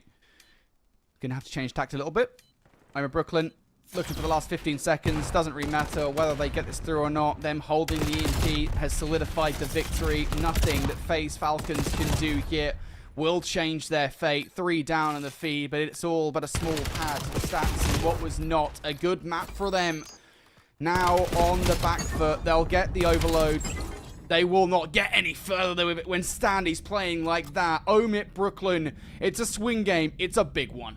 It's a massive one. I mean, so many opportunities. I felt like I could go back and really start nitpicking away for how FaZe Falcons could have probably scored a couple of these devices. But, I mean, the explosivity that we got from this OMIT Brooklyn team on a lot of those gridlock opening rollouts just for a continuation coming into the Den Overload. A map mode combination, keep in mind you, that we were literally singing the praises, should be perfect for FaZe Falcons to absolutely bounce back after getting smacked around 6-1 on the Gridlock Search and Destroy. Does not happen. It is actually just a Standy and 2Real lightning show. I mean, you had the NPC, third NPC being traded off. You got to think that both Paul and Rex are a bunch of humble kings, allowing for each other to be able to enjoy the God Gun on both sides of the device. But, I mean, the engagements just speak for themselves. I mean, like, Standy was just about everywhere. He falls off behind Paul by 10 damage, but I mean, still 6,800 damage between the two of them. 21 not traded out of Standy. Like, these guys were never allowing FaZe Falcons to maneuver across the map with numbers, which is probably the sole reason why OMIT Brooklyn lost the Den Hardpoint in the first place, was the overwhelming pressure of the numbers game that FaZe Falcons had over their heads. I think, again, I think that first half was showing kind of what was going wrong for FaZe Falcons, right? Fundamentally speaking, the way that you have to play Overload here on Den is you kind of always need like a lead blocker either through towards one of the Overload zones, or at the very least somebody flanking to create space, especially when you're facing that, you know, the side that, you know, on this replay that OMIT Brooklyn are on, right? And FaZe Falcons, they had a few honest attempts, but at no point did it ever feel like a blocker was ever in real place to get an Overload through, or did they have anybody in the flank? And I think that latter part, I think, is particularly disappointing for FaZe Falcons, just because of the way that we saw them play back in map number 1. The reason that we said this should be a favorable map for FaZe Falcons is because we expected their SMGs to really pick up pace and fly, just be a nuisance on the flank. And at no point did it feel like FaZe Falcons were going to do that in that Overload. OMIT Brooklyn, however, most certainly did, especially Standy, as you said. The amount of engagement that he got there, just constantly action, constantly creating space, or at the very least softening players up so that his teammates can pick things up. That was a beautiful Den Overload for OMIT Brooklyn, and now they are just one map away from booking a place in the lower bracket final. Now we transition over towards the map 4, which could be the fatal end for FaZe Falcons as far as their Series 3 Elite is concerned, having any hopes to make it up to the Pro League, shutting up the haters for a lot of these different players, and trying to make a reason as far as Saudi Arabian representation is in North America to get a spot on the main Falcons roster, are all just might blow up right in their face. So Sake Hardpoint, I mean, you go back to it, like 250 to 163 on the day versus For Fun Esports out of OMIT Brooklyn. What they did super well was exactly what we were just singing the praises of. 2Real, Standy, constantly going unnoticed. Guys are annoying when they're in flow state. You're gonna be watching out for that continuously. On the other side, the reason why I bring such a massive focal point towards this was also a loss to for FaZe Falcons versus For Fun Esports in their playoff game. So I think that you're looking at this to be, it was a 136 to 250 in the winners round 1 versus For Fun. And you go back towards that one, and that was a Yuli masterclass. Geo was also frying, Awakening was firing as well. That when they go up against a team that does not allow them to just deathball together, which is very difficult to do on Sake given all the corners and points of Ingress, the FaZe Falcons really do struggle. So they're going to have to really try to figure things out, butt their Falcons heads together, and pray to the FaZe gods that they can push it to the Fred Search and Destroy, where they have looked very good. Yeah. The only thing I can really think of here is that for FaZe Falcons, and again, it feels like what works so well for the FaZe Falcons is when their SMGs are frying, right, and just being a nuisance constantly, right? We talked about that being really the key to victory for them in Den Overload that never really came to pass. Sake is a map that you can kind of work around that, right? I think particularly around the middle of the map, there's a few hard points, you know, looking specifically towards P4 and P5, where it's just like, yeah, that works really well for you. And P1 as well, right? Where you just, you know, have those roaming subs being nuisances. If they can get that going here on Sake, this will be a game 5 for sure, but I think that's just a question for me, and it really does feel like that's what the entire series has been built around. It's, you know, can FaZe Falcons find that pace as a team? Can they find the kills in the middle of the map? Can they be nuisances? And OMIT Brooklyn, over the last couple of maps at least, have just done that better. Like, straight up, that is literally it. You know, they shut down FaZe Falcons on Den Overload, and that Gridlock Search and Destroy just wasn't a good map for FaZe Falcons whatsoever. So it all comes down to this. Sake Hardpoint, folks. If you're just joining us, this is Elimination Round 3. The loser goes home in 4th place. Not a bad place to finish, mind you. but you do not want your tournament lives to be over because there is still a spot at the Pro-Am on the line, even for these teams here in the lower bracket. Kicking things off here, we'll see what can Rex do. He had a pretty good last game, contributed well. How much more damage can he do in this one? Gonna get caught out on P1. The simple chance to be able to play at the Pro-Am or to be in Atlanta in the Challengers Pit. Top three's got to be strucken up first, and then you got to face P7 Notorious after you potentially win this. It's got to be a sake hardpoint first for FaZe Falcons. OMIT Brooklyn feeling like they're in flow state, but only time will tell. It's FaZe Falcons through the opening breakup, Brody. They do quite well. They still maintain spawns. Luca's playing all the way back, and Bufu just making sure that he maintains that presence. The kills being made by FaZe Falcon tip. Well, at the very least, alleviate some of this pressure. Back spawns have already been locked, though. That's really not good for them whatsoever. Only positive here is that QK hasn't revealed his position. Neither has another player through the front of the hardpoint. I believe that is going to be a Luca. QK's now been spotted out. Revert on towards the first one. Still alive here for potentially the second. Not good enough for the follow-up to come through. You've lost your teammate in the play. Roxas will be able to follow through, though. FaZe Falcons slowly but surely eroding the defense around this hard point. You flipped out the spawns now. Now you're looking for more. Can you get in towards the time? Rex follows up with another kill now. FaZe Falcons, they just cannot get the numbers to actually get the kills here. QK trying to survive towards the back line. Not going to happen. OMIT Brooklyn, that is a strong defense from them. It really is. I mean, all from the front, manifesting it, pushing things out now. Too Real is all the way so far gone on over by the roundabout that, I mean, you know that at this point, if you are Sandy, that you're going to be fighting for your life here for the exits. FaZe Falcons, they still got players spawning in over by Old. Rex actually spawns up over here with Standy. So a heads-up play coming through from FaZe Falcons. They just got to track down Paul, who's in the time right now. He's buying time for his teammates to get back to the map. Oh my God. Big gunfight for Standy. Huge. That's going to allow players to get behind now.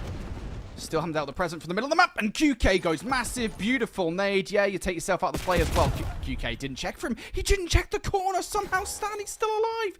What is that? It's Paulx who actually finds the gunfight. I don't know if Codcaster's lying to me at this point, but I'm pretty sure this is Paulx in the gunfight. How much more damage can Paulx do? Another kill. Huge for Paulx. Paulx, single-handedly, despite that 3k from QK, is gonna lock the hard point down, and Tyro is now following up with more damage. QK's TK was on a Nox, who was trying to get into position to the backside of the staircase where Paul was still finessing up on this 4 spree. Remember, Paul was the first one here from the previous rotation. OMIT Brooklyn had players spawning all the way across Old. He finessed for a 4 spree in what's about to be about 40 seconds of hardpoint time. He might be close to a Hellstorm missile off of that back play. And now we're rotating over towards the Zen Garden, where spawns are about to be fought over. Too Real. Oh, it's a game of patience versus QK in towards the back. Too Real's gonna get the better of him. Just ever so patient is Too Real. Now can shift his focus over towards the time, of which Paul ends up cleaning up emphatically. 11-5 on his 6th life, has the Hellstorm missile to boot. Now we asked the question, whose subs were going to go off harder in this game. So far, it has been a resounding OMIT Brooklyn. Beautiful nade. Doesn't take out Scorlex before he gets that Hellstorm missile, but does take him out of the play. Tyro now looking to earn a Hellstorm of his own. There it is. That's 2 Hellstorms on the board now for OMIT Brooklyn, and a back 20 that would be disastrous for FaZe Falcons. Look how deep OMIT Brooklyn are pushing them out right now. 15 seconds left. You kind of just get the feeling that they've got no choice but to try and full send, and there might be some horrendous timing on this play. T-Real going to catch one player off guard through the middle of the map. That's going to turn the attention of a Luca. Oh Can he take T-Real down? T-Real somehow alive. You get the help from Rex on the play. There is no way this transition should ever happen for OMIT Brooklyn. We have so many unanswered kills at this moment in time, 13 to be exact.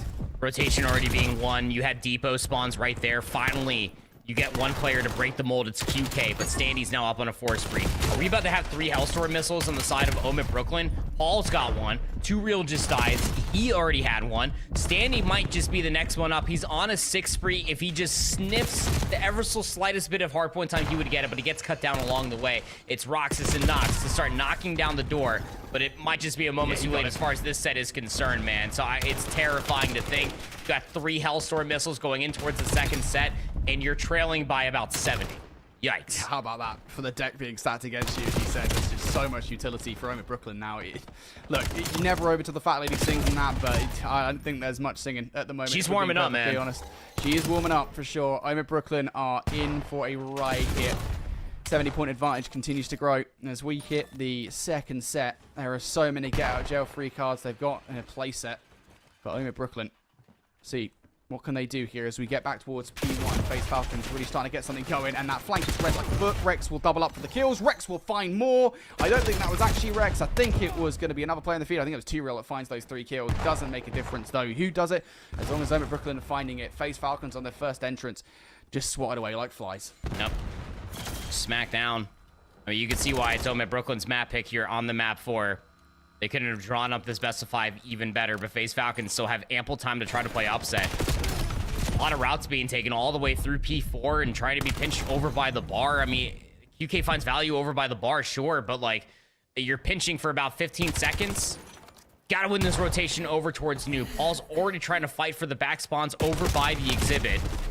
It gets really good damage and still holds down the trigger to take down Nox and towards the back. That's not going to fully influence the spawns, but it sends QK spawning so far out, and same for Roxas.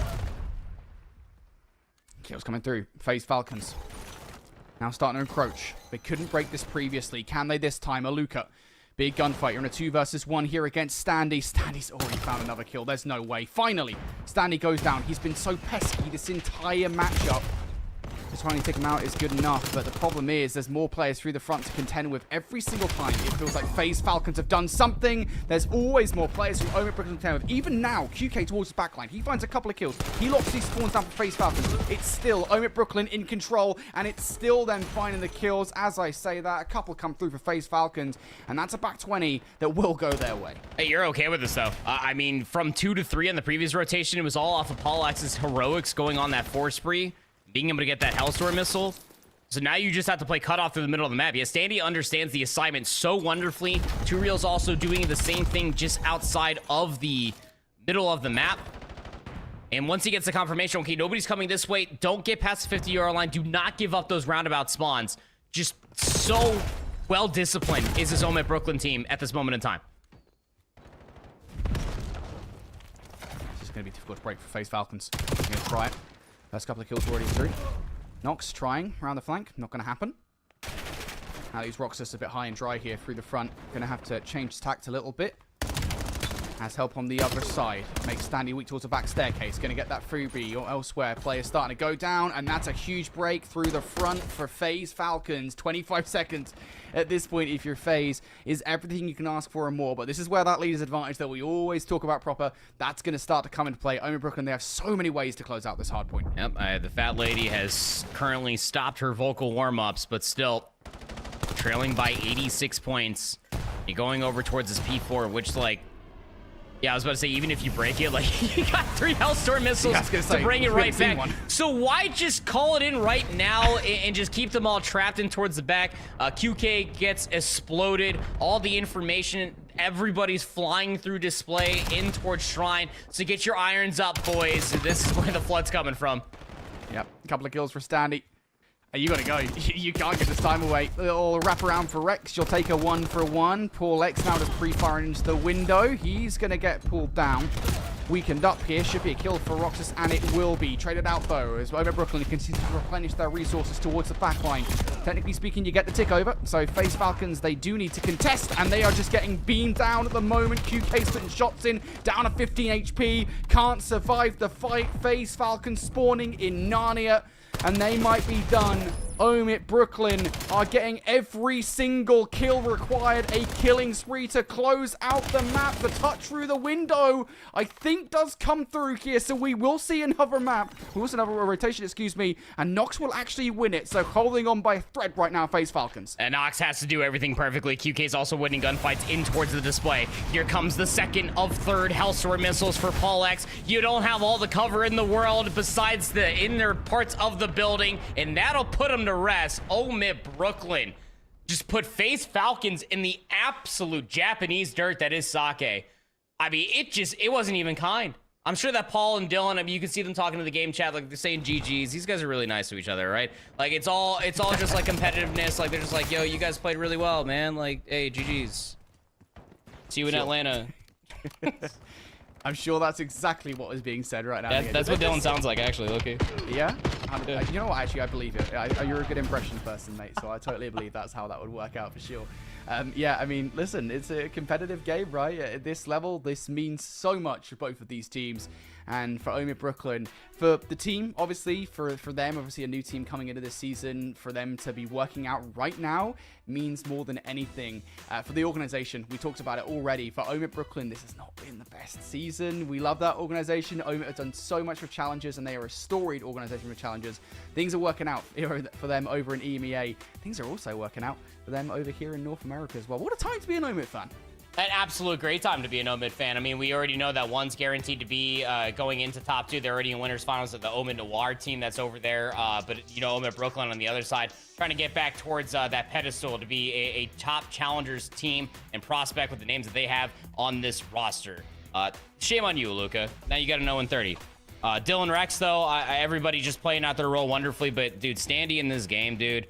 I remember, like, you going back to, like, the beginning of the season, there's, like, this one person in particular that's, like, looking really good in the NPC meta. Standy as a tried and true SMG. I mean, he's never been more back. Like, his engagement in winning percentage is insane. Too Real also in the flow state. This team can really do it all because, I mean, like, all 4 of these players can pick up the NPC. Paul, Dylan, they can be a flex. We've seen Too Real can also pick up the N15. Has been an AR in previous titles as well. Yep. And I'm sure somewhere in the world, Telly Ride Bush are probably sitting there wanting to dap up OMIT Brooklyn saying, yo, dog, thanks for my trade.